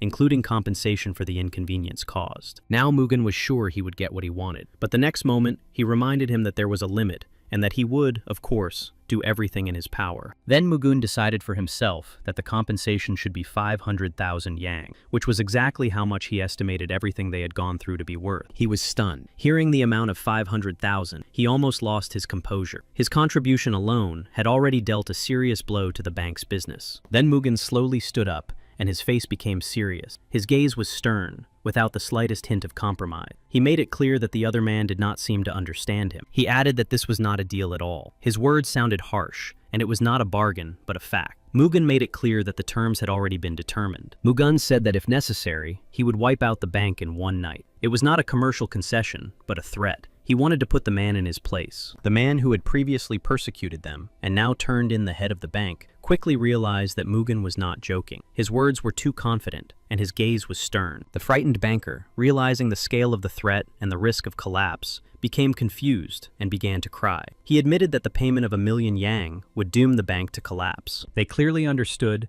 that they had awakened a sleeping beast in Mugen, and now his cruelty had become uncontrollable and dangerous. They realized the seriousness of the situation. At the very last moment, Manhwa intervened and stopped Mugen, realizing that further cruelty could lead to irreversible consequences. She said that in the end, he would destroy people for money just like them. She asked him if he wanted to become like them, a person willing to do anything for money and power. Her words made Mugen think. He admitted that he had expected such words from her. This showed his understanding of her views and inner world, as well as his willingness to accept her words. He could have crushed them to dust, but being a noble warrior, he restrained himself and did not shed unnecessary blood. Instead of retribution, he wanted to show mercy and reminded them of this. He said he was ready to respond to that man's request. He intended to meet him halfway, but only within the limits that corresponded to his principles. With tears in his eyes, the man sincerely thanked Mugen for his understanding and mercy. His gratitude was very sincere. Mugen reminded him that trust is more valuable than words. He demanded specific guarantees and immediate payment. He made it clear that he was serious. In the evening, Mugen sat by the window and looked at the moon. Its cold light filled the room with a bright glow, reflecting his thoughtfulness and inner world. He told himself that he did not intend to destroy anyone. His intention was only to scare his opponents. Everything turned out much more serious than he had expected. She said that he was indeed capable of, and that was precisely why she was worried. She saw a power that could be both a defense and a destruction, and she admitted that he was stronger than anyone she had ever met. All she could do was feel weak in the face of his power and abilities. He apologized for making her worry, explaining that despite everything, he came from a noble family and would never allow himself to do such a thing. She replied that she trusted him. This trust became a source of support for both of them in difficult moments, and a reminder that they could overcome anything. She understood that he would now definitely return to Wenzhou, and that he had nothing left to do here. This realization brought sadness to her heart. However, she said she wanted to go with him. This decision meant not only a desire to be close to him, but also a willingness to go through all the difficulties together. She asked if she could go with him, and he replied that he could not refuse her. He appreciated her desire to be by his side in this new stage of their lives. The next day, he decided to set off by ship, realizing that in the current circumstances, he would not be able to drive a cart full of money. He knew for sure that there must be a large ship here that would sail to Wenzhou. Then, he approached a man to clarify some important details. He said he was looking for a ship to Wenzhou, and the man asked him his name in response. He replied that his name was Baek Mugun. He knew he should be on the list. The man looked at him and said they were waiting for him. He checked the list, and Mugung was on it. He said they could leave at any time, and the ship was completely at their disposal. Mugung couldn't understand who had booked such a huge ship for him. The man replied that the ship had been booked by the heiress of the Yun family. Meanwhile, Un Ye-sang and Tan Sol-un were already waiting for him in Wenzhou. She reported that Mr. Baek had boarded a ship that was due to arrive in Wenzhou in a few days. This was a joyful event for them. Yun Yi-san was sure that booking the ship was not a waste of time. Then Yun Yi-san decided to ask Tan Sol-un a question that had been bothering her for a long time, hoping to clarify an important point and better understand the situation. Yun Ye-sang had long wanted to know why Tan Sol-yong was sharing important information with her. Tan Sol-yong explained that she was only passing on a message for the gentleman, and that she was not allowed to board the ship. She said that she was not a simple woman. However, until that moment, she had not been interested in that, but in another question. Yun Yi-sang wanted to understand why Tan Sol-yong was giving her a chance to please the master. She also told Tan Sol-yong not to think about making excuses, because they were both women and understood each other. She admitted that she knew Tan Sol-yong was longing for something. Tan Sol-yong explained that she simply wanted to repay the master for his kindness, and asked her for a favor. Her words reflected her gratitude. She also told Un Ye-sang that she had the opportunity to support the master and that they were perfect for each other. Un Ye-sang was shocked by these words. In the end, Un Ye-sang admitted that she was pleased to hear such words from Tan Sol-yong. She apologized and admitted that she was wrong about Tan Sol-yong. Now she was sure that Tan Sol-yong genuinely cared about Mr. Baek Mugun. However, she added that Tan Sol-yong had misunderstood her because everything had long been decided and settled between her and Mr. Baek. Of course, she was sad. She noted that Tan Sol-yong was quite naive, despite her remarkable talent for gathering information. But her unique abilities went hand in hand. She then urged Tan Sol-yong to be more honest, encouraging her to be frank and sincere. After that, she left, and Tan Sol-yong was left alone with the realization that she had feelings for him in her heart. This inner confession was the beginning of something. She could only think about him. His image occupied all her thoughts, leaving no room for anything else. This feeling became a trap for her. Soon, the whole family gathered at the pier, waiting for the arrival of Mugu's ship. They looked eagerly into the distance, anticipating the meeting and the joy it would bring. Muak was glad that his older brother had finally returned home. He had been eagerly awaiting this moment, anticipating the reunion and the opportunity to be close again to a loved one who could be a source of strength and support. He wanted to tell him so many things, share his experiences, and find out what he would say in response. Anticipation overwhelmed him, making the moment especially important. Soon, Mugen himself came out of the ship, and So Yunhua was next to him. Everyone bowed to Mugen and greeted him, expressing their respect and joy at his return. This moment united them, filling the atmosphere with warmth. Mugen admitted that he had not been here for a long time, and that his return evoked mixed feelings in him, including the joy of meeting his brother and memories of the past. Muak immediately ran up to him, feeling joy and excitement at meeting his brother. Their meeting was filled with warmth and a sense of closeness. Mugun's father also greeted him with warmth and care. He immediately asked how he was feeling, showing concern and love for his father. His father replied that he was tired of talking about him, and that he was glad to see his son in good health. Mugun replied that he had grown up, and asked him not to worry about him anymore. His father said that to parents, their children always remain children, regardless of their age. These words expressed his unwavering care and love, emphasizing their bond. Muak hugged him tightly and said that he had waited a long time for his return. This moment was filled with sincere warmth and mutual love. Of course, Muak couldn't imagine life without his brother. He asked why he had been away for so long. Mugen replied that he shouldn't worry because he was back now. Mugun admitted that he felt guilty for not writing,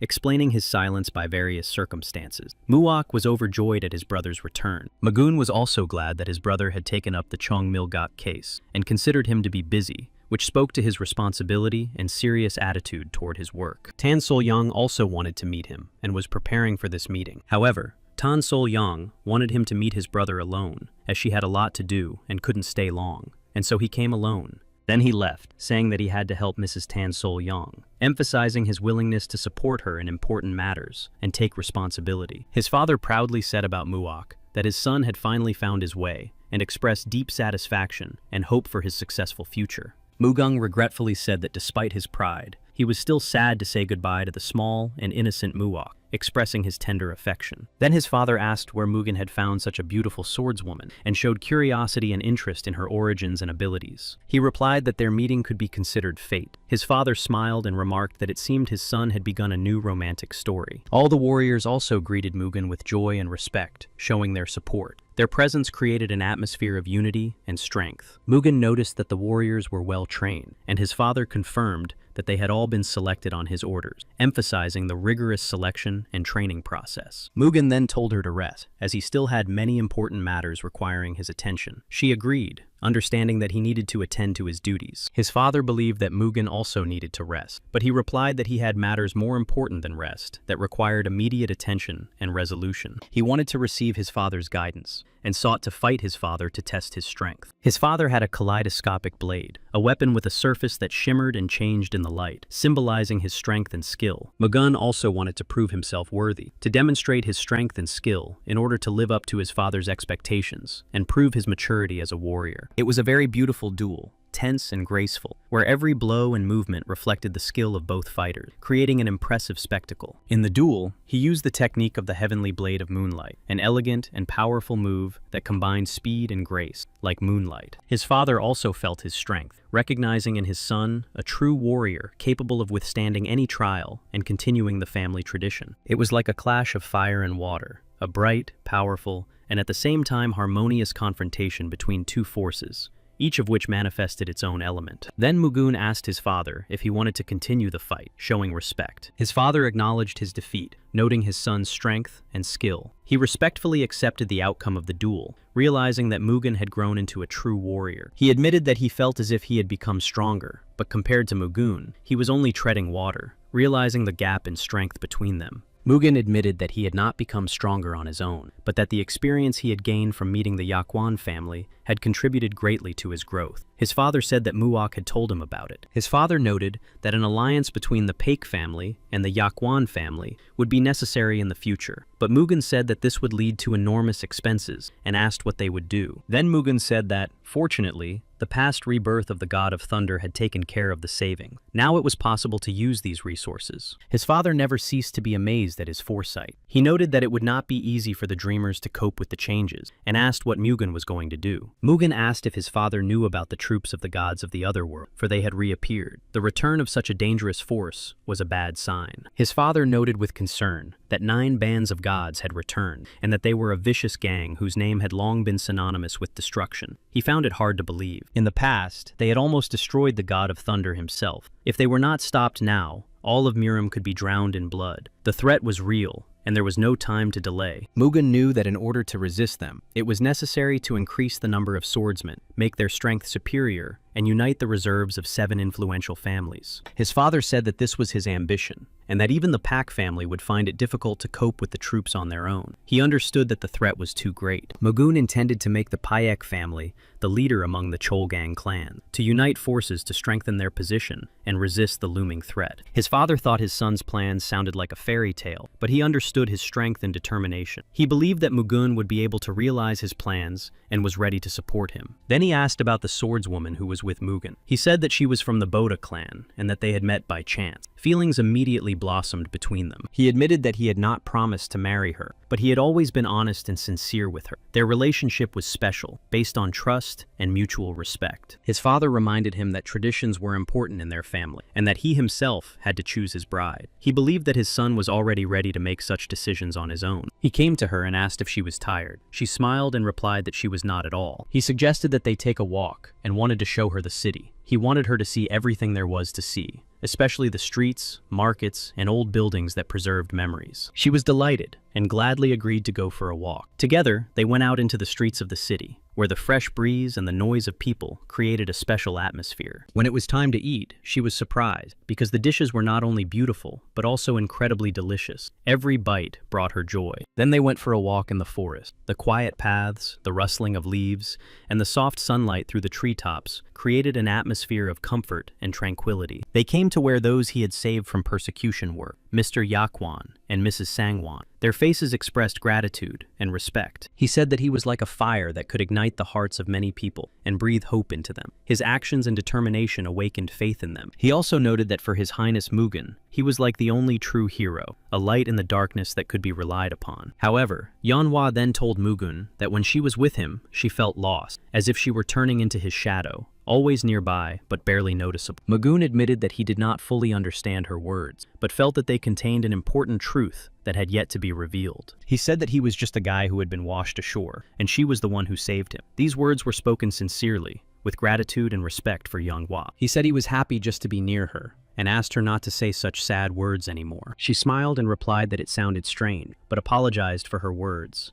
admitting that sometimes her thoughts were confused. He took her by the hand and said he wanted to introduce her to an important person who meant a lot to him. She followed him with curiosity. Now she understood that it was enough for her to just be with Mughal, and he really felt the same way. It filled her heart with warmth. He brought her to Tan Sol Yan, and Manhwa couldn't understand who this woman was. Their eyes met, and tension hung in the air. Manhwa was confused. Tan Sol Yan was happy to see him, and there was sincere joy and warmth in her eyes. She greeted him with a smile, as if she had been waiting for this meeting for a long time. He told Tan Sol Yan that he had returned, and his voice was calm, as if he had finally found his way home. She looked at the girl standing next to Mughal with confusion, not understanding who she was or what role she played in his life. They bowed to each other, and Tan Sol Yan warmly said that she was glad to see Mughal alive and unharmed. In response, he admitted that he was also glad to see her. When Tan Sol Yan asked who the girl next to him was, he calmly replied that Manhwa was the girl who saved his life, and that they had arrived in Wenzhou together. Tan Sol Yan invited them in,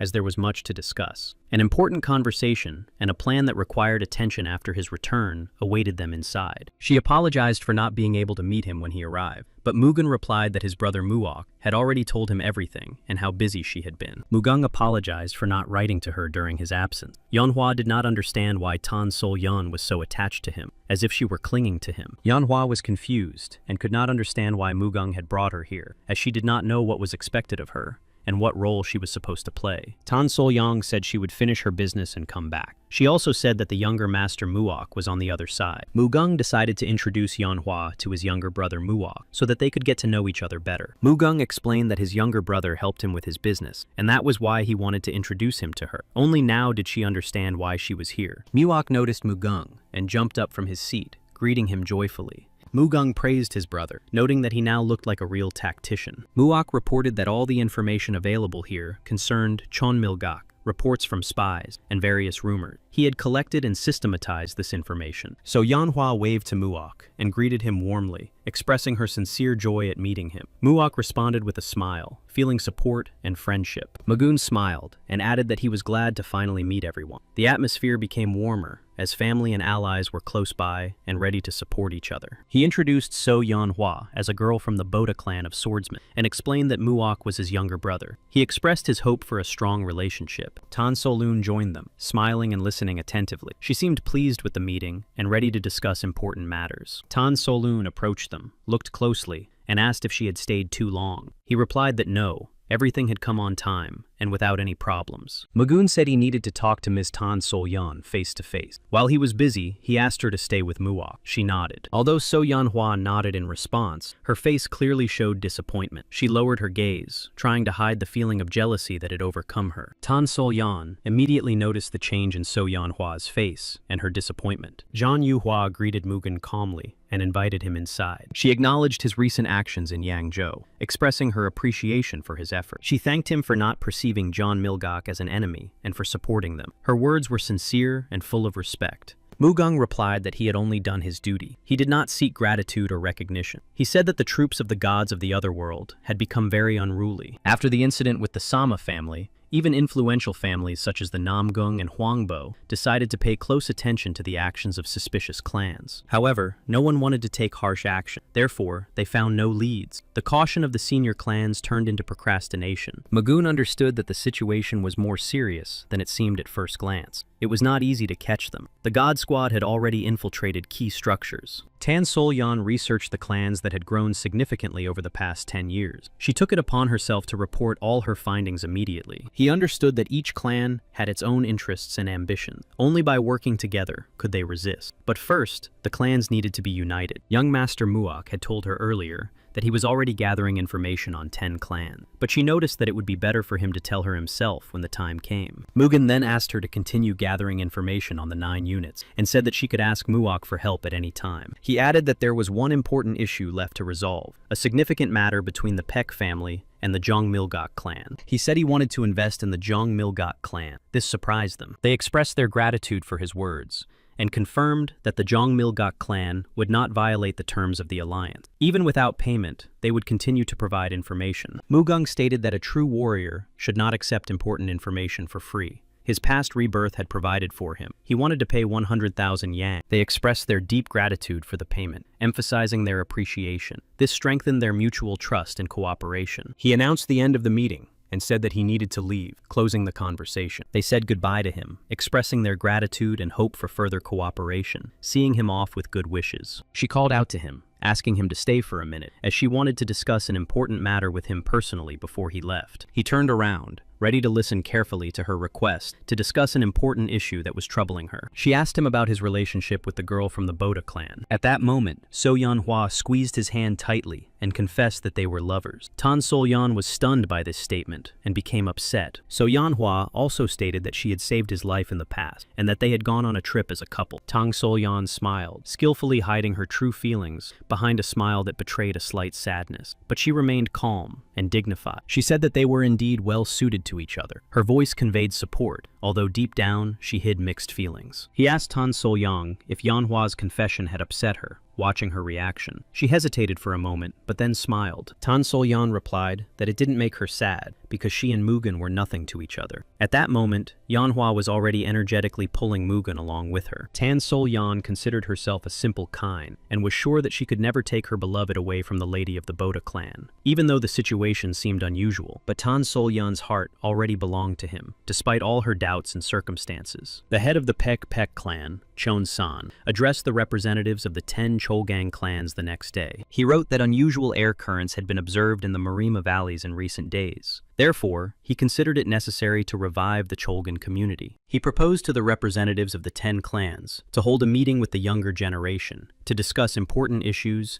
and strengthen their common alliances. The messenger immediately set off to deliver the important message to the representatives of the 10 clans. Time was precious, for the future of the community depended on their decision. Now the fate of the Cholgan community's unification depended on their answers and their willingness to act together for the common goal and protection of Marima. The Pundo clan and the Chongmu clan also received their letters. Now all 10 clans of Cholgan had been notified of the upcoming meeting, and everything was to be decided. The Pek clan of swordsmen was angry with Mugen, believing that he had wronged them. Tension arose between them because Mugen's past actions had caused discontent. He asked his assistant if he was sure that it was Pek Mugen who had depleted the gold reserves of Hangzhou. The assistant confirmed this and said that there was no doubt about it. The head of the Pek clan said that the assistant was sure that Mugen would remain in meditation for a long time, but had become stronger. The assistant replied that no one had expected this. The clan chief reflected that Mugen had not only regained his strength, but had also unexpectedly acquired a huge fortune of unknown origin. It was clear to him that Mugen would not limit himself to the Cholgan community. He decided to take over the other clans, expanding his influence and power. The assistant believed that there would be terrible consequences, but the chief saw it as an opportunity for the Pek clan of swordsmen. The chief could be replaced at any time, and that worked in their favor. He believed that the in-laws would be happy if they disgraced the Pek family of swordsmen once again. Magoon was ready for anything and understood perfectly well that the traps had already been set. He remained calm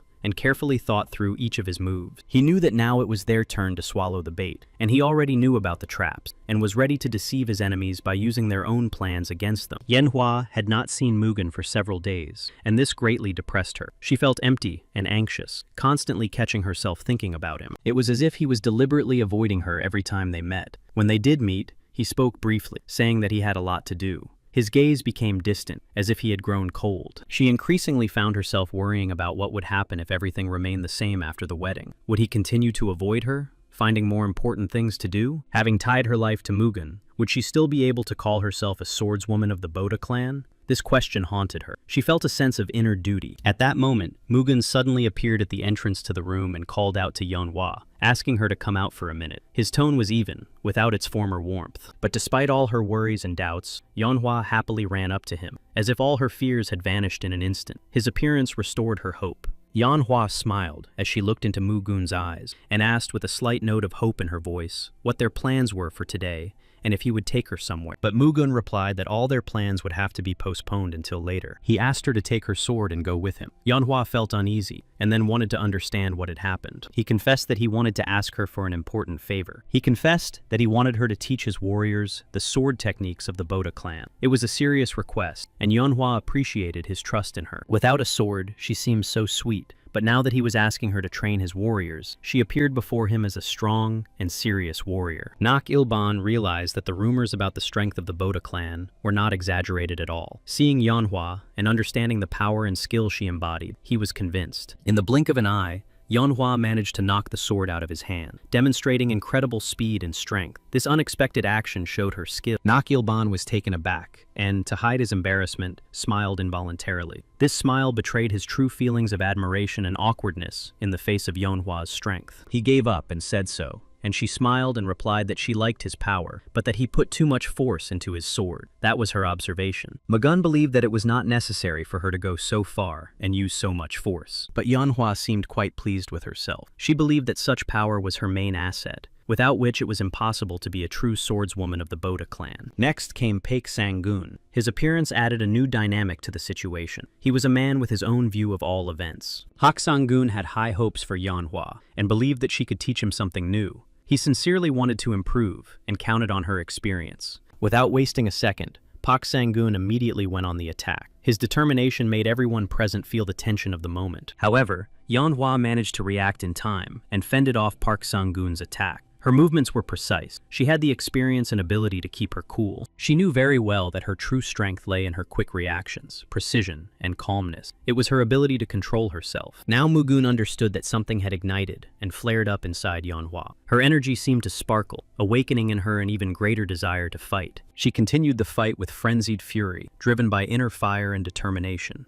Each of her blows was precise and powerful, reflecting all her strength and will. Watching this, Mugen realized how much her skill exceeded expectation and how far she had gone in her art of combat. Paik Sangun fought with all his might. He noticed that Pak Sangen was too heated and was putting more force into his attacks than usual. A simple opponent would not have been able to withstand such power for long, but his opponent was a swordswoman from the Boda clan. This explained her amazing resilience and skill, which allowed her to cope with even the most powerful attacks. She also used the White Flower's shadow walking technique, moving with such speed and silence that her movements seemed very inconspicuous. Mugen knew that the two still had a lot to learn to reach his level. His skill and ability were unattainable for them now. Suddenly, someone approached and called out to Mugen. He had to take his mind off the fight. It turned out to be Unye-san, who had come to greet Mugen. Paik Sangun admitted that he had lost, and Manhwa replied that an opponent cannot be defeated by power alone, so it is worth focusing on technique. She asked how he rated his fight with Paik Sangun, but then her attention was drawn to Unye-san and Mugen, who were talking amiably about something. Her face immediately changed, and a shadow of irritation and discontent appeared on it. It seemed that Unye-san's appearance angered her, and she couldn't understand who she was. When Manhwa approached them, Mugen was telling Unye-san that he was sending soldiers to altar for reconnaissance and to deliver medicine. She immediately expressed her dissatisfaction with the fact that Mugen had asked for training to be conducted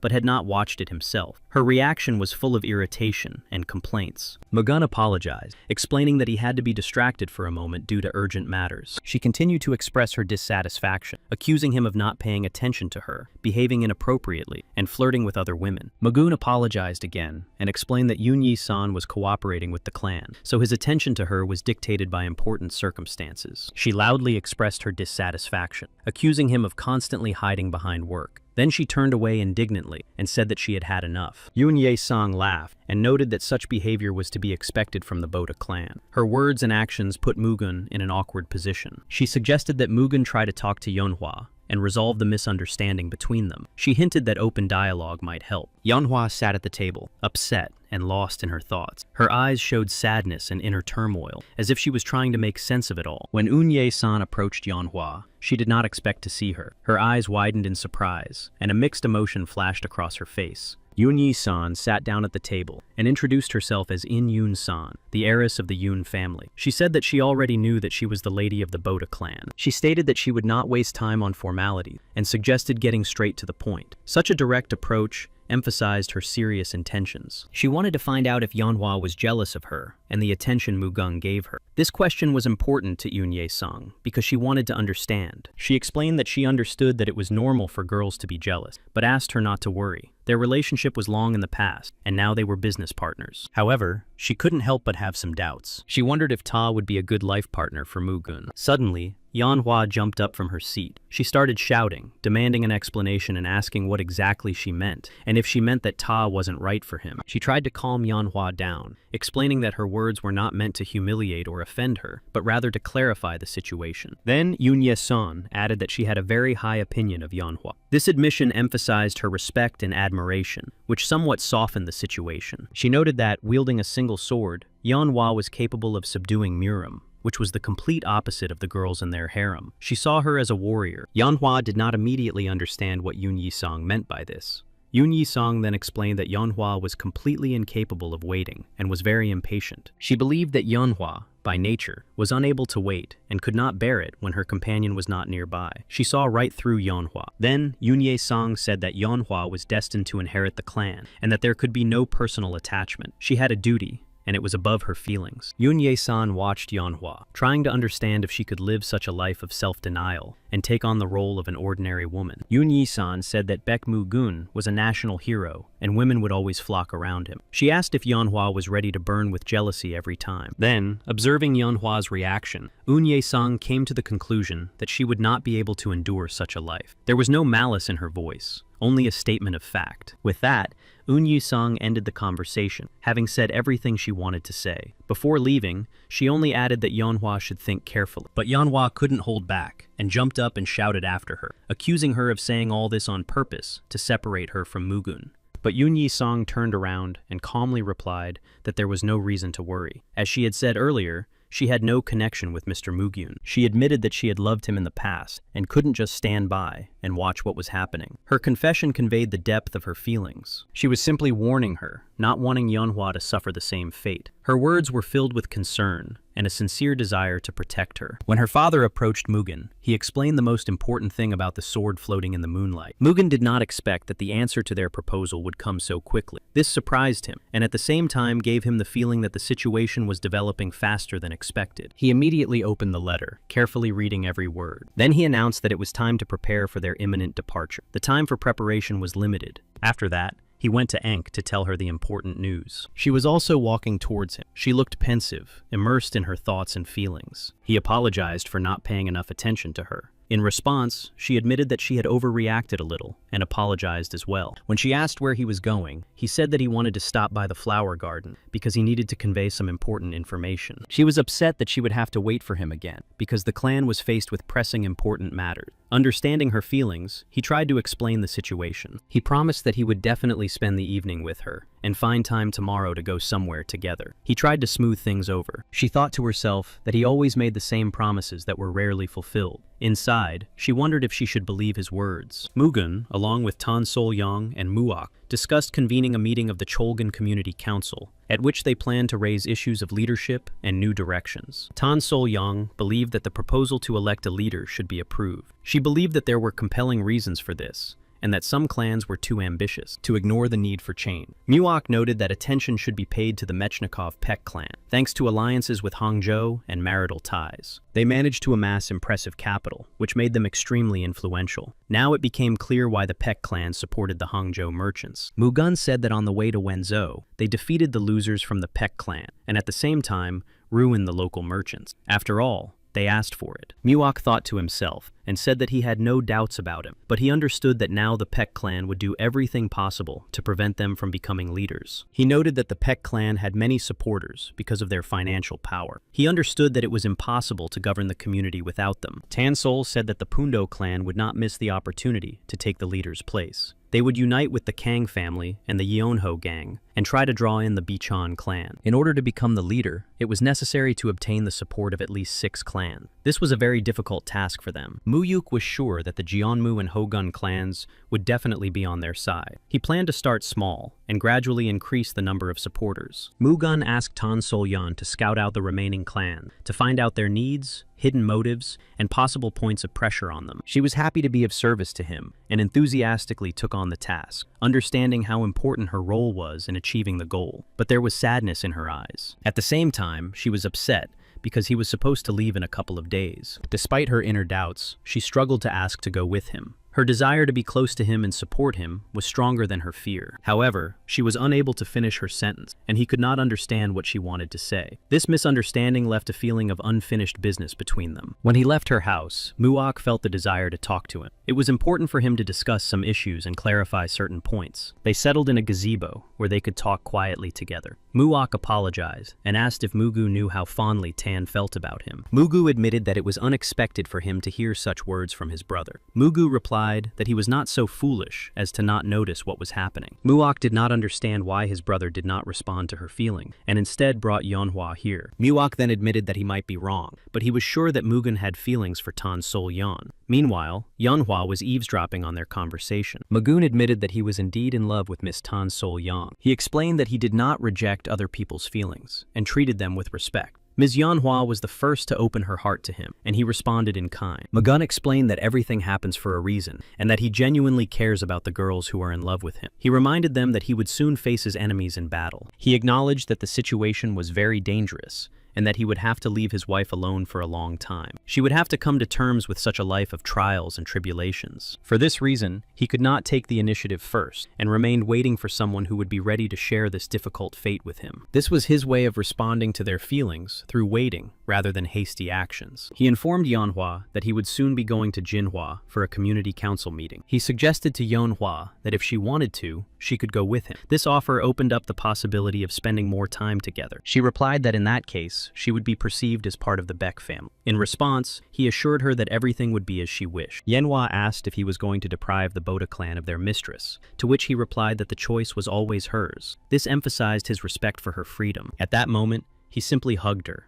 expressing his support and feelings without words. In the morning, Mugun woke up and found that Yeonhwa was not next to him. She left a letter apologizing for her unexpected departure. In a few short lines, she wrote that she believed this was the right thing to do. In the letter, she confessed that being with him made her happy, but waiting for his return caused her pain. She wrote that she probably just didn't know how to wait. She wanted to be his companion, but she couldn't abandon the Boda clan and her duty. These lines spoke of the conflict between her heart and her duty. She wrote that it was wrong to blindly move forward without understanding her feeling. These words reflected her desire to understand herself and not give in to her emotions. At the end of the letter, she confessed that her feelings were sincere and that he was her first and only love. She said goodbye, expressing her hope that they would meet again. He believed that it would be foolish to keep such a girl close. He was ready to wait for a new meeting and for her to finish her journey and grow up. He promised to appear before her in the best light when they met again, ready for a new chapter in their relationship. Mugun quickly arrived at the Pundo clan. He was already met by his old friend. Mugun jokingly said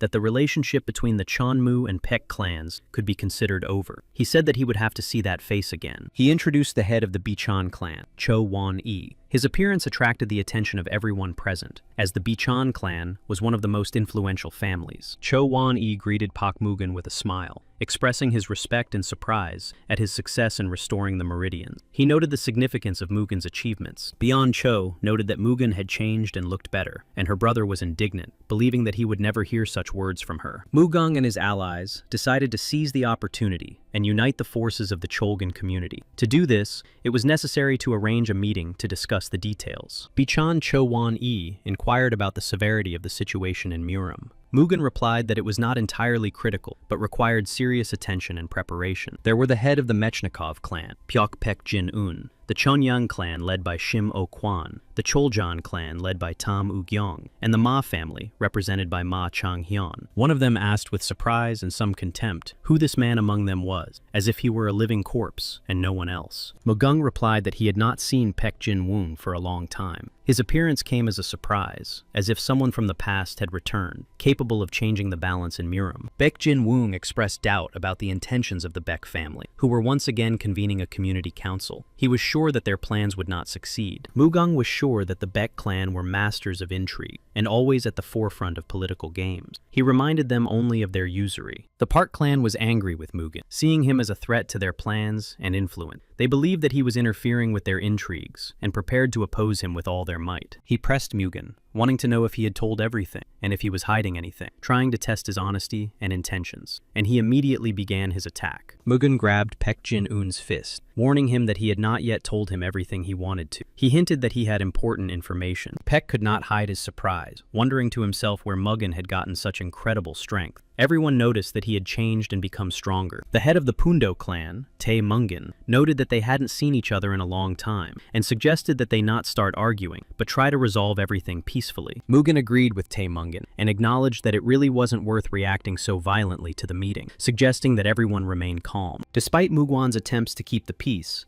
the representative of the Paek clan expressed his dissatisfaction, claiming that the position of leader rightfully belonged to them. Mugen considered this man an idiot, and asked if they wanted to back down. Others noted that Mugen always reacted to him like a bull to a red rag. A friend said he would always support him, but now it was better to hurry and get reinforcements, so as not to find themselves in a dangerous situation. It was important to be prepared. Mugen decided that today it was worth relaxing a little and having some fun, because they hadn't seen each other for a long time and deserved this rest after all the events. Mugen's father held a meeting to discuss the situation. He said that the Paek family's clan of swordsmen had convened a council because anomalies had been spotted in the fields of Murim. The 9 heavenly squads that had once drowned Murim in blood had returned. Mugen had already managed to split the Sura clan, causing internal discord and conflict. Father admitted that in order to defeat the Sura clan, they had to unite with the Hwangbo and Namgun family. They were losing in strength and needed to stick together. The enemy was acting secretly, hiding behind the power of other clans. They could not rest easy because their influence was growing, and they were ready to do anything to achieve their goals. Moreover, Murim's existence was under threat. So was the Cholgan community. They needed to join forces to protect themselves. Otherwise, the consequences would be catastrophic. Those present at the meeting asked Mugen's father what specific measures he proposed to protect them from their common enemies, and how to unite the clans for this purpose. Father Muguna emphasized that only through joint efforts can we survive, and that the Cholgan community must unite, not only in words, but also in deeds. Thus, the Paek family is putting forward its candidacy for the position of head of the Cholgan community, seeking to strengthen the alliance and influence the further development of the situation. Everyone present was very surprised by the Park family's decision, not expecting such a decisive move from them, and realizing that it could change everything. The head of the Park family's swordsman was confident and believed that everything was going strictly according to their plan, and that they would take the leading position in the community, strengthening their influence. Muguna's father proposed a secret ballot, according to the results of which, the person who received the most votes would fight in a duel for the position of community leader. Muak supported the idea of a duel, believing that it was an excellent way to test the strength and abilities of the clans, and to identify a worthy leader for the community. This way,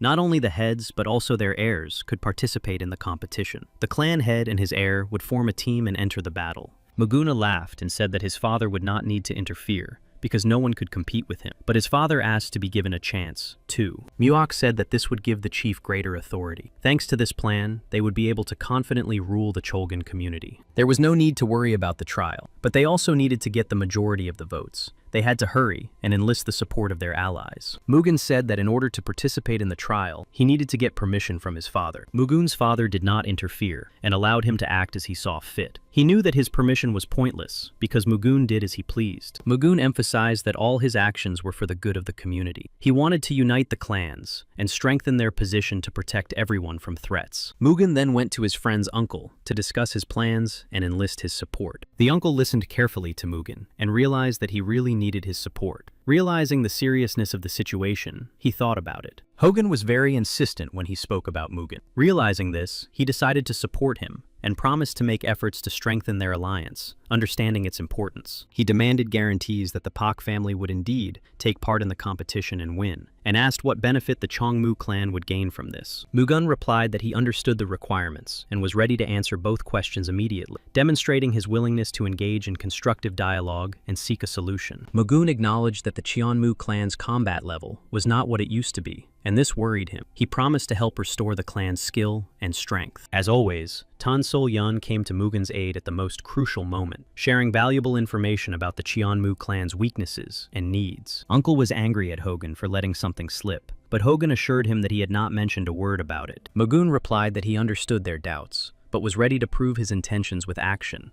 to earn their trust and show his determination. Hogan's uncle was impressed by Mugen's skill and acknowledged that even the sword-style characteristic of the Payak clan was not inferior to their clan. The uncle recognized that Mugen's words were not empty. He really had every chance of winning the competition for the position of head and restoring the former power of the Cheonmu clan. He realized that without Mugen's support and help, the Cheonmu clan was doomed to decline and loss of influence. Only together with Mugun did they have a chance to regain their former strength. He decided that the Cheonmu clan would fully support the Baek family, recognizing the importance of unity. Mugun was pleased with the support and believed it was an excellent step towards strengthening the Baek clan's position. Now, the alliance with the Cheonmu clan opened up new opportunities. Mugun then went to the Bichon clan's house to discuss possible cooperation. He understood that uniting with this clan would help strengthen their position. Mugun brought a small gift in a bag to the Bichon clan's house. The clan chief was surprised by such an unexpected gift. He bent down a little to get a better look. Soon, Mugun offered a direct benefit. If the Bichon clan supported the Paek family, he would guarantee regular supplies of rare elixirs and medicines. The head of the Bichon clan thought about it. Mugun's offer was generous. The elixirs could significantly improve the clan's position, but he understood that this was not a simple deal. Mugun hinted that he could offer the Bichan clan something else besides elixirs. Hearing this,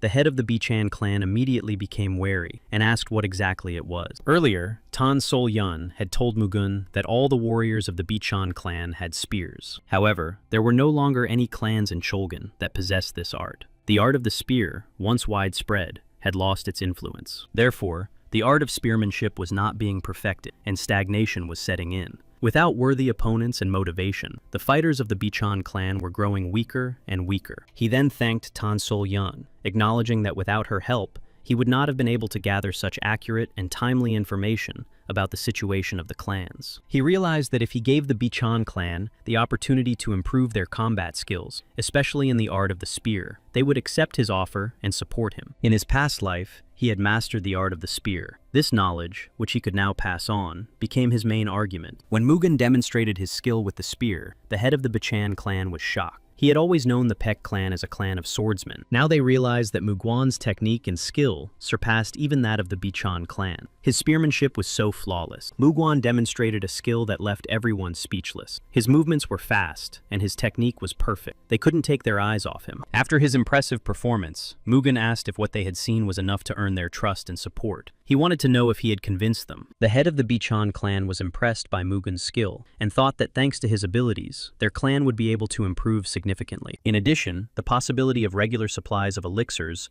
added significant advantages. The head of the Bichan clan realized that such an opportunity could not be missed. He asked Mugun if he would really fulfill his promise, and Mugun replied that he would, without a doubt. Mugun was pleased that two clans were already on their side. There was still one important place left, the Enho gang and its leader, En Chu-sen. Mugun was confident that he would rise to the top by defeating the other warriors with his unique abilities. This was his main aspiration and goal. The decisive battle for the title of head of the Cholgan community had already begun. The entire fate of the clan depended on the outcome of this duel, and every participant understood this. Muak Nak Ilban and Paek Sang-gen came to support Mugun in the decisive battle. Their presence gave him confidence and strength, because together they were stronger. Mugun's rivals cursed him, calling him a scoundrel and unworthy of fighting for the title of community leader. They did not believe in him and tried to undermine his authority. Mugun ignored their words and calmly asked if they were ready to continue the battle or if they were already giving up.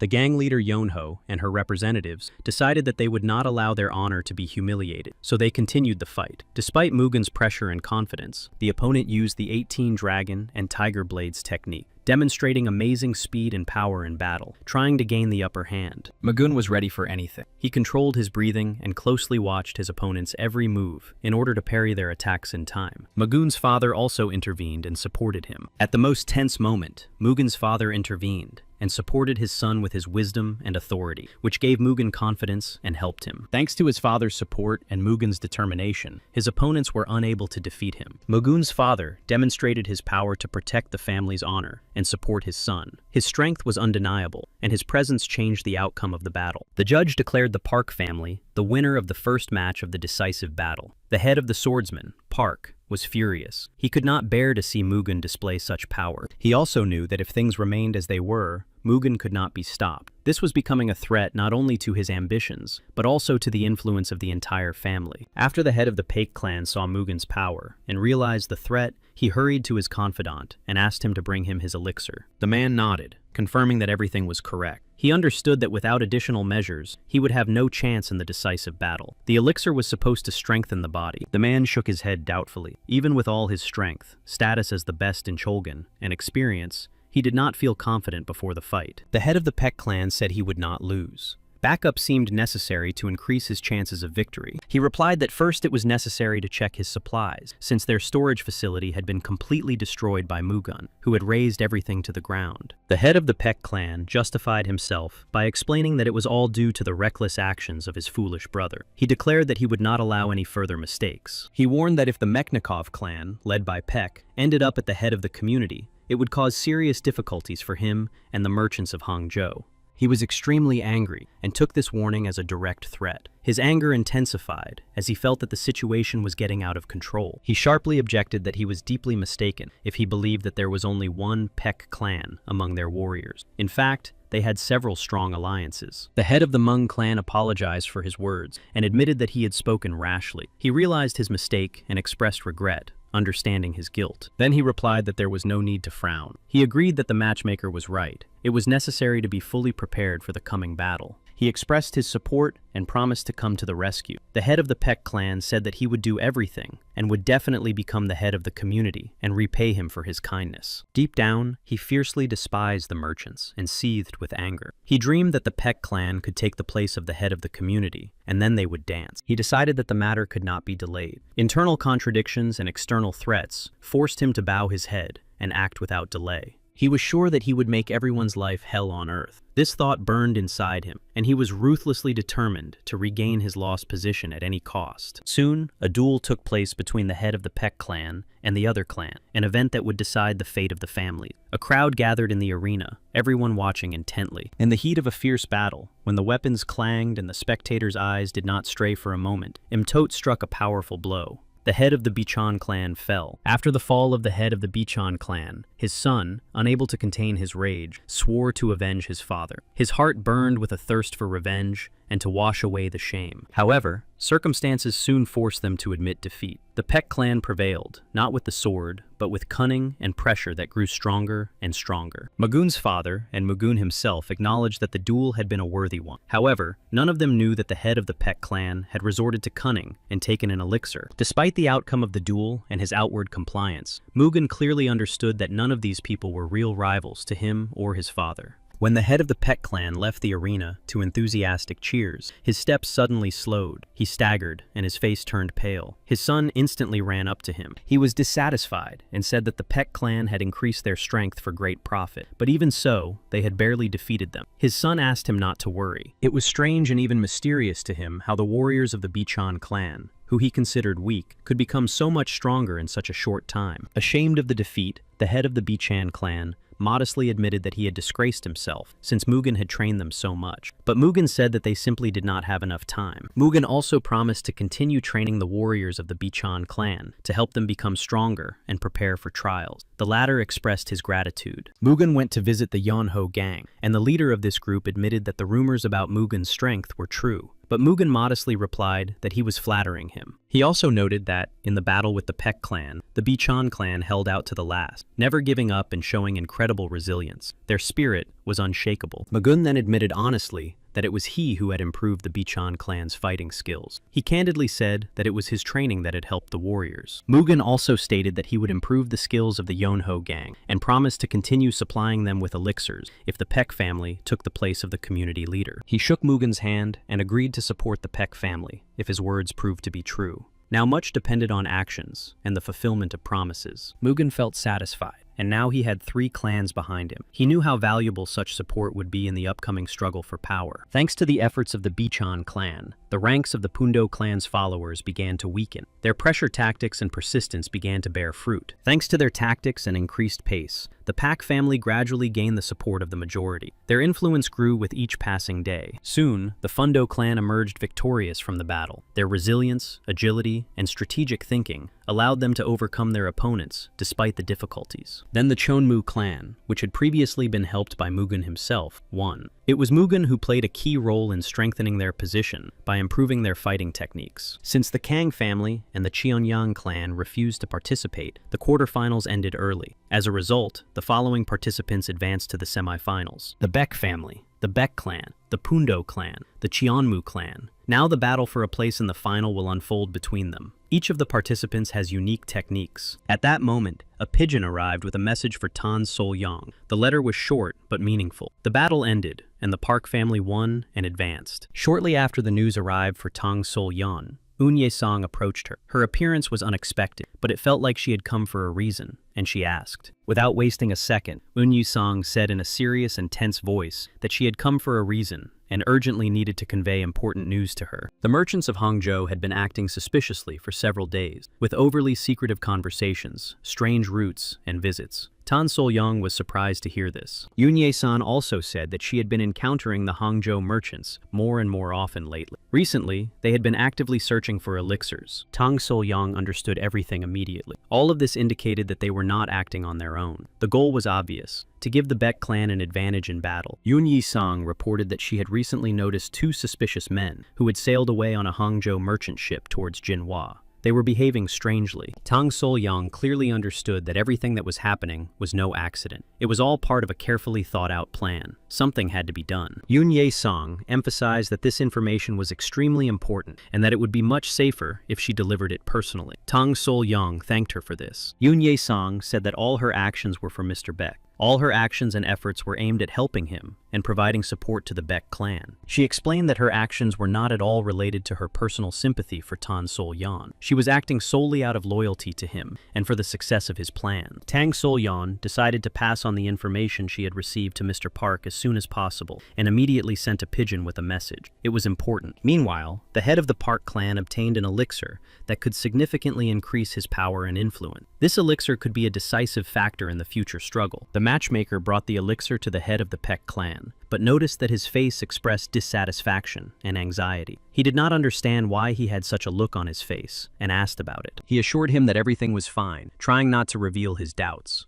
But he himself noticed that he had never before encountered an elixir that exuded such sinister energy. The matchmaker became angry and said that if he was not going to take the elixir, he had better leave. However, despite the matchmaker's anger, the head of the Baek clan took the elixir. As he took the elixir, the head of the Baek clan thought to himself that perhaps he had been given poison, but for the sake of the power that could lead him to the top, he was willing to do anything. Shortly after taking the elixir, the head of the Baek clan suddenly felt very ill. His body was seized by violent convulsions, and his breathing became intermittent and very labored. When the head of the Baek clan collapsed to the ground, the matchmaker noted that he did not have to wait long for the elixir to take effect. His voice was tinged with irony and hidden cruelty. Now all that remained was to wait for the results, to see how the effects of the elixir would manifest themselves, and how strong its influence on the head of the Baek clan would be. After the head of the Baek clan fell, the matchmaker calmly left his house and walked away. He showed no panic or haste. His actions showed complete confidence. Soon, Mugun received a letter from Tan Sol-yan. It contained important information about the events taking place, the suspicions, and the interference of the Hangzhou merchants. At this time, his father was training hard, preparing for the upcoming battle. Every movement was calculated, and his body was tempered by continuous exercise. Then, the main battle began, the decisive battle that would determine the fate of the clan and the tournament as a whole. Mugen was fully prepared for the test. He stood next to his father, supporting him and ready to come to his aid at any moment. Their alliance and support became a powerful force capable of resisting anything. Mugen's father used the 18 wind blades technique, an elegant and dangerous move that combined strikes like gusts of wind. Each strike was delivered with precision. The opponent's son watched with concern and worried for his father. He saw how dangerous the technique was and understood that his father was in serious danger. He also tried to fend off Maguna's attacks.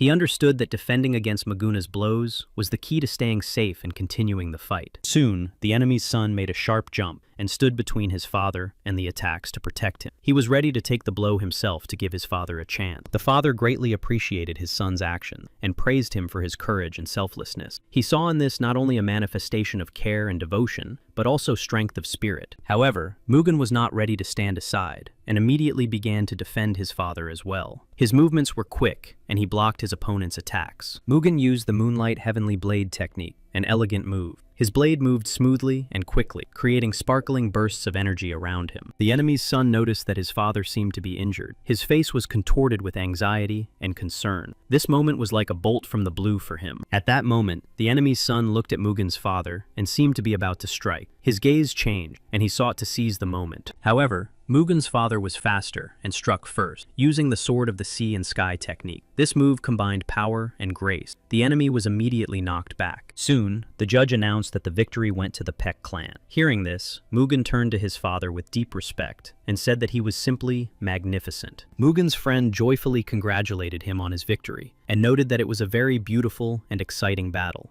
He admired the skill and courage of the participants. The next fight was to take place between another clan and his friend. Before the battle began, Mugen smiled and warned him not to lose first. But soon Mugen noticed the head of the Peck clan and his son nearby. Their presence immediately attracted attention. Their eyes revealed tension and menace. The energy of the head of the Peck clan was extremely sinister and overwhelming. A dark force seemed to envelop the space around them, causing a feeling of danger and fear. Mugen already understood why everything that was happening was so ominous. He realized that the intrigues of the head of the Peck clan were behind it all. He knew that he was looking for the elixir. He did not remember the head of the Peck clan ever having such power and sinister energy. This unexpected and powerful display of strength surprised and alarmed him. Before him now stood a different man, filled with new strength and sinister energy. His usual appearance had disappeared, giving way to a frightening image. But Mugen was sure that the Chongmu clan would not give up so easily. Despite all the difficulties and threats, they retained their strength of spirit and determination to fight to the end. Both Mugen and the clan remembered their promise to each other to fight fairly, but with respect. Also, to support each other. That promise was still in force. But suddenly something unexpected happened, and the earth seemed to shake for a moment, and a powerful wave of energy swept across the arena. Everyone present watched. The head of the Peck clan suddenly began to rampage, as if he had lost all control. His actions became aggressive and violent, and he wounded the head of the Cheonmu clan. The head of the Peck clan looked at everyone around him with contempt. His eyes burned with confidence in his own power, and he considered everyone else to be pathetic nobodies. Even the son of the head of the Peck clan was shocked by what was happening. He looked at his father, whom he no longer seemed to recognize, the man who had recently been his role model. Shocked by his father's change, the clan chief's son watched as he grabbed his sword with rage and malice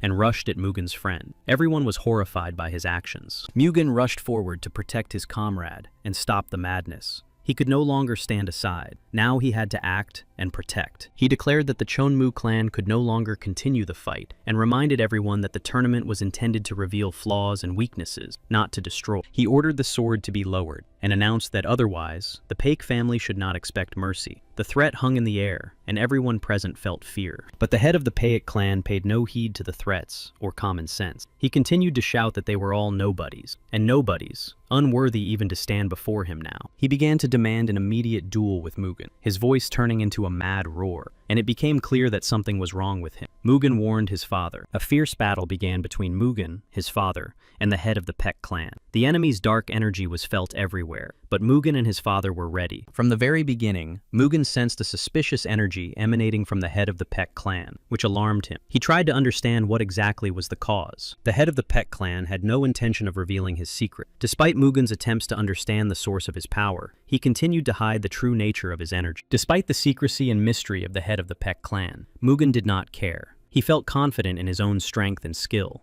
He could win. Mugen's father urged his son to stop what was happening, reminding him that such actions were contrary to all moral principle. But Mugen said he was powerless. And since that was the case, all that remained for him and his father was to defeat Mugen and his father. Mugen and his father had no choice but to engage in a brutal battle. Maguna realized that his opponent was no longer able to hear words and arguments. Realizing this, he decided to take matters into his own hands and move on to action. His father offered to take on his opponent's son so that Maguna could focus on the head of the Pek clan. The decision was made instantly, and his father stepped forward toward him. Mugen used the lightning sword technique, a swift and powerful move that combines the speed of lightning and the force of a heavenly strike. His blade flashed. This technique was so impressive and dangerous that the enemy was practically unable to resist. Mugen's strike could have been decisive in the battle. The son of the Pek clan chief tried to resist Mugu's father by engaging him in a tense battle. Despite his youth and inexperience, he showed tenacity. However, Mugun's skill and strength gave him a clear advantage, and each move was aimed at neutralizing the enemy without unnecessary cruelty. In the end, the son of the Pek clan chief could not withstand the pressure and strength of Mugun. His legs weakened, and he began to fall. Losing his balance, he found himself on the verge of defeat. The head of the Pek clan himself scolded Mugen, calling him an arrogant bully. He was angry, believing that the young man had entered the fight too confidently and was stronger. Mugen used the Desert City slash-sword technique, a powerful move.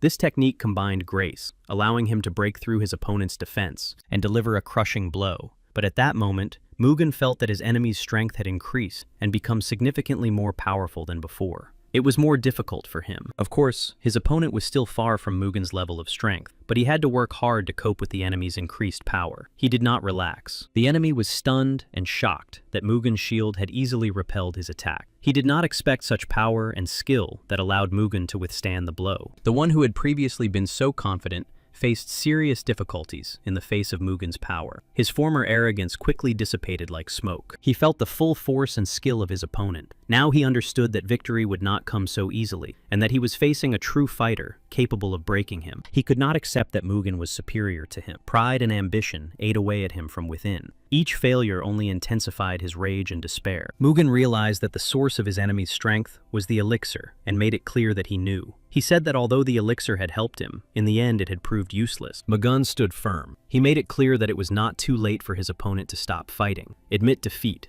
and preserve what remained of the Pek clan's honor. The enemy flew into a rage when Mugen revealed the source of his power. Blinded by anger, he began to hurl insults, trying to hurt Mugen with words and humiliate him. The enemy was like a madman, overcome with rage, stubbornness, and a thirst to prove his strength, and he simply refused to admit defeat. In the end, seeing that words would change nothing, Mugen hurled his shield with such force and accuracy that it struck his opponent with a dull thud. The opponent collapsed to the ground, unable to get up, which became a symbol of his final defeat. The shield that had previously served as protection now became an instrument of justice. It put an end to the insane and stubborn resistance. Mugen was on the verge of madness. Everything was building up inside him. He tried to hold back his rage until the very end. Now his opponent lay on the ground, exhausted and broken. His body no longer obeyed him, and his gaze, which had been filled with rage and contempt just a moment ago, was now extinguished. He tried to move, but his strength had finally left him. All that remained was the dust of the arena, the shame of defeat, and the silence in which the fact itself resounded loudly. Now Mugen demanded again without hesitation, and his words were like a sentence, repeating that the head of the Pek clan must admit defeat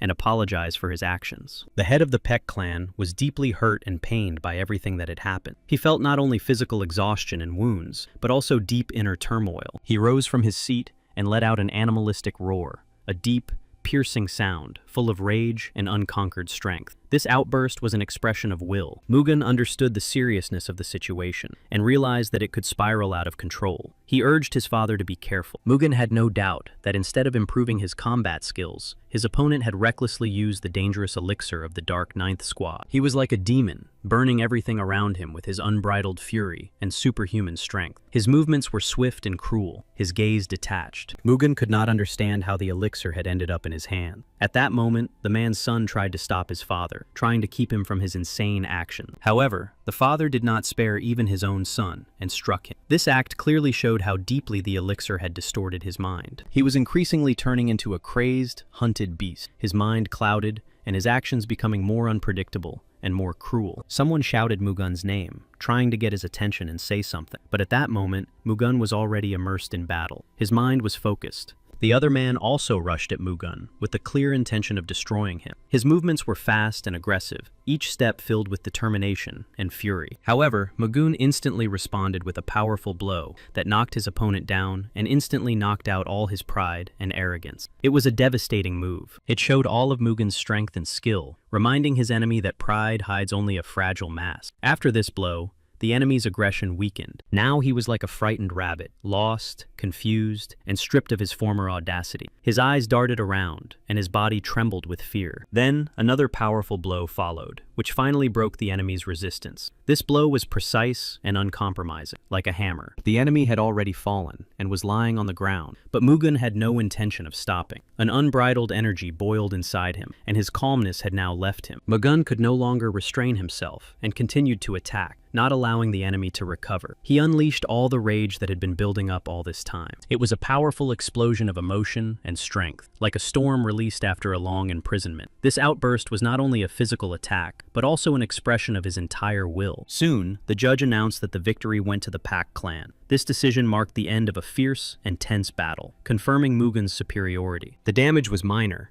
but Mugen expressed concern about the condition of his internal organs and insisted that a doctor be called immediately. His father asked Mugen what had happened to the man, and Mugen replied that it was all due to the destructive influence of the Nine Squad's elixir. He thought that their influence was so strong that they could not help but interfere in the choice of the clan leader. He thought that they wanted to take control of the clans. Mugen even guessed who was behind it. He understood that behind the events lay complex intrigue and someone's well-thought-out plans aimed at weakening them. However, it was better to remain silent and pretend that they knew nothing. This tactic was necessary in order not to reveal their suspicions and scare anyone away. The matchmaker was dissatisfied with the head of the Peck clan and wondered how much money he had spent to see this pitiful spectacle. He considered such expenses unjustified. Those who were close to the matchmaker also felt disappointment. They shared his dissatisfaction and skepticism as they watched the whole situation with the head of the Peck clan unfold. They understood that if the head of the Peck clan really became the leader, their position would become more complicated. His power and influence could lead to major changes. Now they decided to take action and declared that he was obliged to help them. They understood that in the upcoming struggle, they would have to rely not only on their own strength. At that moment,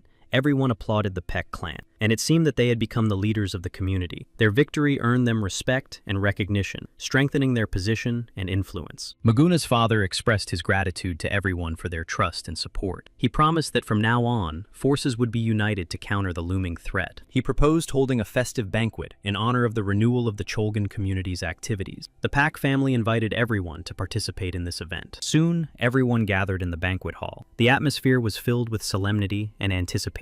Everyone present felt the importance of the moment. Then a man approached Maguna and distracted him from the conversation. Afterwards, he apologized for his interruption, explaining that the matter required attention. He introduced himself as a merchant from Hangzhou named Chang and apologized for his matchmaker. As a sign of respect and to establish friendly relations, he presented a gift of alcohol. It was a first-class drink. He also wished everyone a good time. His words created an atmosphere of friendliness and hospitality. Magun expressed his gratitude to Chang for the gift. He appreciated the gesture of respect and emphasized the importance of such friendly relations for strengthening the entire community. Magun also recalled that there had been disagreements between them in the past, but now it was time to try to put the past behind them and start with a clean slate. They raised their glasses to a bright future for the Cholgan community and the beginning of a new era of cooperation and unity. This toast was an expression of hope for prosperity. However, deep down, Chan was gloating, believing that there would be no bright future or real cooperation. He saw the situation differently and had his doubts. Then Chang hurried to report everything to his allies. He told them that those idiots had not suspected anything and had all unsuspectingly drunk the offered drink. However, they believed that they themselves had to finish what they had started. They were convinced that only decisive action would achieve the desired result. They believed that everyone should know their place, including Pak Mugun. For them,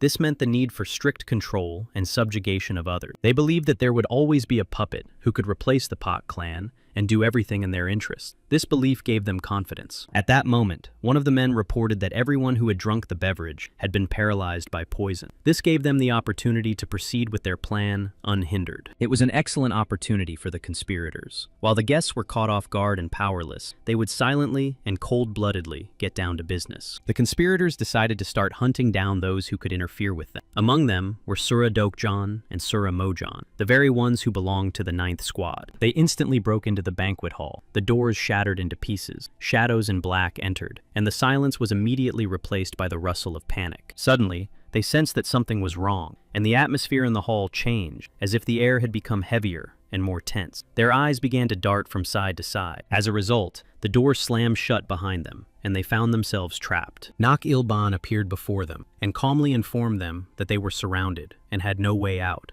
as all paths were blocked because they had been tricked. They did not understand what was happening. The unexpected trap caught them off guard. Surrounded with no way to escape, they tried to make sense of what was happening. The enemies believed that these people had been poisoned, but they were all standing right in front of them. This misconception made the enemies feel uncertain and doubtful. They did not understand how they could have guessed that the drink was poisoned, and how they guessed that they would come here. This turn of events came as a surprise. At that moment, Mugen came out and declared that the Park family had eyes and ears everywhere. He emphasized that all their actions were being carefully monitored, as were their plans. Mugen called them petty rats, and said he could see through all their dirty deeds. He made it clear that none of their schemes would remain hidden from him. His opponents were stunned by Mugen's words, grimaced, and did not know what to do next. Their confidence was shaken, and they felt vulnerable in front of him. Then they suddenly attacked Mugen, accompanying their actions with insults, calling him an arrogant idiot. However, their aggression only amused Mugen. Mugen was ready for the attack, and those who were ready to support him stood beside him. Together, they formed a united team ready to repel the threat. When Mugen swung his sword, his enemies were confused, not knowing what to expect from him. Their uncertainty only increased their tension and fear of him.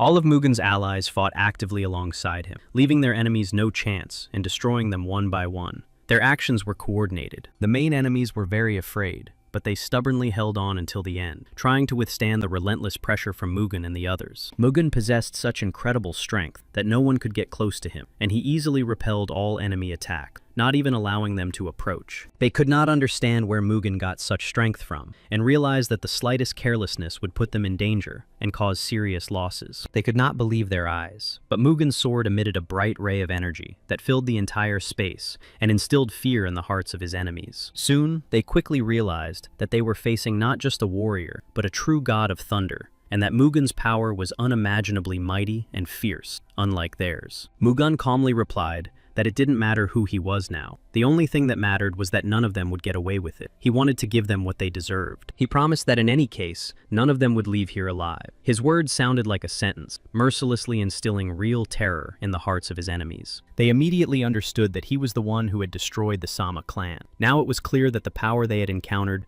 belonged to the one who had already wiped out the clan. Despite their fear and doubts, two of the enemies decided to attack. One rushed forward, distracting attention, while the second went around Mugen from behind. But Mugen was no fool, and he had already anticipated their plan. Feeling the slightest hesitation in the air and footsteps behind him, he was able to react instantly. He was already fully prepared to meet the attacker from the front as well. His gaze was focused, his movements precise, and his sword at the ready. The enemy rushed forward. Mugen easily parried his attack, as if he had anticipated every move of his enemy. His sword met the blow with such precision and power that the enemy was thrown back. The attempt to catch him off guard ended in failure. He left no opening for a strike. Meanwhile, the second enemy slowly and cautiously crept up from behind. He gripped his weapon, choosing the moment for a precise strike. But even his stealth and cunning could not deceive Mugen, who sensed every movement around him. The two, overcome with rage and despair, rushed into the attack again. One of them let out a wild cry and lunged head-on. They were sure that Mugen was doomed. Mugen simply remained silent and smiled, not allowing them to even get close.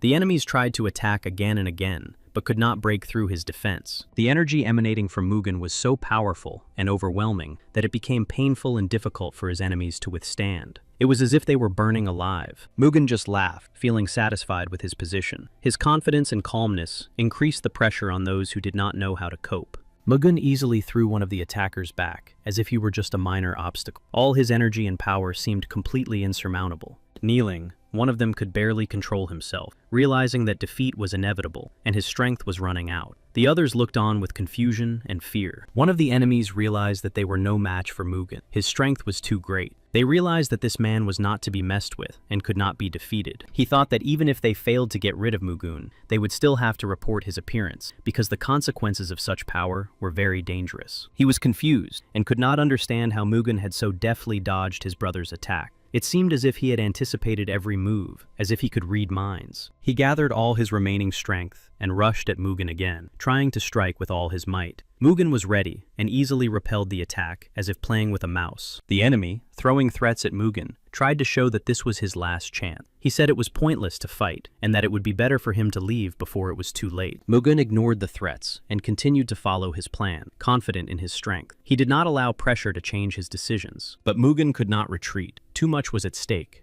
His eyes burned with determination, and his heart beat in time with the energy that emanated from him. He used the thunderstorm technique. Lightning flashed around him. Everything around him froze in tension. The enemies did not dare to move, struck by Mugen's power. At that moment, it became clear that the battle would be decisive, and the outcome depended only on him. They no longer dreamed of victory. Their only desire was simply to survive. They were no longer a threat, now only begging for mercy. But Mugen was unyielding and had no intention of letting his enemies live. No mercy for those who dared to attack. Mugen said he would not leave them alive. But despite this, the enemies continued to beg for mercy, hoping for a miracle. There was no room for pity in Mugen's heart. All the others had also been neutralized, their resistance broken. Now Mugen and his allies were in complete control of the situation. It was clear that everything had been decided. Pak Sangun stood nearby, watching closely, waiting for the moment to tell Mugen something important. Then he called out his name. He reported that they had found and detained a group of rebels who posed a threat to the Payek clan. Mugen's friend had caught Chan and those who had let the enemies in. Now they were bound by revenge and responsibility. The Pek clan could begin to eliminate internal threats. Mugen himself was pleased with his friend's work. Thanks to his actions, the threat had been neutralized, and now it was possible to focus on strengthening and protecting the clan. Mugen then explained that the forces of the Ninth Squad were behind all this, and their deliberate actions and hidden manipulations had led to the current crisis. He compared the Ninth Squad to a disease that had struck all of Muram, destroying it from within and threatening the peace and unity of the clans. He wanted to get rid of them. They use lies to manipulate those who invite them in any way possible. Their goal is to destroy Muram from within. The Ninth Squad does not fight openly. In the end, they show their true colors and cause bloodshed similar to what happened. The Ninth Squad knows no mercy. There is no way to defend against them. Then Mugen said that he was the god of thunder, and that his path was dedicated to finding evidence of the revival of the 9 clans. Now the threat has become particularly critical. He declared that he would fulfill his duties as the true god of thunder, protecting the world and Muram. He reminded everyone that even Cholgan was not immune to this threat. He stated that, in his opinion,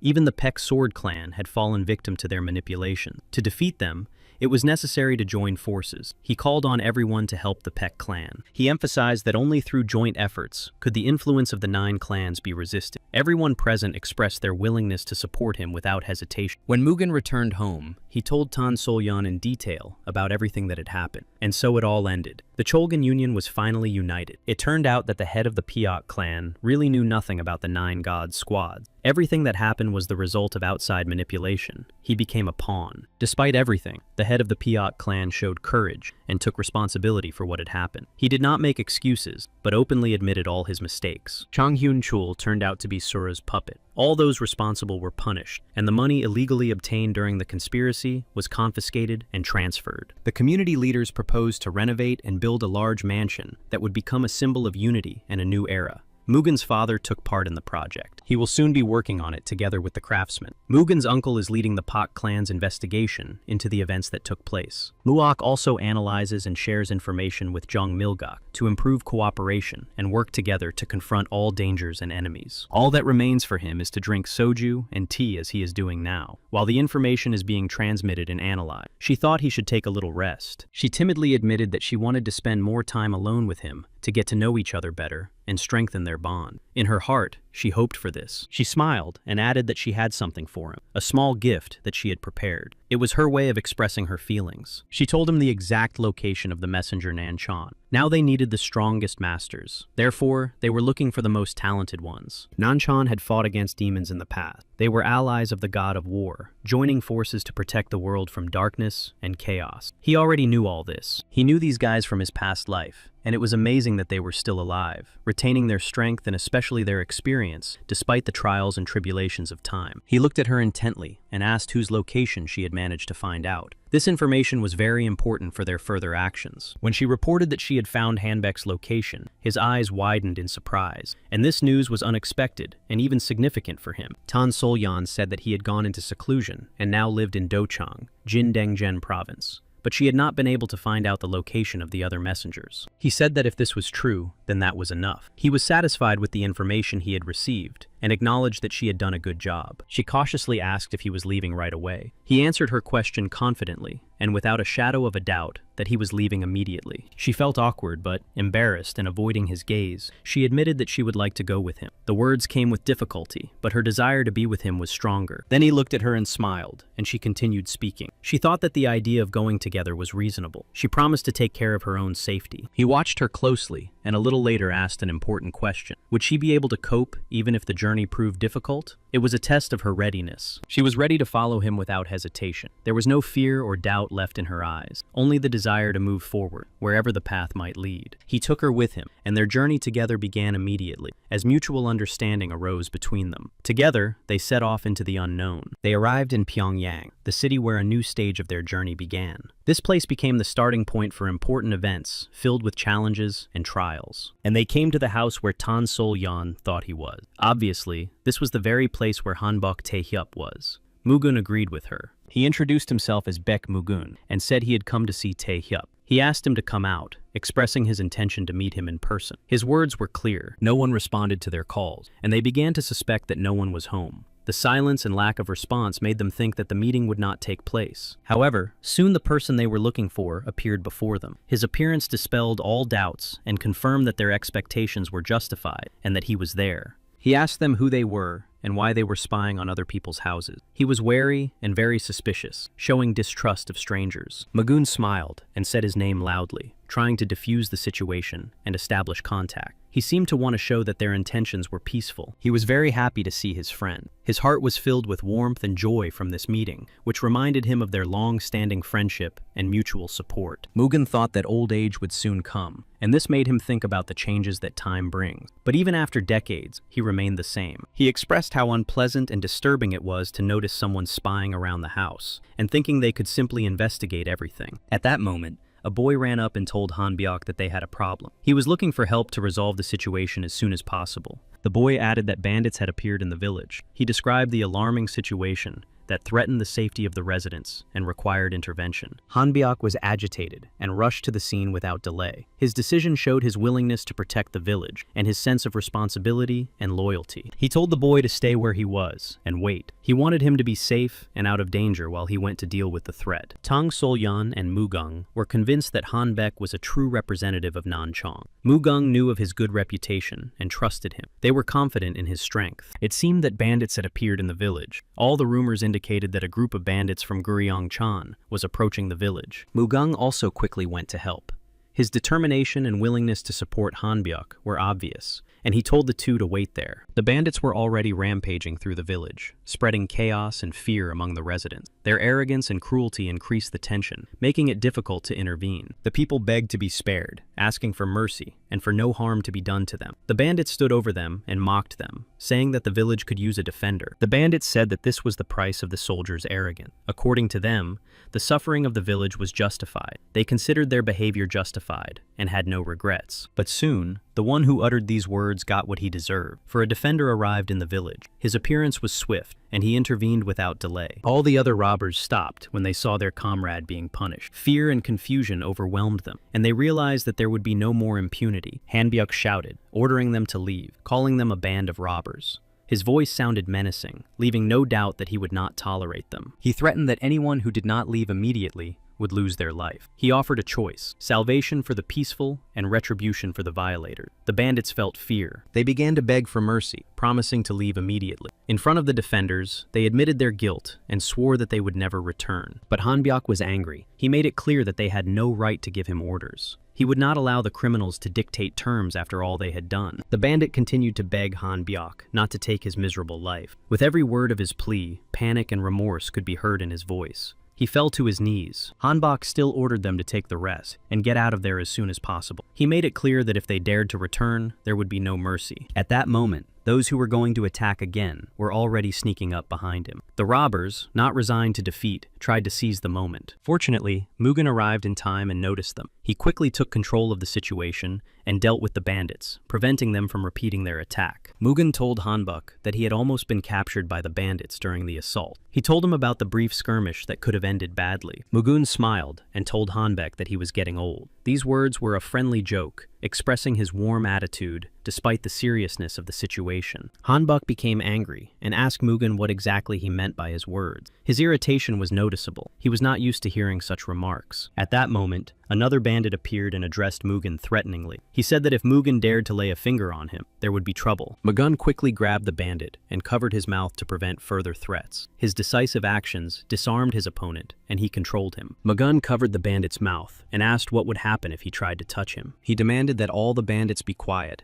and leave the village immediately. He demonstrated his intention to use force if necessary and destroy them. Hanbek was also furious. His gaze was stern and unwavering, ready to act against the threat. He was like a beast ready to rush into battle without hesitation. Mugen noticed that even at 60, Hanbyuk remained as energetic and strong as ever. He respected his old friend's endurance and fighting spirit. He thanked him for his help, but noted that Mugen was still wet behind the ears, and wondered how he dared to speak to him like that, since he didn't recognize him. Mugen said that sounded hurtful, and asked if he still didn't recognize him. He wanted to understand if his interlocutor realized who he was dealing with, and hoped to learn something. He said he could tell him how many times he had been expelled for flirting. These words reflected their long history and mutual teasing, showing their connection. Hanbyuk recognized him and said his name was Guianhui. He was very surprised. This unexpected confession awakened memories in him and made him rethink things. He remembered the moment when they first met, and the images of that first encounter came vividly back to him. This memory evoked mixed feelings in him. Then he told Mugen that when they won, he would definitely introduce him to his younger sister. It was the time of their youth and the prime of their lives. He also remembered the moment when his friend died and left him alone. This memory was heavy and painful, reminding him of loss and hardship.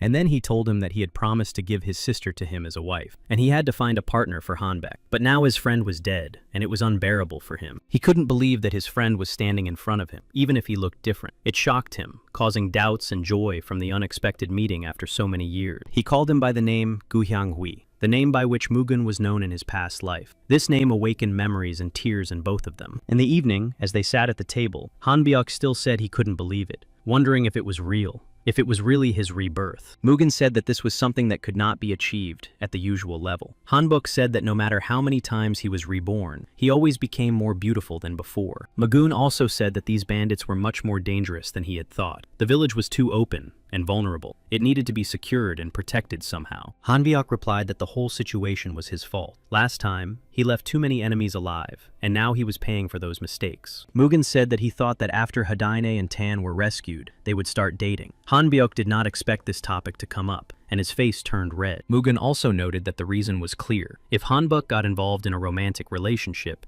it would weaken him and ultimately prevent him from saving his own life. Hanbok himself admitted that he was happy to see that he had a girlfriend, but that they still had to unite to destroy these gangsters and save Tan. But Mugen believed that with his abilities, Hanbyuk could easily deal with the gangsters. He believed in his strength and that his friend could overcome any difficulties. He said that this was a gang that could be found anywhere. His words emphasized their danger and unpredictability, making the threat even more serious. He added that they were backed by 72 dense forests and were the largest gangs around. They were dangerous, and their power and influence instilled fear even in the bravest. But for Mugen, this was not a problem. He remained confident, knowing his strength and experience. Even such large gangs did not cause him fear. Mugen asked since when the great Hanbyuk had become afraid of a group of bandits. He wanted to remind his friend who he really was. He said he had a woman he loved, but he was also worried that the city might suffer. It was a conflict between personal attachment and responsibility. Mugen said that Hanbok had something to protect, and that he would protect his beloved. He asked him not to worry, showing his willingness to always stand by his side. They went out and began to survey the enemy's territory, paying attention to vulnerable spots.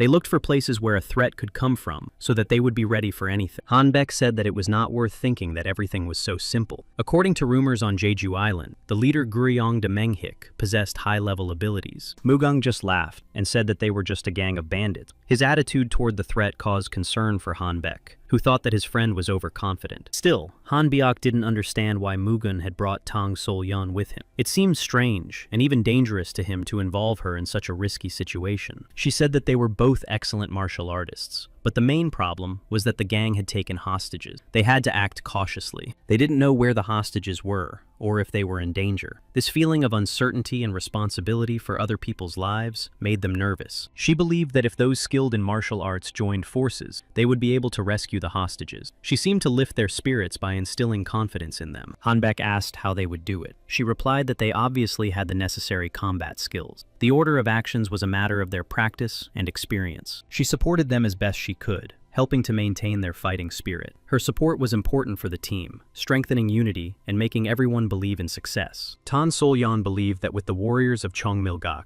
everything would surely work out. Encouraged by her words, the warriors went out ready to face any difficulties. Mugen was surprised and impressed by how quickly she had managed to rebuild Cheongmilgak. He noted that in such a short time, they had achieved significant success. Moreover, they all possessed a high level of skill. This inspired confidence and belief in success because there were experienced and strong warriors nearby. He saw her talent and said that he believed in her and trusted her. This trust became an important source of support for her, giving her strength and confidence in strengthening their alliance. They immediately launched an attack on the enemy. Working together smoothly and decisively, using their skills and tactics, they sought to suppress the enemy and free the hostages. Soon, the enemies were caught off guard. Their unexpected attack caused confusion and disorganization in their ranks, which now gave them the advantage. Some were still unaware of the attack and, surprised by the noise, asked each other what was happening. Their confusion and misunderstanding of the situation only worsened. While they were trying to figure out what was going on, they were all neutralized. The quick and coordinated attack allowed them to seize the initiative and neutralize the enemy. When the warriors came for the hostage, she was frightened, but they reassured her, saying that Tan Solyan had sent them for her.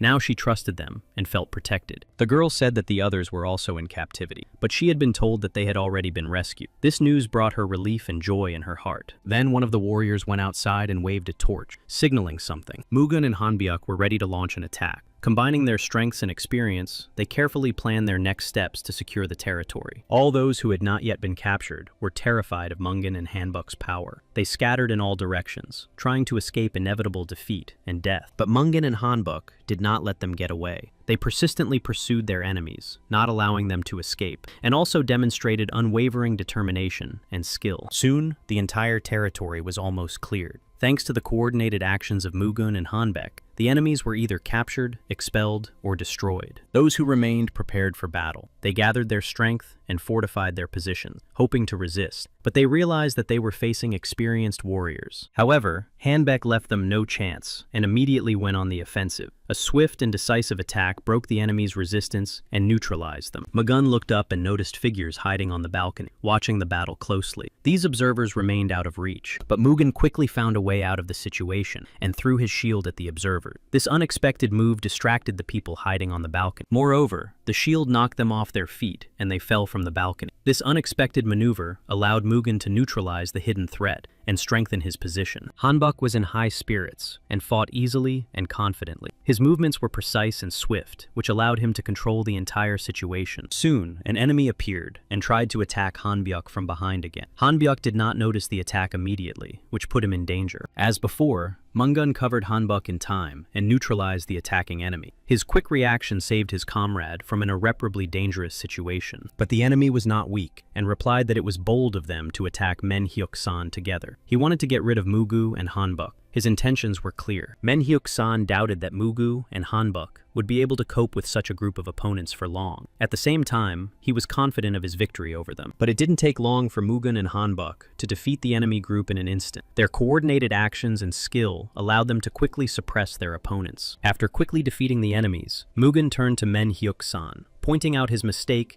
and saying that he had messed up by underestimating the strength and unity of his opponents. Soon, Mugen himself prepared to attack Men-hyuk-san, intending to stop his actions and prevent further threats, ready to defend his allies. Men-hyuk-san was unable to resist Mugen, who quickly and confidently suppressed his attempts at resistance, proving his skill and, of course, his experience. Mugen then immediately made it clear that he had no intention of wasting time on Men-hyuk-san and would quickly end the confrontation without unnecessary delays or conversations. But despite his defeat, Men-hyuk-san still threatened to destroy them all. His voice sounded angry and stubborn, full of rage and wounded pride. Men-hyuk-san considered Mugen and Hanbek to be fools who were confident in their victory, but too early. He was convinced that reinforcements would soon arrive to help, Then he laughed, looking at Mugen and Hanbek with contempt. Through his laughter, he shouted that they were fools if they thought he wasn't ready for such an outcome. Menhyuk-san threatened that he had already taken Hanbek's girlfriend hostage and would punish her in front of him for his mistakes in order to break his will and spirit. But Mugen and Hanbok only laughed at his words. His threats did not cause fear, only contempt. They made it clear that his tricks no longer worked. At that moment, Menhyuk-san's soldiers ran up to him and reported with alarm that they had serious problems because all the hostages had escaped. The news shocked him. He clearly did not expect such news. His confidence instantly wavered, and his face froze in disbelief and confusion. What he had hoped for was destroyed. Then Mugen looked at Menhyuk-san with anger and rage, and immediately asked if he seriously thought that they had not thought everything through in advance before the battle. Hanbek intervened and declared that Menhyuk-san had crossed the line and gone too far by threatening someone dear to him. He made it clear that his patience had run out. Realizing that the situation was out of control and that there was no chance of victory, Menhyuk-san quickly turned and ran to save himself. For him,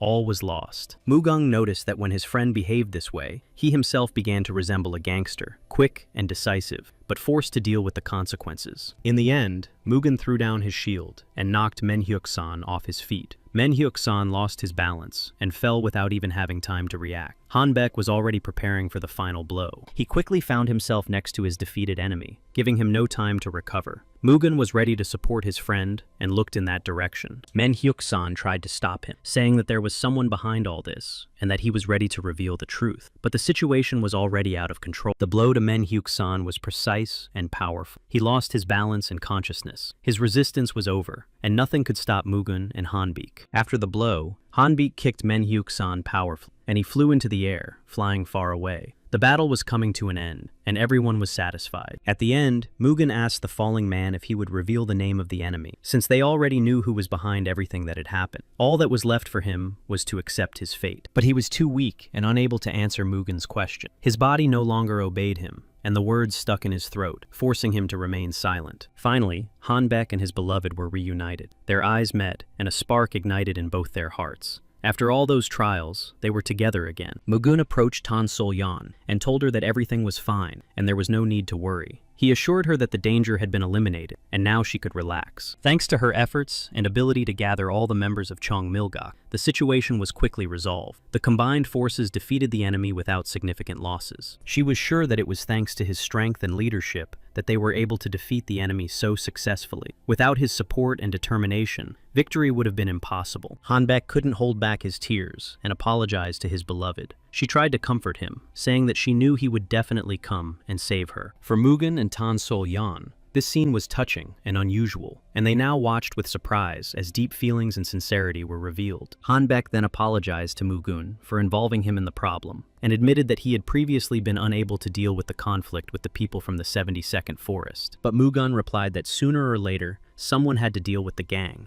and asked him not to worry about it at all. Soon, Mugen said that the main thing now was to think about the fact that they would not be able to hide from the bandits, because behind these scoundrels stood the heavenly gate of demons. Mugen thought for a moment, and asked his friend if the cruel ghouls he had fought in the village were actually dressed as bandits. He had no doubt. He was convinced that those guys were just minions of the heavenly gate of demons, carrying out their dark orders and spreading fear and chaos throughout the village. In addition, they specialized in such attacks and destruction of people, acting cold-bloodedly and methodically. Their cruelty knew no bounds. Hanbyak agreed with Mugen and wondered why he hadn't figured it out before. Now he realized the seriousness of the situation and understood what lay ahead of them. Now they had to carefully consider their plan and target the enemy in order to deliver a precise and decisive blow. The enemy turned out to be stronger and more cunning than they had seemed. These guys were gradually becoming aggressive. First of all, they would deal with those who stood in their way. They had to be ready to face them. Hanbok said that if they tried to crawl out, he would end this threat with one move. He was no longer going to tolerate this insolence. Mugung warned that they would return anyway. He wanted his friend to be careful. He didn't want to lose him. The thought of possible loss was alarming. He believed that they should carefully prepare, gather information, strengthen their defenses, and work out a clear plan of action. And complete preparation would give them a chance. After that, Mugen instructed Tan Sol-yang, along with the members of Cheongmilgak,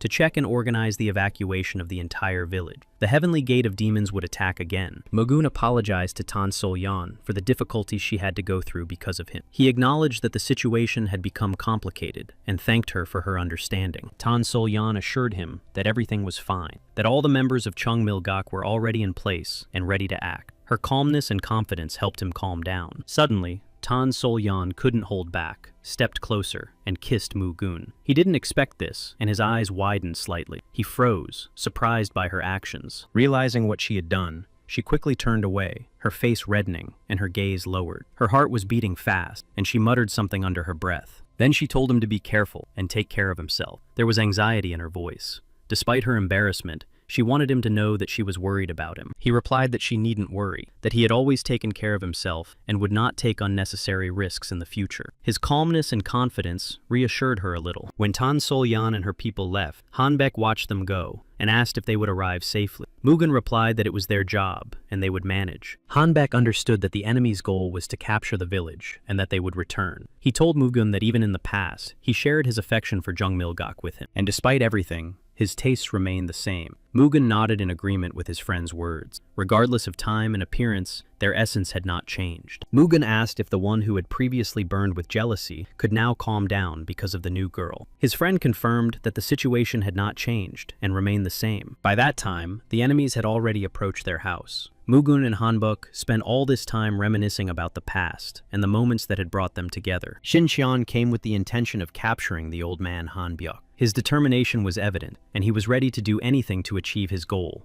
despite all obstacles. He knew that one of their groups had gone missing before and considered it incompetent. Now he was sure that he would not make similar mistakes and would be careful. He told his assistants that this would be another easy prey. Confident of success, he had no doubt that they would be able to catch him without much difficulty. Soon, he gave the order to his men to begin the attack, expecting minimal resistance and a quick and successful mission for himself and all his warriors. They immediately surrounded Hanbek's house, carefully blocking all exits and leaving him no chance of escape. Their coordinated actions created an atmosphere of menace. However, none of the enemies suspected that Mugun was inside the house. At that moment, he had already used the power of thunder and lightning, instantly striking his opponents. Xinqiang could not understand what was happening, and this power of thunder and lightning seemed unimaginable and supernatural to him. He stood there in confusion. Then it dawned on Xinqiang that they knew about their arrival in advance. This realization made him understand that they were already waiting for them and had even carefully prepared for the attack. Then Mugun and Hanbok left the house. Mugun reminded his friend that he knew in advance about the arrival of the enemies, and therefore asked his friend to prepare for their attack. Now Mugun immediately understood that Xinqiang was different from anyone he had met before. He sensed a special power in him that set him apart from the rest. He also knew that the warriors of Jomaregi were high-level masters. Their strength and skill made their opponents particularly dangerous, requiring maximum effort. The leader of these warriors was probably a man of the Mahjong class. He was a difficult opponent, whose strength and experience made him dangerous and capable of inflicting serious damage. Hanbok suggested that his friend fight the enemies in the same way as 30 years ago.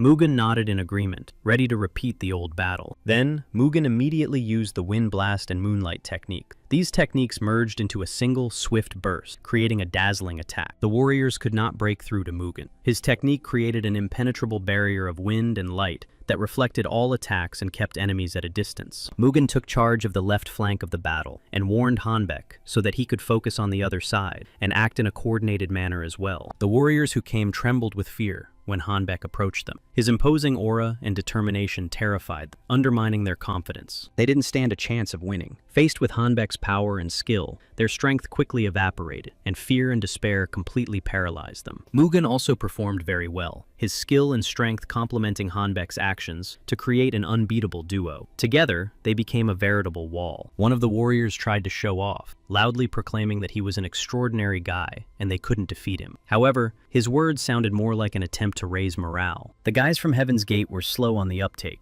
and so it was completely unclear to Mugun why they were participating in the resistance at all. He saw all their stupidity. He believed that they did not understand real combat and attacked their opponents as if blindly throwing themselves into the fire. Their actions were rash and chaotic. He was like an unshakable rock, steadfast and impenetrable. His power created a huge barrier around him that was impossible for enemies to break through. Xinqiang initially intended to neutralize Hanbyuk, the one with the sword, but then realized that the real threat to him was the one who wielded lightning. He watched as Mugen dealt with his enemies with his bare hand, and was amazed by his incredible strength and skill. This sight caused Xinqian fear and anxiety. One of the warriors threatened to wound Mugen, declaring that he was ready to sacrifice himself and die only after striking him, and it would not be in vain. Mugen prepared for the attack, sensing that his opponent was very stubborn. He concentrated and prepared himself for a difficult fight, realizing that a serious test lay ahead. Suddenly, Mugen noticed a strange weapon in the enemy's hands and was very shocked. He did not expect to encounter such an unusual and dangerous tool. Without wasting a minute, the enemy rushed at Mugen with this strange weapon, ready to strike first. Mugen had to react immediately and dodge. For some reason, Xin Qiang unexpectedly approached the warrior from behind and struck him, saying thank you to the Sama clan and adding that white did not suit him. Mugen still could not understand what was happening and why Xin Qiang had turned against his own ally.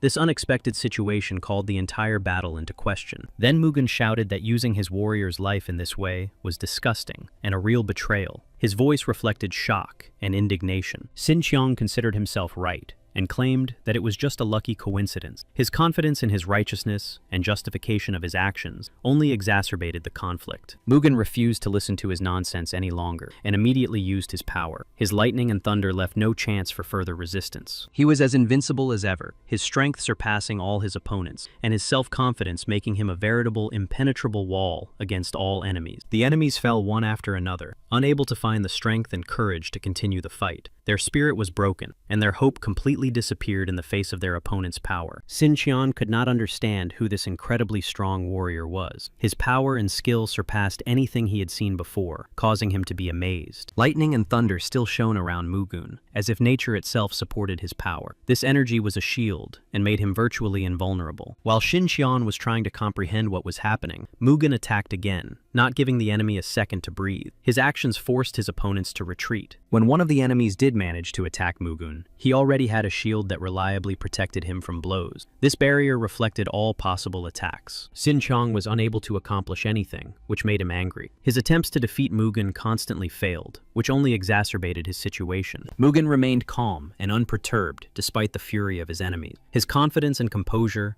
only strengthened his position, making him even more invincible. Soon, Xin Qian managed to get behind Mugen, but Mugen already knew his intention. He was ready to react instantly. Xin Qian realized he had made a mistake. His attempt to catch Mugen off guard had failed, and he realized that his opponent was one step ahead and ready for anything. At that moment, Xin Qian was struck by a lightning bolt directed by Mugen. This powerful and precise attack was instantaneous and left the enemy no chance to resist. Then Mugen reminded Xin Qian of how he boasted about his reputation as the best mercenary. This reminder sounded like a rebuke of his excessive pride. Xin Qian finally realized that Mugen was none other than the god of thunder. The realization of this truth shook him to the core and explained his incredible strength and power. By that time, Mugen was already growing tired of Xin Qian's words and presence. His patience was gradually running out, and he wanted to end the battle as soon as possible. Mugen knew that if anyone found out that he was the god of thunder, none of his enemies would survive. Revealing the secret would mean certain death for everyone. After Mugen's words, Xin Qian ordered all the soldiers to retreat. He understood that continuing the battle was pointless,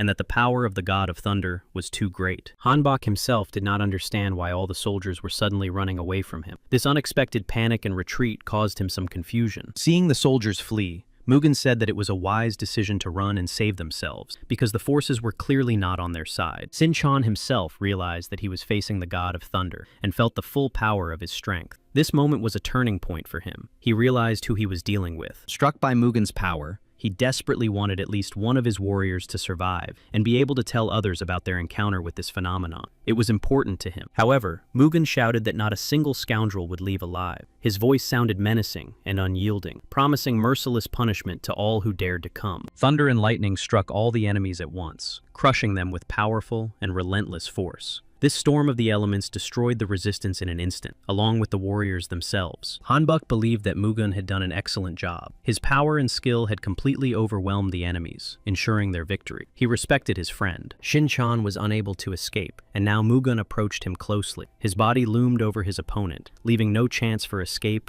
or resistance. Mugang leaned over Sin Qian and made it clear that he would spare no one and send each of them to the other world. His tone was cold and even ruthless. Sin Qian still couldn't believe that the god of thunder was standing right in front of him. His mind couldn't accept this reality and was unable to comprehend the truth. And so his end came, sudden, inevitable, and final. The powers of the god of thunder proved too mighty, and Xinqiang fell, a victim of fate. Hanbok was pleased with his friend and respectfully noted that Mugen had single-handedly defeated all their enemies. He admired him, for not everyone is capable of such a feat. Then, Mugang immediately told him that they had to go. If they left right now, they would be able to reach Tang Sol-yan before she reached the border. Hanbek apologized and said he couldn't go with him. He expressed his regret and understood the importance of the journey, but he knew that his place was not with him now. Mugun immediately turned around and looked intently at Hanbyeok. His gaze was serious and penetrating, full of silent questions and incomprehension. He asked Hanbok directly, and without emotion, what exactly he meant. Mugen wanted to understand why he had suddenly refused and what was behind this decision. Hanbok replied that he would like to go with Mugun, but there was something he could not avoid. His voice was calm, but there was an inner heaviness to it. He had made his decision. Mugun nodded and said that if that was the case,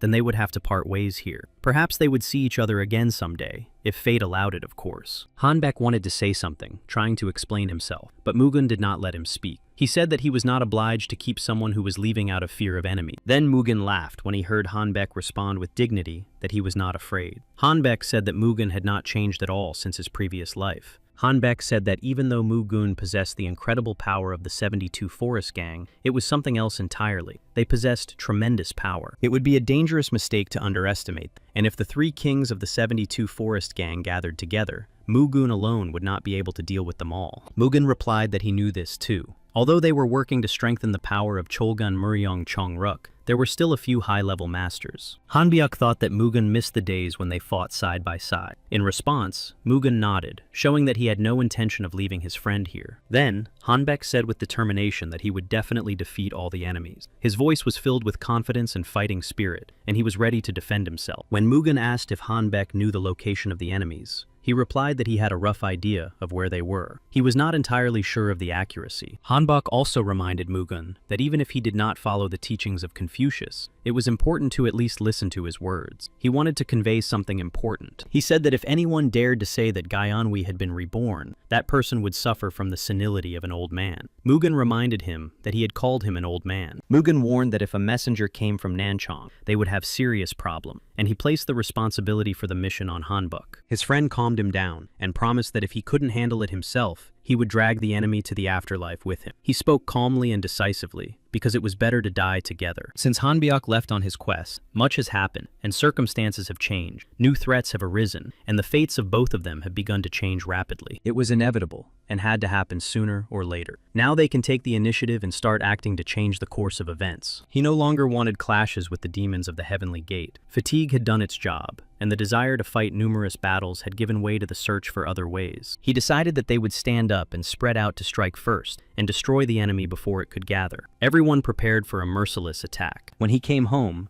Tan Sol-yan ran out to meet him. Her eyes shone with joy, and her heart was filled with relief. His return was long awaited. When she ran up to him, her face was very confused. She didn't even know what to say or how to greet him after everything that had happened. He turned and smiled at her calmly and warmly. There was something peaceful in his gaze, as if he wanted to say that everything would be fine for them. Then he approached her and said he was back. Tan Sol-yan was still confused, but his presence calmed her. Now they felt joy. She hugged him tightly, as if afraid to let go. In this embrace, there was relief at his return, fear for the future, and hope that they would be happy. He responded to her embrace with a kiss that spoke more than words and expressed gratitude for the deep connection between them. The moment was filled with tenderness. This kiss marked the beginning of their story, which would include trials and victories, but most importantly, they would go through it together, supporting and protecting each other. Finally, they were able to spend time together, forgetting, at least for a moment, about battles and danger. At that moment, it was important for them to simply be close to each other. Now he had to go. He needed to make sure she got there safely, so he went in. And now he had to gather the strength of Chongul Miran. She was upset that he was leaving so soon. There was sadness in her eyes, and she wanted to spend more time with him, but his mission could not wait. Then he promised her that he would try to return as soon as possible. She understood everything and just nodded in response. Her gaze showed agreement and support. Mugen told her that the next enemy was the heavenly gate of demons and the bandits of the Green Forest, and that it was now impossible to avoid conflict and struggle. Mugen informed Tan Sol-yan of the need to leave immediately. He understood that delay could lead to disaster. He wanted to fight as soon as possible. He apologized that, as soon as he confessed his love for her and his heart, he had to leave immediately. It was as if life itself was not giving them a chance. She replied that it was okay, and added that she understood that it was his duty. She knew that he was leaving not because of her, but because he believed it was the right thing to do. She said she could wait for him forever if he wanted her to, and he promised to return no matter what, and overcome everything that stood in his way. Soon, his father and brother Muok found themselves in Cholgon, on a high mountain shrouded in fog and wind. There, among the harsh rocks, they had to make a decision. He did not expect to end up here so quickly. This was only possible thanks to the use of the old Soken estate, hidden from prying eyes. And although the path he was following seemed right, he felt that he was far from perfect. His father knew the price that had been paid to achieve this result. In order for everything to work out, he had to inform the General Corps in a hurry. The bandits of the 72 forests were already a serious threat in themselves. But what was even more dangerous was that behind them lurked the heavenly gate of demons. His father understood that the coming struggle would not be easy. This struggle would require everything. But Mugen blamed himself for what had happened, believing that it was all because of his actions. But his father said that they had returned early and were dangerous. Mugen knew that their strength did not exceed that of the others. Muok suggested using every known tactic of destruction, leaving the enemy no chance of recovery. He proposed holding a meeting of the 72 forests before the attack by the bandits, organizing detachments, distributing roles, and capturing the approaches. He noted that this would preserve their numerical advantage and minimize losses. Control of the approaches and strikes would allow them to maintain the initiative. Mugen acknowledged that the idea was good, but impossible to implement. He said that Muren's warriors, having traveled a difficult path, would be forced to fight while exhausted. Secondly, while all the main forces were searching for the bandits, there was a high risk of a sudden attack on the temple. This endangered not only the temple, but also the people. He noted that this was a more important reason than the previous two. The third reason was much more significant. It concerned the very essence of their struggle and security. If they acted as Muok suggested, Mugen would have to report a complete defeat. Then they would need to immediately pacify the people and hide in the forest again. But to do so, they would first need to learn to suppress their palpable fear. They were afraid of their enemy, and to overcome this fear, they had to strike first. Mugen understood that only a decisive attack could break their fear. A total struggle against the dark power was the only way to open the heavenly gate of demons behind them. This required complete mobilization of strength and readiness. Muok understood that Mugen was right, and respected him for it. He recognized him as an outstanding leader, a man with a clear vision and the ability to make difficult decisions. Muok was upset, and then Mugen said that his tactics were good. He encouraged him, explaining that despite this, it was his strategy that would give them a chance of victory. Mugen thanked him for his help, and acknowledged that their chances of success had now increased. Mugen then noted that it was after hearing his plan that the idea had come to him. Muok had helped him in many ways after all. When his father approached, Mugen said that the basic concept of the strategy was complete, and that they could now move on to discussion. He ordered the warriors not to waste time, and to quickly gather all the leaders of Cholgan Murin. The time for action was coming, and they had to act quickly. Meanwhile, the three kings of the forest arrived to discuss the plan with their allies. Their presence gave the meeting special importance. Joining forces was the key to successfully fighting their enemies. The one who sat on the throne said that he had gathered them together for a reason. His words sounded serious. Behind them lay an important goal that required unity and action. He addressed the three kings of the forest with respect, emphasizing the importance of their unity and joint efforts. Chancel Takasin listened attentively, staring intently at his face. He understood the seriousness of the situation and realized that their fate depended on this meeting. He told them that Kuryongche had been destroyed. This news was a serious warning to everyone, and a sign of the danger posed by the enemy. He said that no one knew how Kuryongche had been killed, because he was a true master. One of the factions, Cholgon, was suspected of being behind the operation. He asked the three kings of the Green Forest if they were really not worried about this incident. The question sounded insistent, urging them to honestly admit their anxiety. They were clearly upset by these words. Their eyes reflected their anxiety and awareness of the depth of the threat. Despite their power and experience, the news shook them. One of the kings, feeling the weight of it all, said he wanted to do something important. His voice was calm but determined. He wanted to avenge their comrade, the one who had gathered them together, said that the warriors of Cholgan Muryan had been receiving much praise lately. Most likely, they were the ones who had defeated Kuryanch's detachment. He ordered that all forces be gathered immediately to find every warrior and unite them into a single fist. The goal was to destroy the enemy, every last one of them. One of the kings addressed the assembled and reported that rumors had recently spread that there were two great masters in Cholgan Muryan. He grabbed him by the neck and expressed his bewilderment at his thoughts, emphasizing that there should be no desire to surrender. He despised him for being afraid. He asked if they knew why the heavenly gate of demons had taken care of them. He expressed his will and ordered that under no circumstances should Gwanghul Shinma's words be disobeyed. Then he ordered the two kings to immediately remove the traitor from there, as he was afraid and did not want to remain in his presence. He saw him as a weakling. Changzal Takasan stopped him by standing between them. He did not allow the traitor to be dealt with immediately and expressed his desire for him to be released. He explained that if they crippled the traitor and each other now, it would only benefit the enemy. Therefore, he demanded that he be released and not crippled. He acknowledged that he was right and that before entering into a decisive battle, they could not relax and fight among themselves. Therefore, he let him go, knowing that his help would still be needed. But he warned that if he showed fear again, he would break his neck. His words were a harsh ultimatum and an attempt to suppress doubt and impose discipline. He called on the kings and troops of the wild forests to unite and destroy Cholgan Muryan together, assuring them that he himself, Gwanghul Mun, would be on their side. Everyone bowed and confirmed their intention to carry out the order. Their humility and determination created a sense of unity. Everyone was ready to do whatever was necessary. After that, Chansal Takasan looked at him and calmly said that he would have to pay for the food that these bandits would eat all this time. But he really just wanted to know who had destroyed Kuryangche. Then Chansal Takasan, without hiding the truth, replied that it was Hanbok from Nanchang. He said that it was hard to believe that a man who had been in hiding for 30 years had destroyed Kuryangche alone. He was filled with doubt and amazement. He did not believe that Hanbok had acted alone.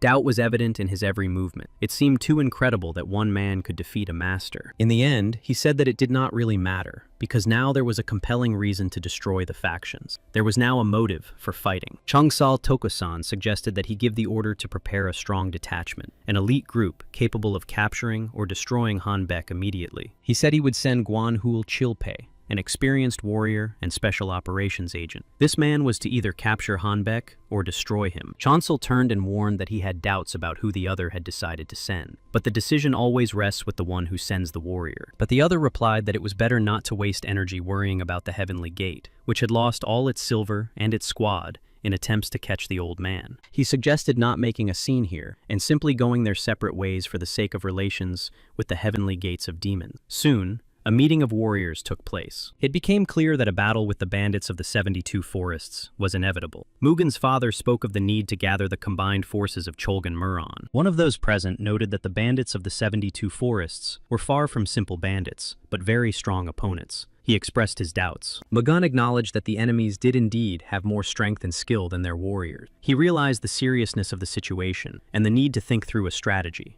He noted that by looking at the situation from a different perspective, they would be able to crush entire mountains of bandits and enemies. All that was needed was to give them a chance to present their plan. It was precisely this new vision that could turn the tide of battle. Mugen called on Muok to continue. Now his brother had to explain the strategy in detail. Muok stood up, looked carefully at those gathered, and began. He announced that he would now explain the current situation to those present. Those gathered fell silent and concentrated. He prepared to present the facts and the plan of action. He reported that the No Krim Mountain Detachment would concentrate its forces in the village of No, located on Mount Tianmu near Hangzhou. This place would become a key point. They needed to mobilize the military forces of Zhejiang province, located in Hangzhou, from where it would be easy and quick to transfer to their ships. However, according to intelligence reports, the forces of the 72 detachment from Mount No Krim outnumbered them by about 50%. This drastically changed the calculation, and a direct attack became too risky. Reinforcements, cunning, and the use of cautious tactics were required. One of those present asked incredulously, "Is the difference in strength so great that even masters of the art of combat cannot change the situation?" Muok replied that among the masters they had been able to confirm were the battle king of Mount No Krim,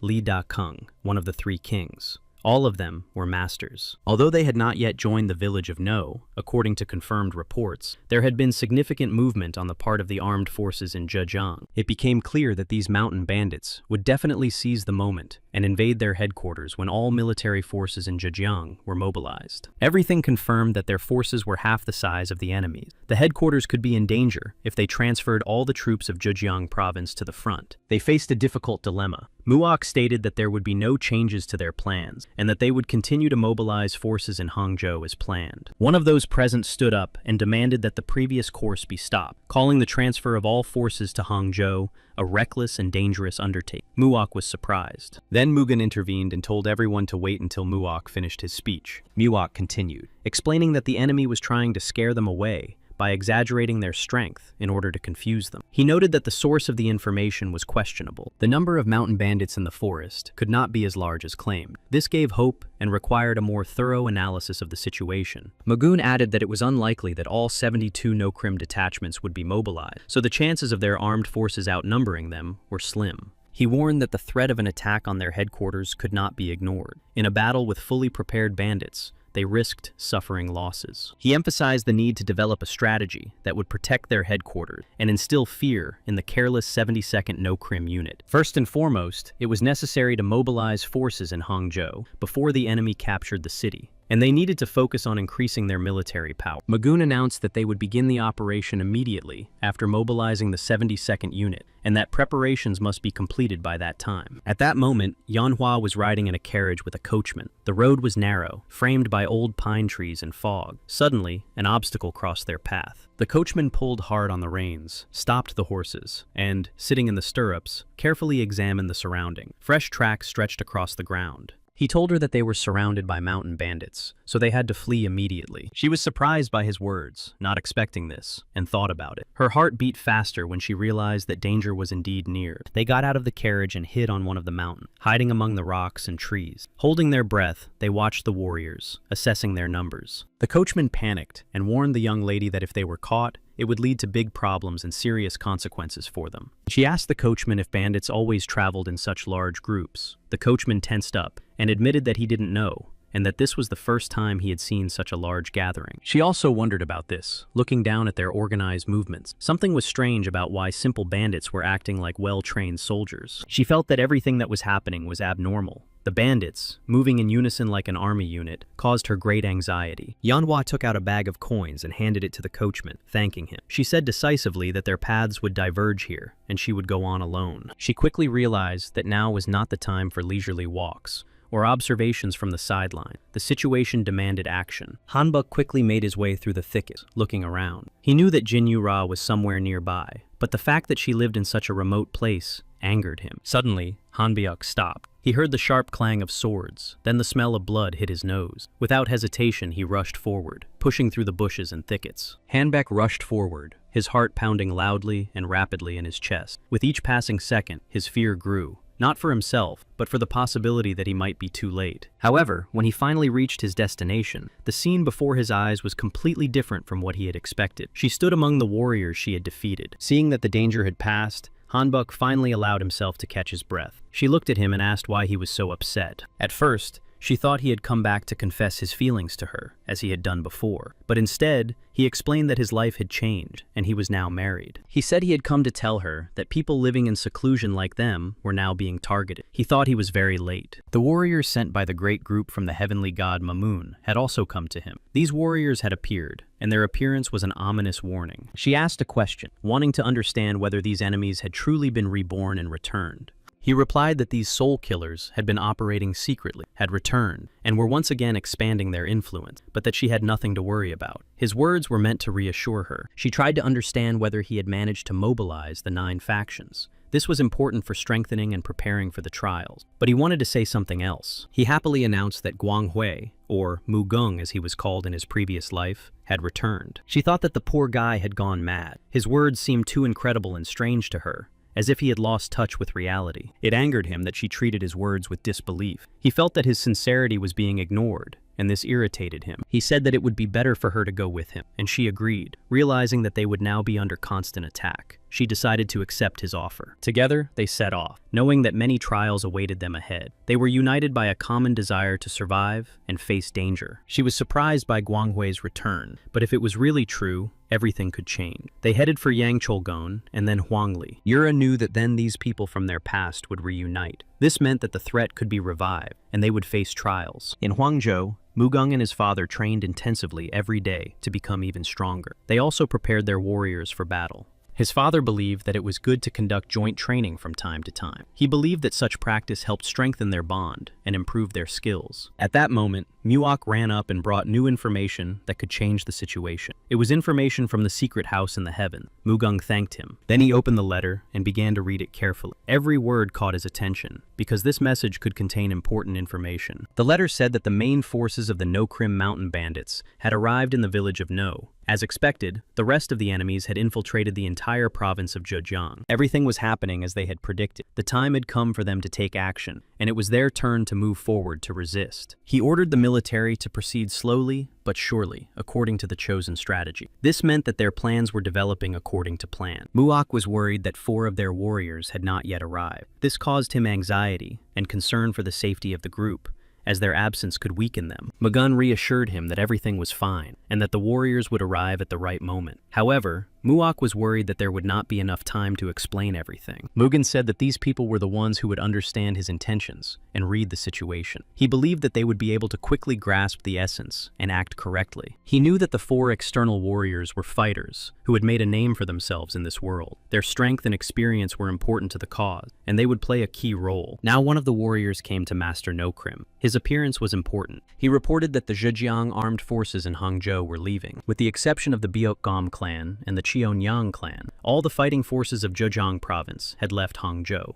This meant serious changes in the deployment of troops. The Pekotgom clan also boarded a cargo ship leaving Hangzhou. He said excitedly that it was amazing and that they were waist-deep in water and ran away when they encountered enemy armed forces. He was glad that even high-level martial arts masters, such as the Pekagam clan, had retreated. Now the remaining forces were insignificant and humble trash. He wanted this news to be conveyed to the Allies and was confident that they would destroy all remaining enemies. His faith in the strength of the Allies was unshakable. Soon, everyone gathered at the battle site. The Allies and warriors prepared for the decisive clash, feeling the tension and readiness for the upcoming battle. Mugen also remained calm, for everything was happening exactly as he had predicted. His confidence in the plan and the events unfolding helped him. The master of Mount No-Krim believed that all the enemies had fled as soon as they saw them, and that few remained. He was sure that they were cowards, incapable of resistance. Kangmu believed that they should not fight at all and waste their strength. He was sure that the enemy was too weak, so he preferred to conserve resources. The master replied that even in such conditions, the enemies were using their brains. He did not expect them to overcome their numerical disadvantage in such a narrow area. He believed that their strategy was still useless against their superior force. He was confident that the time had come to finish off the enemies once and for all. To his comrade,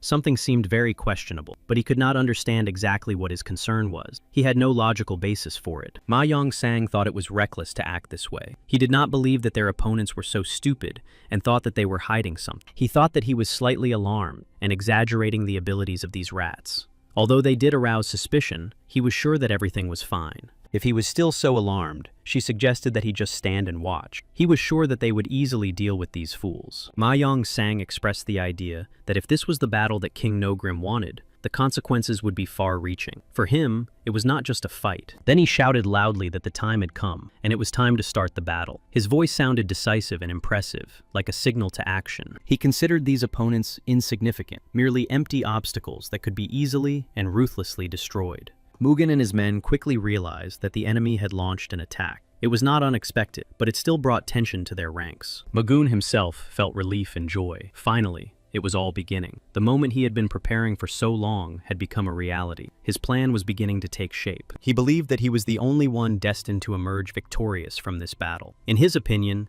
everything that was happening was leading to an inevitable outcome. The warriors on the opposing side were full of rage. Their faces and movements expressed hatred and malice. They had no intention of retreating and pressed forward. Magun's warriors rapidly closed the distance, faster than expected. This caused surprise among the warriors watching their advance. The enemies were unable to advance, finding themselves stopped by the dense ranks of Maguna's warriors. Their onslaught was met with steadfastness and coordinated defense. The enemy warriors themselves were confident that they would be victorious. They believed in their strength and training. However, despite their onslaught, they were unable to break through the formation. As a result, the Maguna warriors counterattacked, descending upon the enemy from above with unexpected force. This maneuver proved decisive. The enemies did not expect it. At that moment, they realized it was a carefully planned ambush. Everything that had happened before was only part of the trap. Panic seized them. The master's assistant suddenly appeared and delivered the news. He reported that Qian's armed forces were hiding nearby and were preparing to ambush them. He also realized that this was only the beginning. After all, the Baek-ga clan had gathered their elite forces and were preparing to ambush them. Their actions were incomprehensible, but clearly reckless. He yelled at the Mugen warriors, accusing them of madness. He considered them arrogant upstarts who had already arrived, and everything that was happening seemed like a foolish move. He was no longer going to wait for the attack, and the decision was made. He would go himself, without delay. His warriors had to follow him. He shouted in rage, ordering them to wait for his arrival. His voice carried far. Let them stay where they are. Soon they will see for themselves what will happen to them. Nak Il-ban heard his cry,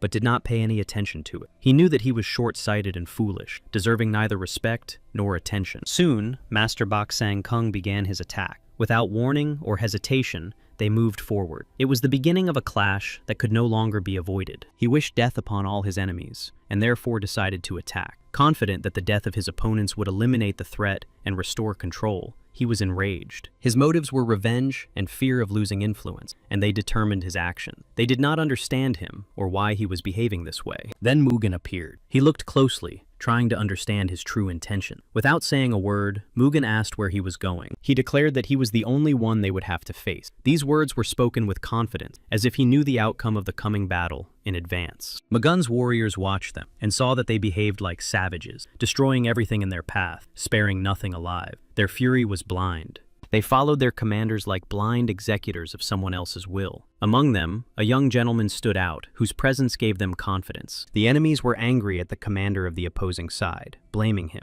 Their fury grew with every passing minute. Everything happened exactly as Muok had predicted. What King Mountain Nokrim had said turned out to be true. Chechen was completely empty. The warriors of Mugen did not want to miss such an opportunity, and wanted to destroy everyone. Their cries were filled with determination and fury. They did not want to lose. They could not retreat because they were obliged to protect the people. This created additional pressure, but strengthened their determination to stand to the end. Both sides fought fiercely, each showing unyielding will. Each sought to destroy the other. The enmity turned the battle into a fight to the death. Fury, fear, and despair went hand in hand with the determination to win at any cost. Of course, the Mugen warriors proved to be more successful in battle. Their discipline, determination, and coordinated actions gave them an advantage over their opponents. They were true masters of their craft, and their skills and experience allowed them to easily overcome the resistance of their enemies. Every movement was precise. One of the warriors asked Yang Chol-gon how he was feeling and if he was okay. Yang Chol-gon replied that he was fine, but admitted that he did not know who this warrior was, and asked about his identity. They had not yet had a chance to meet. Huang Rei also asked if it was true that the fools from Nogrim had rebelled. Hanbuk suspected that the heavenly god Mamun was behind it all. Yura reminded them that they needed to hurry, emphasizing that they needed to deal with the fools from Mount Nogrim as soon as possible. She insisted on urgent action. She decided to go into battle herself and asked them to take care of the others. Yura took responsibility for the battle, entrusting the protection of the remaining comrades to them. Yang Chol-gon bowed in respect, demonstrating his loyalty and respect for his elders. He asked their names, wanting to know who they were. She replied that they were the four heavenly waves. This name symbolized their strength and unity, emphasizing the importance and special role of the group. Then he realized that he was facing not ordinary fighters, but those to whom the righteous forces had sent their power. This realization inspired deep respect in him. From the moment the great people of Garno began to fight alongside them, everything changed. And Yanhua understood well that this battle would be decisive. Her presence also helped, because she knew well what and for whom it was worth fighting. Yeonhwa was ready to protect all innocent people, even at the cost of her own life. Her eyes burned with determination, and her heart was filled with a tremendous belief in justice. They all knew that they would defeat evil. It was not just belief, it was an inner conviction born of battles, trials, and mutual support. Master Bak Sang-kung asked Mugen if he was a member of the Baek-ga clan. Mugen said that he was not talking about trash,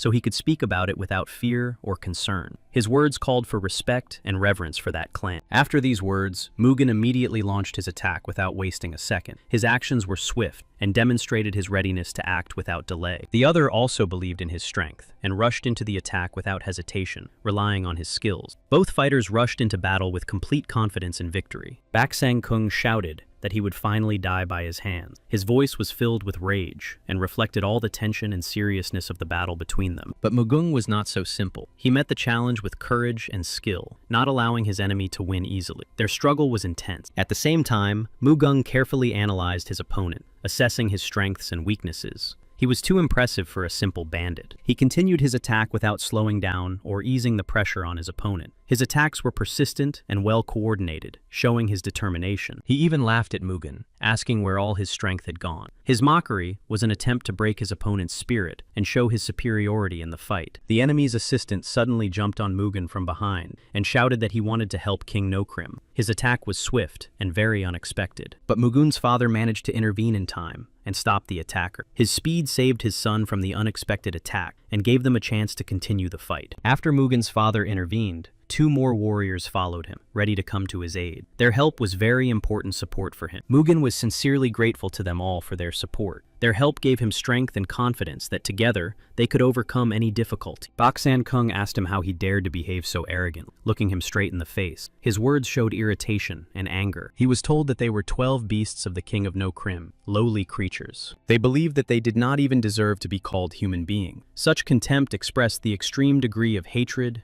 alienation, and disregard for the enemy. The enemy said that Mugen had brought too many subordinates with him and laughed at him, considering it unnecessary. His mockery was an attempt to show superiority. Mugen calmly replied that he was just afraid and warned that soon this place would become their graveyard. His words sounded confident and even threatening, but the enemy replied that Mugen was just a mere brat, hinting at his inexperience and weakness. These words were a mockery and an attempt to humiliate him. He shouted that Mugen must learn to respect his elders. He declared that he would teach him to respect his elders and show him who was really in charge here. Mugen realized that his opponent was not weak and sensed danger, for his last attack had been powerful and devastating, forcing him to be on guard. The enemy thought that Mugen really believed he could repel his attack simply by using this insignificant shield. Disbelief and contempt were written all over his face. Then there was a loud bang, and the enemy thought that Mugen had died, but it turned out to be just an illusion. The fight was not over yet, and the outcome remained unknown. Soon, Mugen was already rushing towards the enemy, ready to strike back. He humiliated Mugen, calling him petty, while at the same time acknowledging that he was quite impressive. Such strong contempt with a hint of surprise. And he promised to destroy him along with his shield. These words carried a clear threat, for the enemy intended to break not only Mugen, but also his defense. Then he noticed with surprise that Mugen had blocked his blow, while he himself could not move his axe. The defeat made him realize that Mugen was no ordinary opponent. He thought about how Mugwan's energy was stronger than his own. This realization made him anxious and forced him to rethink everything. He stopped bragging about his strength and belittling his opponent. Realizing Mugwan's superiority, he became more reserved, understanding that the battle was not over yet. He couldn't believe what was happening. Everything was going completely differently than he had expected. His confidence was shattered, and reality was harsh. Mugen was finally able to wound him with his lightning and thunder technique. The powerful blow pierced his opponent, causing serious damage and demonstrating his full strength. The blow sent him flying backward, losing his balance and feeling the full force of Mugen's powerful strike. He wondered if this man could be the one who had destroyed the huge group of the Chansol clan. The thought of this caused him a mixture of surprise. One of the enemy warriors called out to his comrade, urging him to hurry and help. The two standing aside realized that if they did not intervene immediately, Nokrim would be defeated. They realized the threat and knew they had to act quickly. They did not want to allow defeat, and at this stage, they were determined to remove all obstacles in the way of the heavenly god, Mamun. Mugen noticed that the enemies were sneaking up on them. He instantly realized the danger and prepared to defend himself, understanding that this was a surprise attack. He could already see the enemy jumping into the air and rapidly approaching. Mugen tensed, preparing to meet this sudden blow. Soon he was able to repel the enemy's attack. His reaction was quick, allowing him to maintain control of the battle and avoid serious damage. Mugen was glad that he was able to go on the offensive and use his strength. He was also glad that the heavenly god Mamun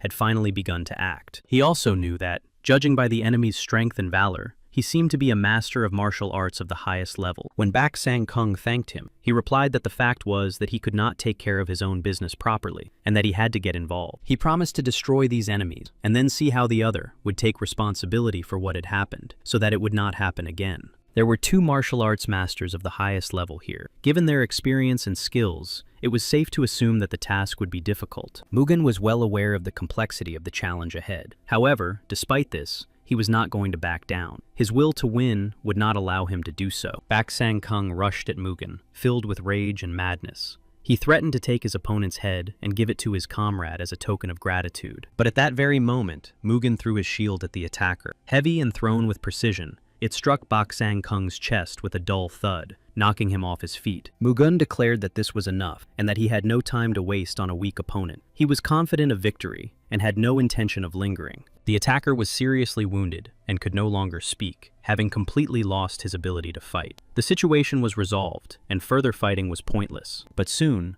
2 more attacked Mugen. Despite his fatigue and injuries, he had no intention of giving up his position. The new threat demanded his full concentration. Immediately after the attack by the 2 new opponents, Mugen began to use his fighting technique. He did not give his enemies the slightest chance to get close. The 2 attacked immediately, wanting to capture Mugen and avenge their comrade. A warrior named Mad Blood suddenly launched an attack on Mugen. His movements were sharp and frenzied, full of rage and wild strength. Mugen was ready. However, in the midst of the attack, something suddenly stopped Mad Blood. His movements slowed down and then stopped altogether. He did not understand what had happened. It turned out that Mad Blood's attack was stopped by Hanbek, who had come to Mugen's aid. His sudden appearance changed everything and interrupted the enemy's attack. Hanbok turned around and said he had come to help. His confident voice and determined gaze gave Mugen strength, showing him that they were now together. Mugen was genuinely happy to see his friend. His face lit up with a smile because, with Hanbok, he had new strength to continue the fight. Yura was worried that they might have arrived too late. She looked around carefully, assessing the situation and trying to evaluate the circumstances. 2 more of their comrades apologized for being late, as they had been delayed by other obstacles along the way. Despite the delay, their arrival was important, but Mugen immediately reassured his comrade, saying that they had arrived just in time. His words eased the tension and gave confidence to everyone there. The enemies were angry and irritated that the reinforcements had arrived in time. Their plan had suddenly been thwarted, and now they had to face stronger resistance. They knew that the 4 heavenly waves were strong and experienced warriors, capable of changing the course of any battle. Their reputation inspired fear and respect. The 2 friends were surprised to see Mugen. They thought Hanbek was out of his mind when he said that Guang Hui was alive. Their doubts were replaced by unexpected relief. After meeting Mugen, they finally believed that Hanbek was telling the truth. Their doubts were dispelled, and now they were sure that Guang Hui was alive. Mugen told one of them that he understood how difficult it would be to believe this, but he was also sure that he would come and help at the right moment. Hanbok laughed and said that he had warned them and told the truth. His loyalty was so strong that he was ready to force them all to come, even by force, to support the fight and help Mugen. They were angry at Hanbyok's words, blaming him for the enemies attacking them. They accused him of searching everywhere for them and bringing them to them. Hanbok justified himself by saying that it didn't matter now, because the 4 great clans had come together again. He emphasized that the main thing now was to unite. Mugen's father knew that these people were the very ones who had fought the devil himself alongside the god of thunder in the past. Their strength and experience were legendary to all. He couldn't understand how, for heaven's sake, people who hadn't been seen in Murim for decades had suddenly reappeared, and all together at that. Maguna was lost in memories of the past for a moment. The memories made him feel nostalgic, warm, pleasant, and a little sad at the same time. However, he quickly realized that the guys were still the same as before. Despite the passage of time and changes, their spirit, strength, and loyalty had not changed. He was happy to be with them again. This feeling of unity and support gave him strength, reminding him that together, they could overcome any difficulties. The enemies still could not accept the truth that the 4 great clans had reunited. It came as a shock and a serious threat to them. Mad Blood was confident that if he fought Mugua one-on-one, he would surely defeat him. His belief in his own strength and determination was so strong. He ordered his comrades to delay the 4 heavenly clans so that he could fight Mugu one-on-one. That way, he would prove his superiority. So he decided to go to Mugu and fight him face to face. Mad Blood was confident in his strength and wanted to prove it in that battle. Yu-Ra understood that Mad Blood's techniques remained the same as before. His style had not changed. Mugen said that if they detained the others, he would handle it. He and Hanbyuk were to detain Mad Blood. One of the enemy warriors rushed forward with wild fury, shouting all sorts of malicious words. Despite the fact that the 4 heavenly warriors stood before him, he did not hesitate. He shouted that even if they were legends, to him they were just old, past their prime fighters. The warrior threatened to destroy them, and was full of rage and madness. Yu-Ra was outraged when she heard the shouting. His insolent words hurt her pride, and that of her comrades. The others were not going to listen to this nonsense either. They clenched their fists and were ready to put an end to all these provocations once and for all. Yu-Ra instantly went on the attack, her movements sharp and precise. Following her, her comrades also began their attack. They were outraged that they had been called old men. Magoon noticed that his comrades were embarrassed about their aid. He understood that such words had hurt them, even though they tried not to show it. Mad Blood was preparing to attack Magoon. His body tensed and his breathing quickened. He concentrated, intending to put all his strength into the first blow. Mugen warned Hanbok that Mad Blood should not be underestimated. This opponent was dangerous, cruel, and unpredictable. His strength was impressive, but Hanbek replied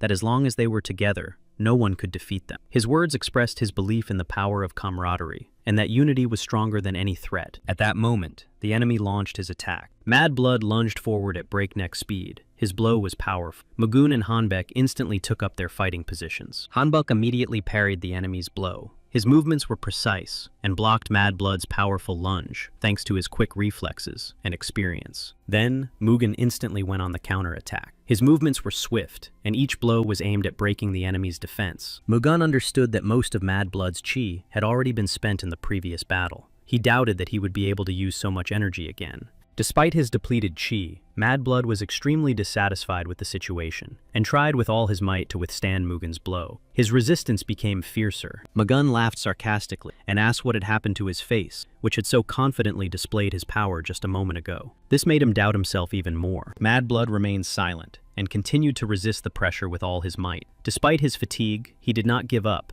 and stubbornly tried to maintain control. In the end, Mad Blood realized that Mugen was not weakening at all, but on the contrary, he was only getting stronger with every passing minute. By this point, Mugen had almost broken his enemy's resistance and spirit. Mad Blood gradually lost hope, feeling his will to fight slowly fading away. Suddenly, Mad Blood gathered his last strength and pushed Mugen away with a powerful thrust. This unexpected move gave him a little space and time. Mugen realized that he needed a little time to gather his chi and regain his strength. He decided not to rush and took a defensive position. Hanbek declared that he would delay the enemy and rushed forward. He intended to distract Mad Blood and give Mugen time to recover. When Hanbek attacked the enemy, he felt something unusual. It was a powerful energy emanating from Mad Blood. He realized that he was very good. At that moment, one of the warriors rushed to Mad Blood's aid. He rushed towards him, ready to support his comrade and fight back. It was Black Devil, Mad Blood's ally. He suddenly attacked Hanbok, seeking to support his friend and turn the tide of battle. The attack was unexpected. He managed to defend himself from the blow, but immediately realized that he was in a difficult position, even though he had managed to avoid serious injury. At that moment,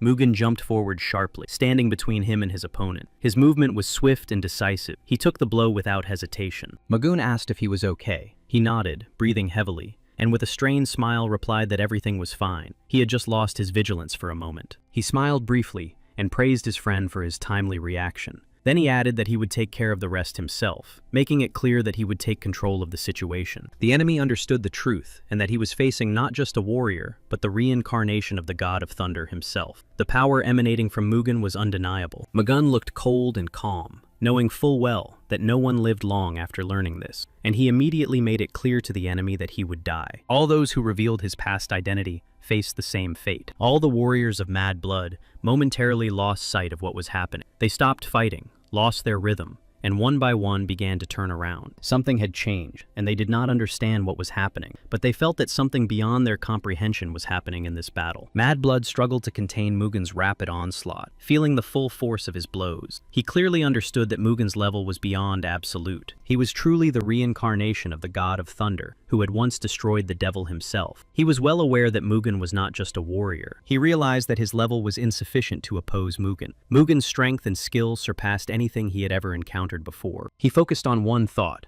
and that was to survive. Even if he didn't have enough strength to win, it was important to stay alive, so that he could later tell others what he had learned. Mugen told him that all endeavors involving the god Mamoon always end the same way. Those who encounter this power always choose to flee. At that moment, Hanbyuk quickly neutralized one of the enemy warriors. His actions were decisive and precise, which significantly weakened the enemy. Hanbok then threw the shield to Mugen, passing it to him with confidence. Mugen deftly jumped onto the shield that Hanbok had thrown to him. This moment was decisive, allowing him to use the shield as a support for further action. Using the shield as a support, he rapidly approached Mad Blood, preparing to deliver the decisive blow. Each step brought him closer to his goal and to victory. He managed to catch up with Mad Blood and finish what he had started. Mugen's determination and skill left the enemy no chance, and the outcome of the battle was a foregone conclusion. All the enemy warriors were frozen in horror and shock when their leader fell in battle at the hands of Mugen. No one expected such a swift outcome. They couldn't comprehend how this could have happened, because the legendary and ruthless Mad Blood had fallen at the hands of Mugen. It seemed impossible. At that very moment, while the shocked warriors were still reeling from the fall of Mad Blood, Yu-Ra appeared. She approached confidently and swiftly. As a result, it was Yu-Ra who delivered a powerful blow, and the enemy warrior fell at her hands. With a quick and precise movement, she put an end to his resistance. No one survived after learning who Mugen really was, and he warned them about it right away. He spared no one after they exposed him. Suddenly, Mugen was overcome by a sharp feeling of weakness, and his body betrayed him after intense overexertion. Everything around him seemed to slow down and spin. Hanbok came closer and asked if everything was okay. Mugen struggled to straighten up. He admitted that he still couldn't control his martial arts for long. When Yu-Ra saw Mugen for the first time after everything that had happened, she couldn't believe her eyes at first. She remembered Hanbok's words and thought he had gone mad. But now, seeing the form he had just used in battle, Yu-Ra no longer doubted that he had truly returned. It was the same martial art. They all thanked each other. After so many years, the meeting itself seemed impossible. But now they were together again, and happy. However, he also understood that he could not relax and forget about the battle. It was not over yet. Despite the joy of the reunion and the support of his friends, fortunately, Maguna's father and the other warriors were able to defeat the enemy. Their joint efforts and bravery turned the tide and strengthened their position. The 12th Division of Mount Nokrim was completely destroyed by them. The enemies could not withstand the onslaught and were crushed, losing all their warriors. Now they watched as the remaining enemies fled like the last cowards. Fear and despair overwhelmed them, and they had no courage left. Mugen told Hanbok that the enemies must be pursued. He understood that only decisive action would prevent them from recovering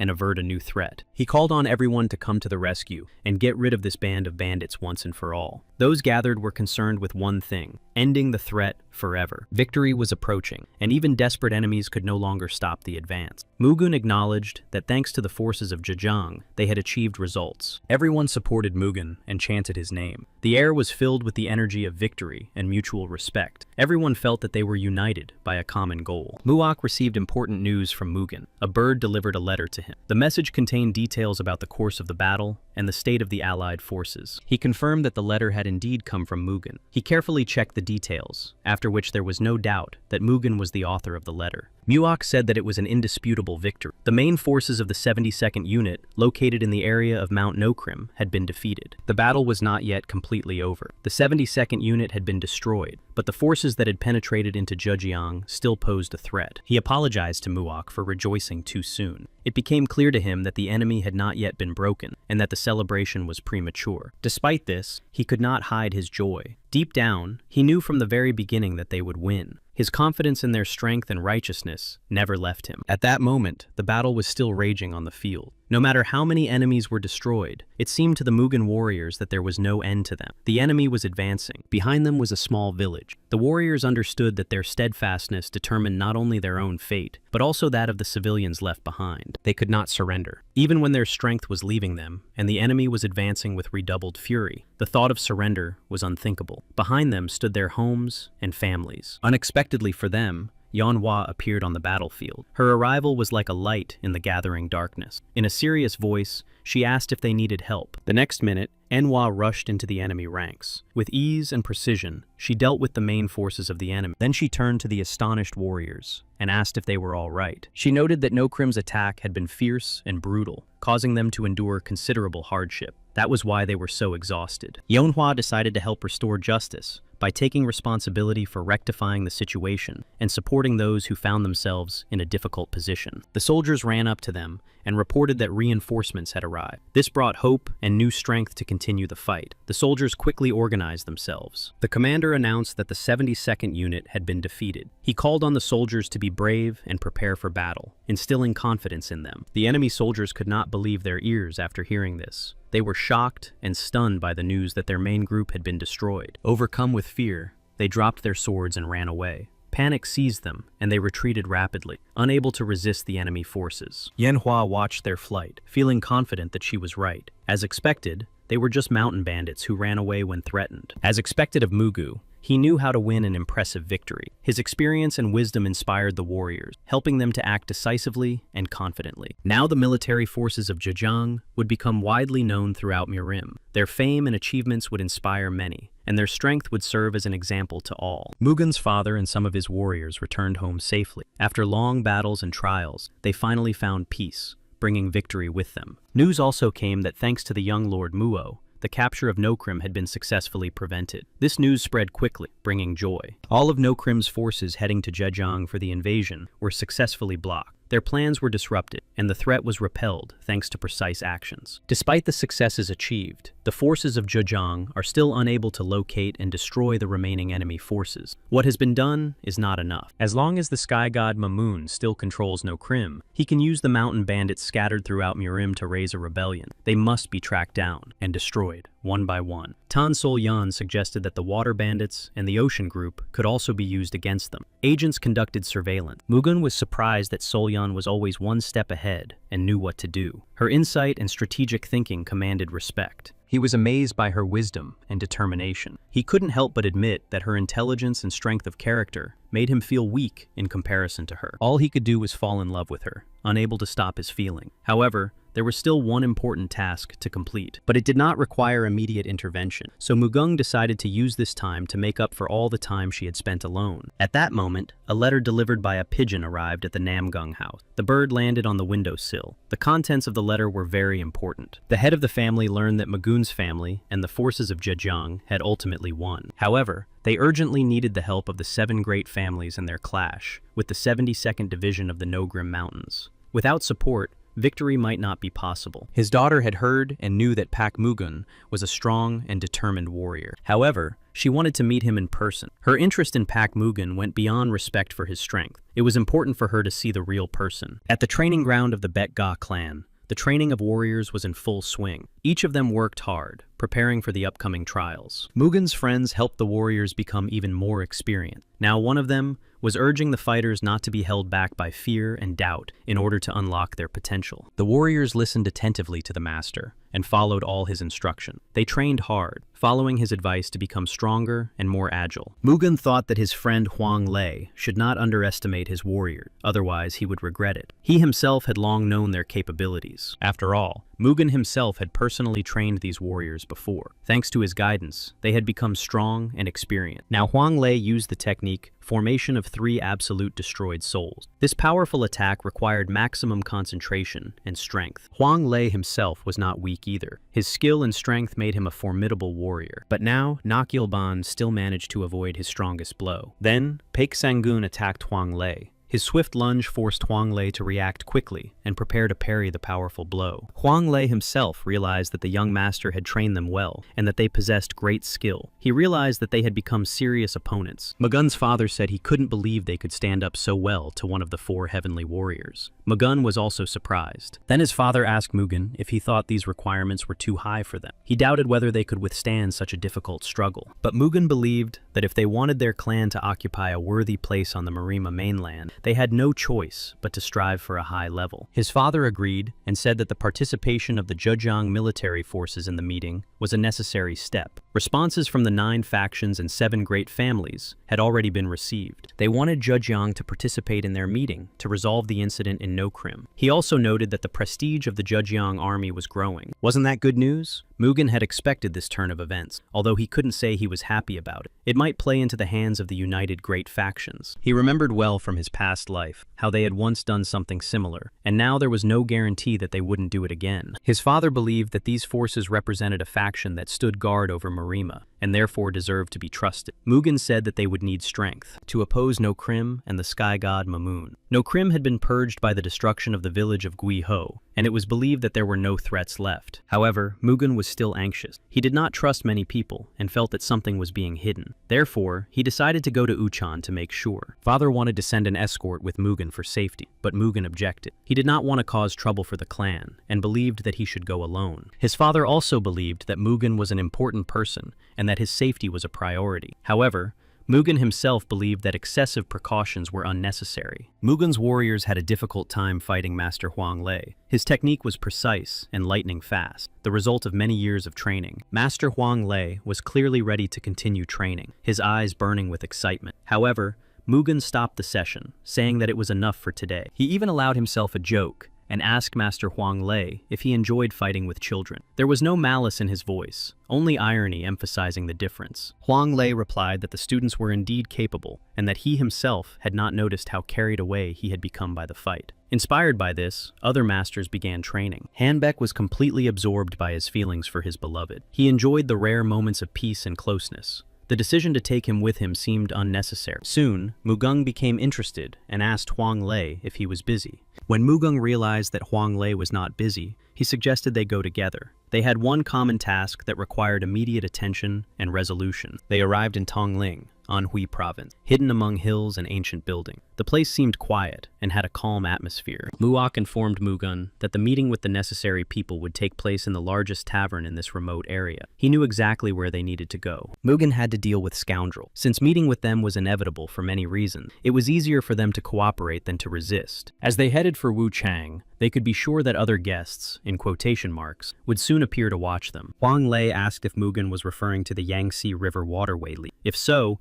they essentially had nothing but a large number of people. They had already arrived and expressed their joy at meeting Mugun and the Baek-ga clan. He also added that it would be better to say that they had not seen each other for a long time. Mugun and Muok bowed and expressed their sincere apologies, showing respect and a desire for reconciliation despite the situation. He also bowed and acknowledged that now, having witnessed all the incidents that had occurred, he understood why Mugun had hidden his identity from everyone at the time. He then announced that since he had reserved a place at the tavern, it would be best for them to go first. He invited the assembled guests, expressing his respect on behalf of the Namgun clan. Huang Lei was very angry, and Mugun could clearly see it in his expression. His tense features and flashing eyes betrayed his inner irritation. He asked his friend to make his face look simpler, noting that even the members of the heavenly god Mamun would run away in fear if they saw his current expression. However, he could not pretend, and deep down he understood perfectly well that those people had betrayed Mugun and caused his death in his past life. He thanked him, acknowledging that he appreciated his friend's anger. However,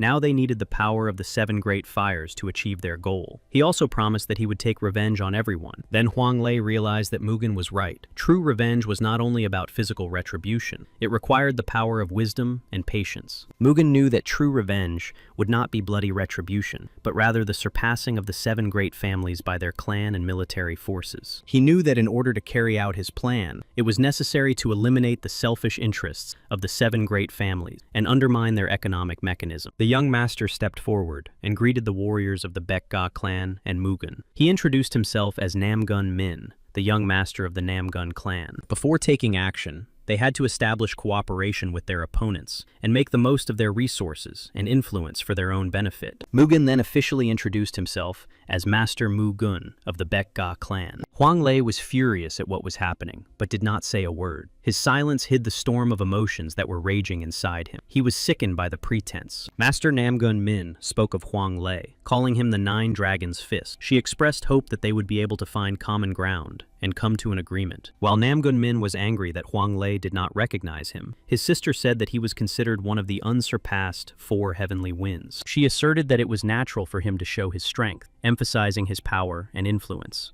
Then she said that her name was Namgung Hen, and that she was the daughter of the head of the clan. She asked him to lend them some of his strength so that they could safely reach Uchan, especially given her inexperience and clumsiness. Mugung agreed to accompany her, but he had previously thought that the daughter of the Namgung clan was a cowardly girl, but she turned out to be much braver than he could have imagined. Her brother became even more irritated and angry because of her words. His anger intensified because he could not accept that anyone would doubt him. Namgun Hen thought to herself that Mugun seemed not as simple as he appeared at first glance. Behind his calm exterior lay strength and wisdom. He seemed struck by her beauty. Namgung Hyun's appearance inevitably attracted attention, and even his usually reserved gaze could not hide his admiration. At that time, intelligence reported to the bandits that Baek Mugun and the 9 Dragons' Fist Huang Lei were heading for Uchan. They were able to intercept this important information. In addition, they learned information that could change the course of events. Something happened that no one expected, because they joined the Namgung clan. The gang leader said that even if their clan shrunk,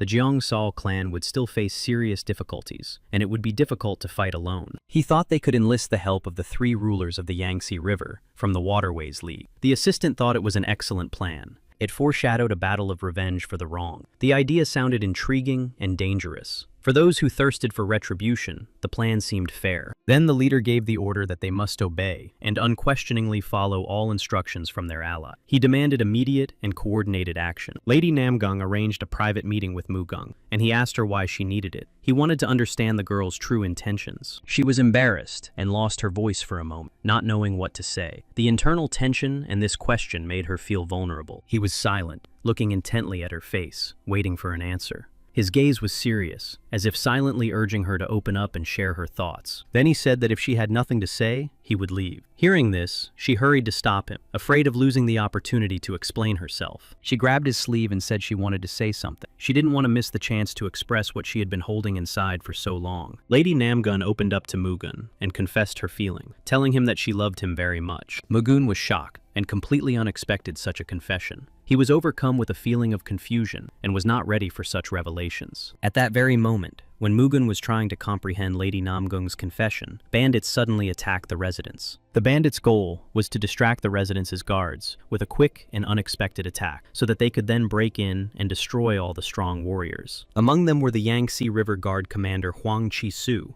a skilled and brave fighter, and the mountain warrior No-Krim, the wise Se Guang. The attackers looked at each other and were confused. There could be 2 clans inside, and they were unsure which one to destroy first. It was decided that the first target would be the young lord of the Baek-ga clan. His elimination would weaken the enemy's position. At that moment, Mugung said to Lady Namgung, assessing the situation, that everything was happening so quickly, and that he admitted he did not expect such words and was shocked. She confessed to herself and to him that she loved him. Her feelings arose at first sight, and she could not hide them. He sincerely did not understand how she could fall in love when they had only just met. To him, it seemed inexplicable, and even a little strange. She had long dreamed of meeting the man who was called the best in the world for his fighting skills, his good looks, his strength, and his talent. She repeated over and over that she loved him and couldn't stop herself. Her feelings were sincere. Most of all, she was afraid of being rejected by him. She wanted to hear from him that he liked her too. This desire burned inside her, giving her hope. She looked for hints in his every glance. He replied that he would not refuse the one who approached him first, of course. But he thought that she had some reason that she was hiding. This made him doubtful. He felt that there was something more behind her words. He couldn't accept the confession of a woman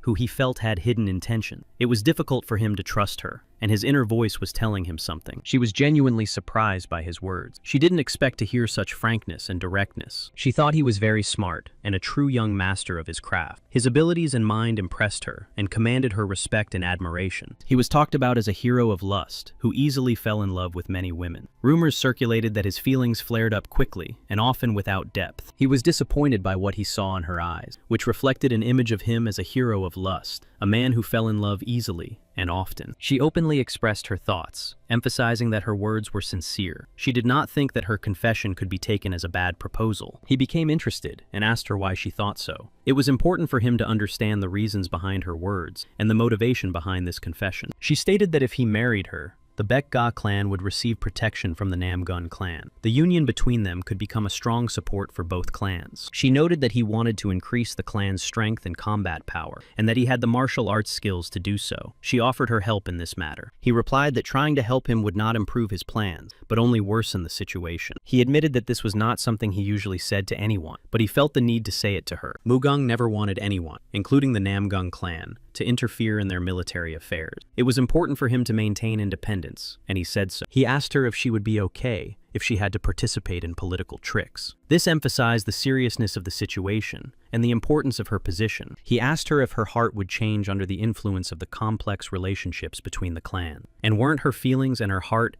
more important than the relationships between the clans? Suddenly, she demanded that he stop pretending that he didn't care about her. Her words were direct and emotional, reflecting her sincere feelings. The daughter of the Namgung clan emphasized that even though he was now at the top, she did not need his pity. Her words were firm and proud. However, deep down, she was falling more and more in love with him. Despite her pride and independence, she considered him a wonderful person. After that, He noticed that the bandits had begun their attack. The sudden danger interrupted their conversation, and he had to instantly switch to defense mode. He immediately rushed towards them, without a moment's hesitation. His reaction was instantaneous. He understood that there was a lot at stake, and there was no time to waste. He had already managed to neutralize the first attacker. His actions were quick and precise, which allowed him to stop the threat at the earliest stage of the attack. After that, he immediately asked if she was okay. His concern was evident in his tone and gaze, despite the tension between them. She replied that she was fine, but at the same time, she admired his strength. He explained that someone was trying to attack them, but she couldn't understand who it could be. For her, this threat remained a mystery, causing anxiety. He warned her that there was a high probability that enemies had infiltrated the building. In such a situation, she would have to follow him. Soon, one of the bandits began an attack, shouting Maguna's real name. Maguna was very surprised that his real name was mentioned in the midst of the attack. This caused him to react instantly, and he immediately began to act. The man shouted that he would make Maguna pay for everything today. His words were filled with rage, as if this day was to be a moment of retribution. Mugun realized that he had no sword, and his only weapon was his shield.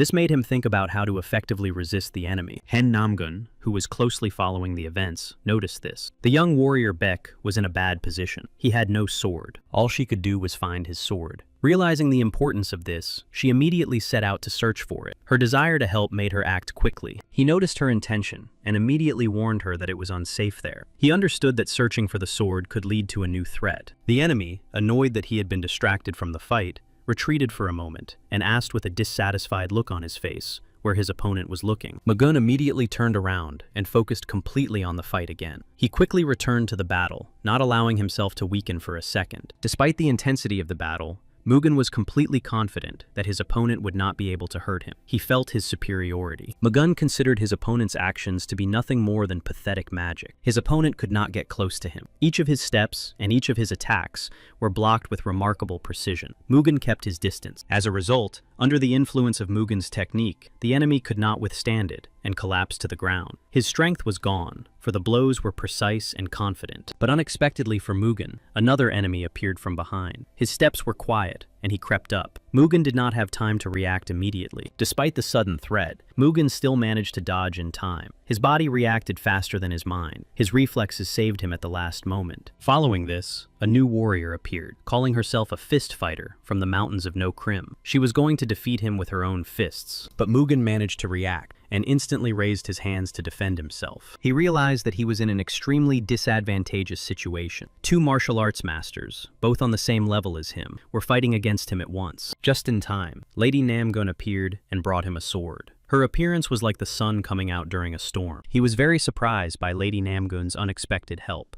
Receiving the sword he so desperately needed, he felt relief and gratitude. He realized that, despite the danger, she had decided to help him anyway. Now he knew that the situation was under control, and told her not to worry. He knew that with the sword, everything would be resolved quickly. He felt that now he would be able to end the threat with a single blow and regain control. After all, he was strong. They decided to be cautious. Although it would not be difficult to defeat Namgun's swordsman, Mugen himself remained the main obstacle. To achieve their goal, they first had to get rid of him. However, the swordswoman suddenly rushed towards Mugen, exclaiming that he was just a novice. She attacked him without hesitation. Her actions were impulsive. Despite the sudden attack, Mugen managed to react. His movements were quick and precise, and he repelled the blows of both opponents almost simultaneously. The attackers were stunned. They couldn't understand where Mugen got such strength. Everything that was happening contradicted their expectation, and they didn't like it. Even Namgun Hyun, who was always confident in her judgments, was amazed. She watched Mugen with interest. Shocked by what she saw, Namgun Hyun quickly pulled herself together. She warned Mugen that everything that was happening was extremely dangerous. They began to attack again. They hoped to catch Mugen off guard. However, he seemed to have anticipated the attack and reacted instantly. The opponents felt their attempts at resistance becoming weaker and weaker. Each of their blows was met not only with powerful resistance, but also with a strange pressure. It was as if Mugu's own power was pulling them in, drawing them deeper and deeper, robbing them of their will to fight. Mugun understood that these people were like dung beetles getting in his way. Their constant resistance became nothing more than an annoying obstacle on his path to his goal. He decided to use another powerful technique. Realizing that the usual methods were not producing the desired result, and that his enemies continued to interfere, he concentrated. His opponents finally realized that Mugen possessed enormous power. They noted his abilities. They needed to gather all their strength together and attack. At that very moment, Mugen used the White Lightning Golden Ring technique. Powerful energy flared up around him, filling the space with blinding light. They tried to resist, but all their efforts were in vain. Mugwan's technique was too powerful, and each of their blows was met with an insurmountable barrier. Complete despair was reflected on the faces of his opponents. They felt their hope slipping away with each passing second, and their strength rapidly dwindling. Lady Namgun approached Mugen and asked what had just happened. She wanted to understand how he had been able to suppress the resistance of his enemies so easily. She was shocked that he had managed to neutralize them with a single blow. She did not expect him to be able to display such strength and withstand their attacks. She realized that Mugen was stronger than her father, brother, uncle, and all of them combined. She came closer and asked if he was okay. Her voice was very concerned after such powerful clashes. She wanted to make sure he was feeling well. He replied that he was just a little tired. According to him, he was too aggressive because he felt that she was watching him. She knew that there were still many enemies in the building, and this frightened her. However, Mugen asked her not to worry, assuring her that he would take care of everything. At the same time, Mugen noticed that his friend Huang Lei had already entered into battle with other enemies. Seeing how confidently he was fighting, he realized he was not alone. He was ready not only to confront his enemies, but also to completely destroy those who remained, wiping them out. Lady Namgun's mouth fell open in surprise when she saw Huang Lei's skill in battle. His confident and precise movements impressed her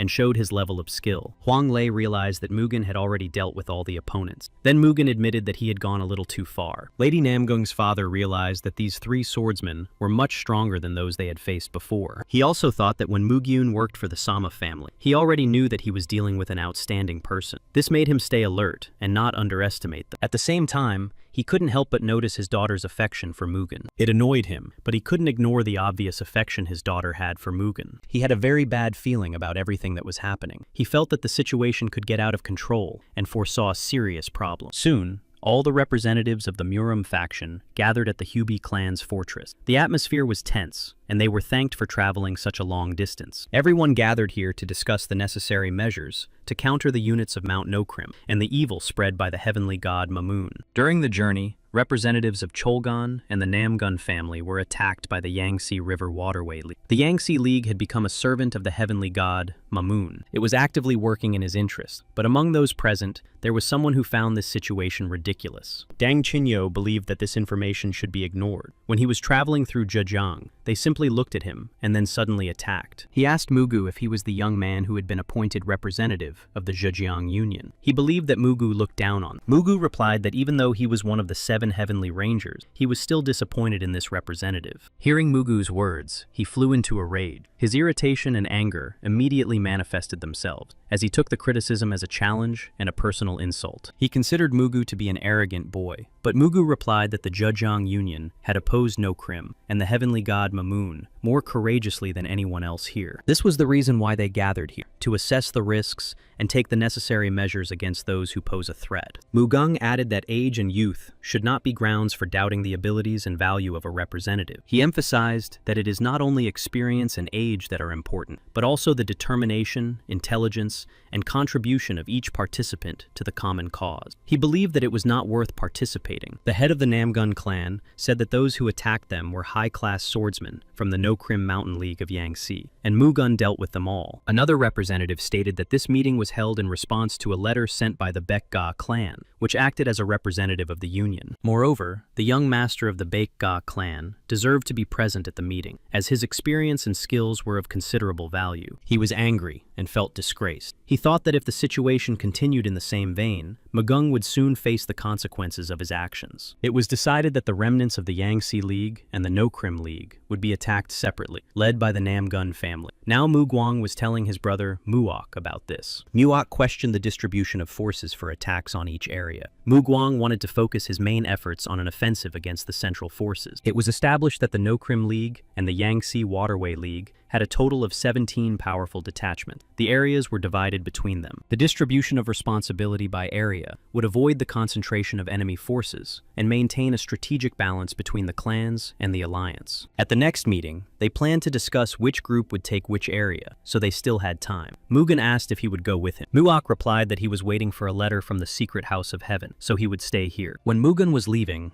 Lady Namgung tried again to say something to him and stopped him. She wanted to know if he was leaving for good, and received confirmation from him that he was indeed going to leave. He had to continue with his business. A little embarrassed, she asked if they could go to the Yellow Crane Tower together. Mugen replied that he was on his way there, and that it was on their way. He thought about how he had been here several times in his past life, but this time he had come with the purpose of finding and retrieving the hidden token of Dongdu's battlefield. He even liked the fact that he had come here not alone, but with such a girl. Muok had received important news that could not be delayed. The information was so serious that he understood it needed to be conveyed as soon as possible. Soon, Mugen and Lady Namgun were called out to. A ringing voice sounded behind them, interrupting their calm walk to the tower. They both turned around almost simultaneously. The man noticed that the daughter of the Namgung clan was walking with the young Master Beck, and noted with surprise that he had never seen them together before. He looked at Lady Namgung and said that she felt safe with Mugen, but he also knew that he could easily make her cry. However, Mugen immediately realized that this man was hiding his true identity. From his gestures and movements, Mugen recognized him as a warrior from the Sichuan faction, the very same faction with which he had previously had a conflict. Lady Namgun responded to the man by calling him rude, and stating that it was none of his business who she chose to walk with. She demanded that he apologize for insulting Mugen. Lady Namgun made it clear that such behavior was unacceptable. Mugen thought that, as expected of the daughter of the Namgung clan, she was confident. The man just smiled and said that Lady Namgung had fallen in love with the young master. She became angry, feeling that she was being mocked, and sharply expressed her dissatisfaction. However, Mugen approached her and attempted to calm her down. He thanked her for defending him, but he added that they would lose if they started quarreling and fighting. The man continued to tease them, noting that they looked good together and asking if their clans knew about it. He said that the lady who was supposed to be a gift to Guangdong had fallen in love with someone else. Then Mugen could no longer restrain himself and rushed to put the man in his place. Mugung quickly grabbed him by the neck, and the man didn't even have time to understand how it happened. Soon, he was lying on the ground, overwhelmed by the force and suddenness of Mugung's attack. Mugung shouted that the man had crossed the line. His voice was loud and authoritative, expressing indignation and dissatisfaction because such behavior was unacceptable. He said that people could say whatever they wanted about him, but not about the Namgun clan. He sternly warned the man not to get out of hand and not to speak out of turn. Those who were standing next to this man decided to act according to a pre-planned plan and seemed to be preparing to launch a surprise attack. They were angry because their friend had been wounded.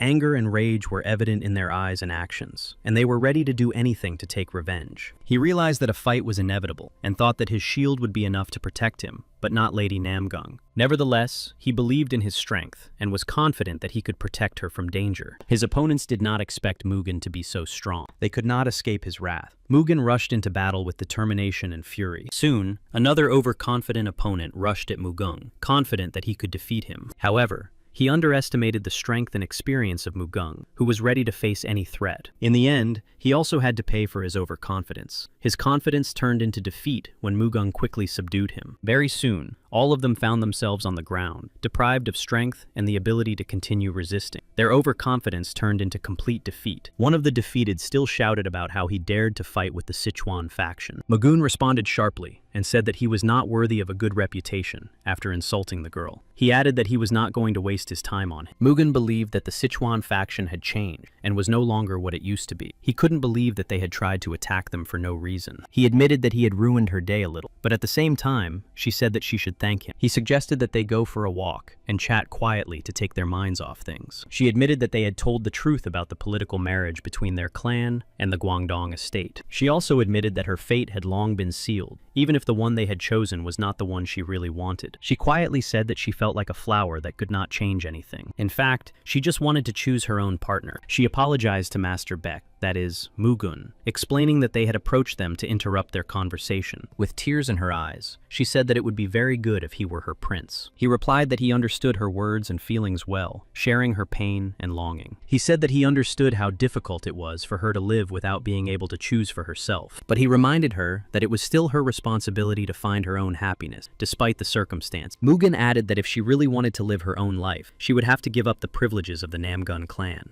He said that if her feelings for him were sincere, he would respond in kind, and the promise was made simply, without unnecessary words. He thought about how he didn't have the best relationship with the Namgun clan, and didn't want to create new problems with them, but it was obvious that she loved him. He couldn't turn away from the unhappy girl, whose feelings were sincere and pure. If she was willing to give up the privileges of the clan, he could be with her. Suddenly, Muok ran up and apologized for interrupting. Mugen was a little surprised and immediately asked what had happened and why his brother had appeared like that. Muok handed Mugen a letter and said that he had received important information and believed that Mugen should read it himself. When Mugen read the letter, his face immediately changed and became gloomy. He apologized to Lady Namgung, explaining that due to unexpected circumstances, he needed to leave urgently. Before leaving, he asked his brother Muok to look after her and make sure she was all right. After Mugen left, Lady Namgung met Muok, and they greeted each other, establishing their first contact. Mugen passed on the information to one of the representatives of the 7 families, and asked if this meant that enemy troops were heading for the Shaolin Temple belonging to Mirim. Mugen explained that to get to this temple, they would have to pass through the mountain and their camp on Lake Donjong. There, they would unite.